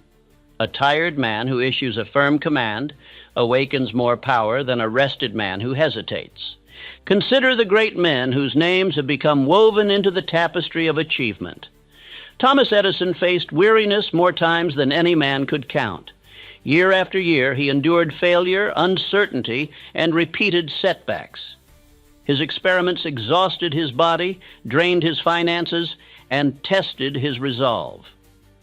Yet every time weariness struck, he rose, not with excitement, but with discipline. It was not strength that carried him through. It was the law of rising after weariness. He understood that the man who rests without retreating advances even while sitting still, for he has preserved his direction. Abraham Lincoln, too, knew seasons when his heart felt heavy, when his mind felt stretched beyond human endurance, when public criticism and private sorrow threatened to bury him beneath their weight. Yet each time weariness threatened to break him, he rose, not by denying the exhaustion, but by refusing to surrender to it. His rise after weariness became the measure of his character. It prepared him for responsibilities that would have crushed a lesser man. A man must learn to treat weariness as temporary. When he views it as a fixed state, he loses morale. But when he sees it as a passing storm, he maintains direction. Every man experiences weariness. Few learn to rise above it. The ones who do rise develop an inner dignity that cannot be taught by success alone. Weariness humbles the man, but rising humbles his fears. Weariness tests the man, but rising confirms his worth. Weariness reveals his humanity, but rising reveals his greatness. Others gain confidence in the man who rises repeatedly. They observe his steadiness. They see his refusal to yield. They watch him stand after each fall, strengthen after each setback, and continue after each disappointment. Such a man earns trust without asking for it. Those around him feel safe in his presence because he has proven that he does not break under pressure. His reliability becomes evident, and reliability is one of the highest forms of strength. This confidence is not merely external. It grows within the man as well. Each time he rises after weariness, he expands his belief in his own endurance. He learns that the spirit recovers more quickly than the mind expects. He learns that strength often returns the moment he begins to move. He learns that his fears of collapse were illusions born of fatigue. Rising after weariness replaces fear with certainty, and certainty with mastery. The identity shift that occurs when a man rises after weariness is profound. He no longer sees himself as a victim of circumstance. He sees himself as the commander of his condition. He no longer waits for enthusiasm. He generates it. He no longer fears discouragement. He uses it as a signal to rise again. He develops the quiet pride of a man who knows that nothing can break him permanently. Even when he bends with the knowledge that he will straighten again. A man's spirit strengthens when commanded to rise. The subconscious does not argue with firmness, it yields to it.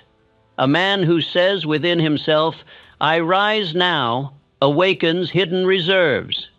His mind summons energy from sources he cannot see.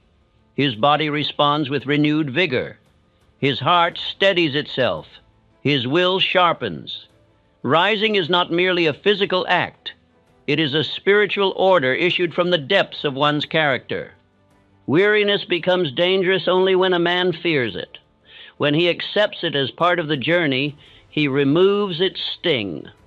Just as a traveler on a long road expects moments of fatigue, the man pursuing a great purpose must expect moments of spiritual heaviness. There is nothing unusual about it. There is nothing shameful in it. It is simply the natural stretching required for advancement. This is why you must now embrace the law of rising after weariness. You must practice it until it becomes instinct. When your energy fades, rise. When your heart hesitates, rise. When your desire falls silent, rise. You must train your spirit to move independently of feeling.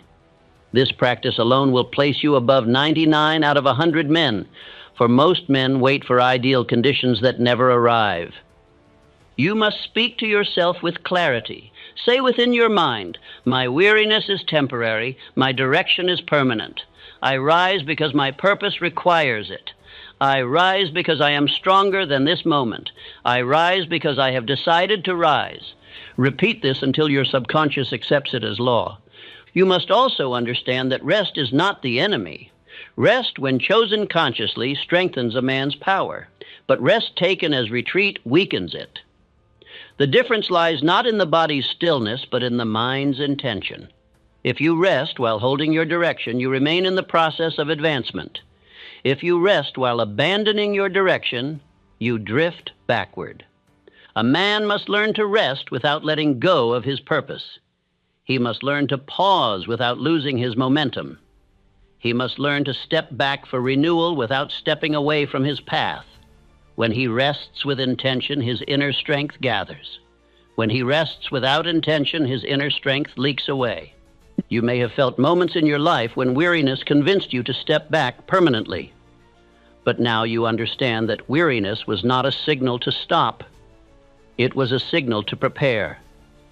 It was the final effort of the old self to keep you small. The spirit does not grow without resistance. The mind does not strengthen without weight. The heart does not expand without pressure. You are not being defeated. You are being forged. Think of Edison once more. His greatest breakthroughs came after moments of deepest weariness. He did not flee from those moments. He met them, he rose.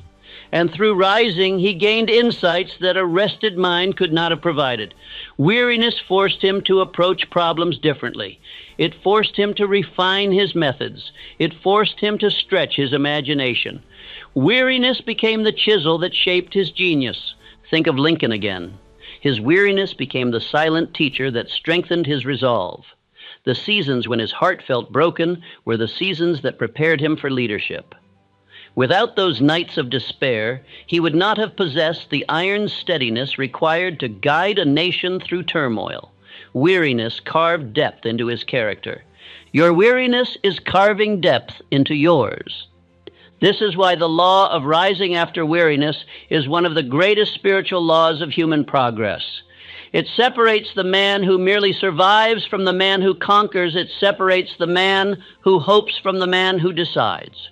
It separates the man who drifts from the man who commands.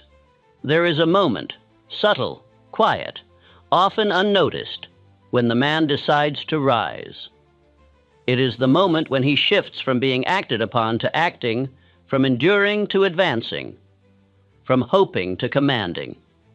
This decision marks the turning point of his entire life. And now the moment has come for you to make that decision.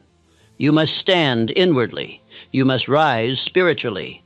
You must declare with firmness, I rise now. My spirit stands taller than my weariness. I take the next step. I continue my mission. I move forward.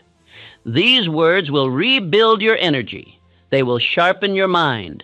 They will strengthen your will. They will guide your steps into the next year with clarity and dignity. Repeat them until you feel the shift within you. You are not at the end. You are rising from a temporary descent. Weariness has visited you, but weariness has not defeated you. The man who rises after weariness becomes unstoppable, for he no longer fears difficulty. He has learned that he can fall and rise again. He has learned that he can break and rebuild stronger. He has learned that his spirit obeys him when commanded. He has learned that nothing, absolutely nothing, can make him quit. There comes a decisive hour in every man's life when he must choose consciously and irrevocably whether he will continue or whether he will yield. There is no neutrality in this moment. It is the hour that separates the ordinary from the exceptional, the drifter from the master of his fate, the man who bends to pressure from the man who commands pressure to serve him. To reject surrender is not merely to hold on. It is to rise with a firmness that tells life itself, you will not break me. Surrender becomes seductive in moments of fatigue. The mind begins to whisper that one moment of withdrawal will not matter, that one abandoned task will go unnoticed, that one quiet retreat is permissible after all one has endured, but surrender is never a single act. It is a pattern disguised as relief. It begins with small concessions, then grows into habits, and finally becomes identity. A man must refuse the very first whisper of surrender if he intends to rise to the power he was born to claim. There is a hidden danger in giving in at the edge of breakthrough. Most men imagine that failure strikes early, when the journey has barely begun, but life rarely tests a man when he is still comfortable. The hardest tests come inches before success, at the point when the man has already invested much, endured much, overcome much. It is here, when victory is near but invisible, that surrender becomes most tempting. The mind argues that the effort is too great, the reward too distant, the fatigue too heavy. Yet history shows that the man who yields at this stage abandons treasure that lies just beyond his reach. The final rejection of surrender must therefore be absolute. It must not depend on emotion, for emotions are unstable. It must not depend on outer support, for outer support may vanish. It must not depend on ideal circumstances, for ideal circumstances rarely appear. It must depend on identity, on the firm understanding that you are a man who continues, a man who persists, a man who refuses to be defeated by moments of hardship. Persistence reveals a man's true character. When all is going well, even the weakest appear strong. When enthusiasm is high, even the half-hearted appear determined. When the way is smooth, every man steps forward with confidence. But when adversity arrives, when the path narrows, when the spirit feels thin and the road grows dark, that is when character is exposed. A man who persists without desire reveals a quality of soul that cannot be taught, only chosen. There is a spiritual law that rewards the man who refuses retreat. When a man stands firm, life eventually yields. When he refuses to collapse, the obstacles before him begin to weaken. When he commands himself to continue, even when he does not feel strong, the unseen forces of opportunity begin arranging themselves in his favor. This law has guided every great leader, every innovator, every builder who has left a mark upon the world.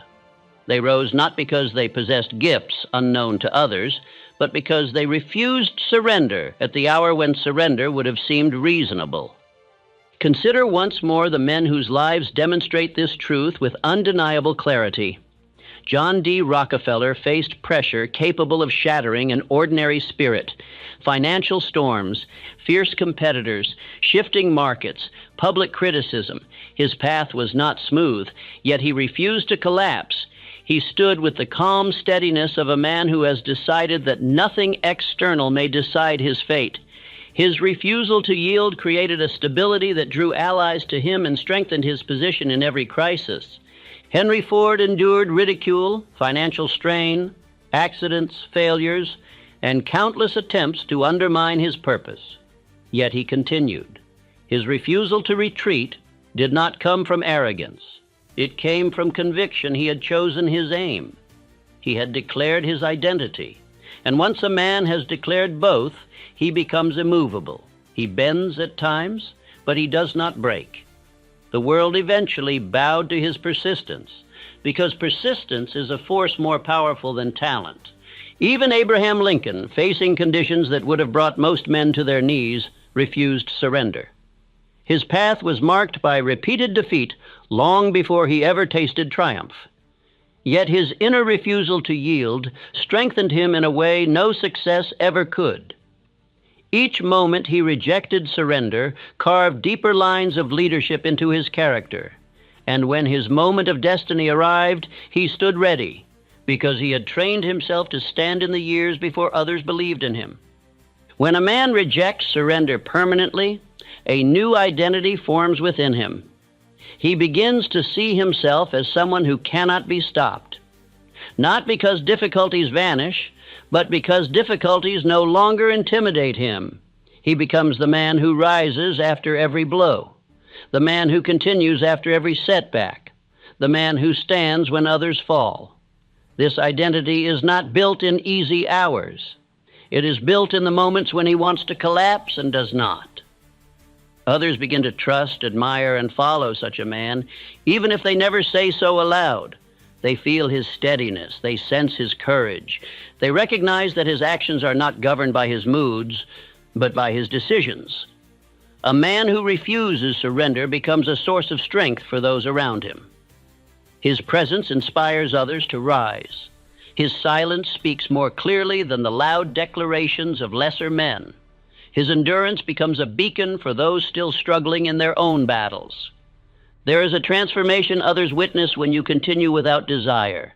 They see the shift in your face, in your posture, in your way of moving. They see that you no longer tremble before uncertainty. They see that you have become harder to discourage, harder to intimidate, harder to sway. They see that you have acquired something rare, the ability to act without waiting for favorable winds. Such a man becomes unstoppable because nothing within him or outside him holds the power to halt his direction. But the greatest transformation occurs within you. When you refuse to surrender, the sense of personal power that rises within your heart is unlike anything you have ever known. It is the moment when you realize that you govern yourself, not emotion, not circumstance, not fatigue, not doubt. When you choose to continue despite every impulse to stop, you awaken the deepest reservoir of strength a man possesses. This strength is silent. It does not shout. It does not boast. It stands.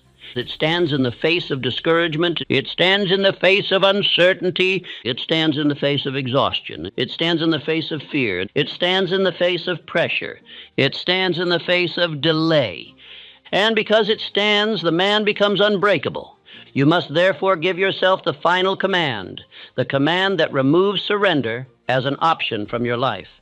You must say within yourself with firmness, I do not yield. I do not retreat. I do not collapse at the edge of breakthrough. I fight the last inch. I continue the final hour. I rise when I feel weak. I advance when I feel doubtful. I complete what I begin. Repeat these words until they become the very foundation of your being. The rejection of surrender is not merely a decision. It is a transformation of identity. It is the birth of a new kind of strength. A strength that carries you through the darkest nights and into the brightest days. Once you reject surrender permanently, life itself begins to reshape around you. Opportunities come closer. People treat you differently. Your own mind begins to trust you, and with that trust comes a new level of clarity, conviction, and direction. Stand firm. Stand calm, stand steady, stand as the man who cannot be broken, stand as the man who does not yield, stand as the man who commands his destiny. Your journey has brought you to this hour, so that you may choose what sort of man you will be. And now you must choose, fully, decisively, irrevocably. Reject surrender, and rise into the life that has waited for you all along.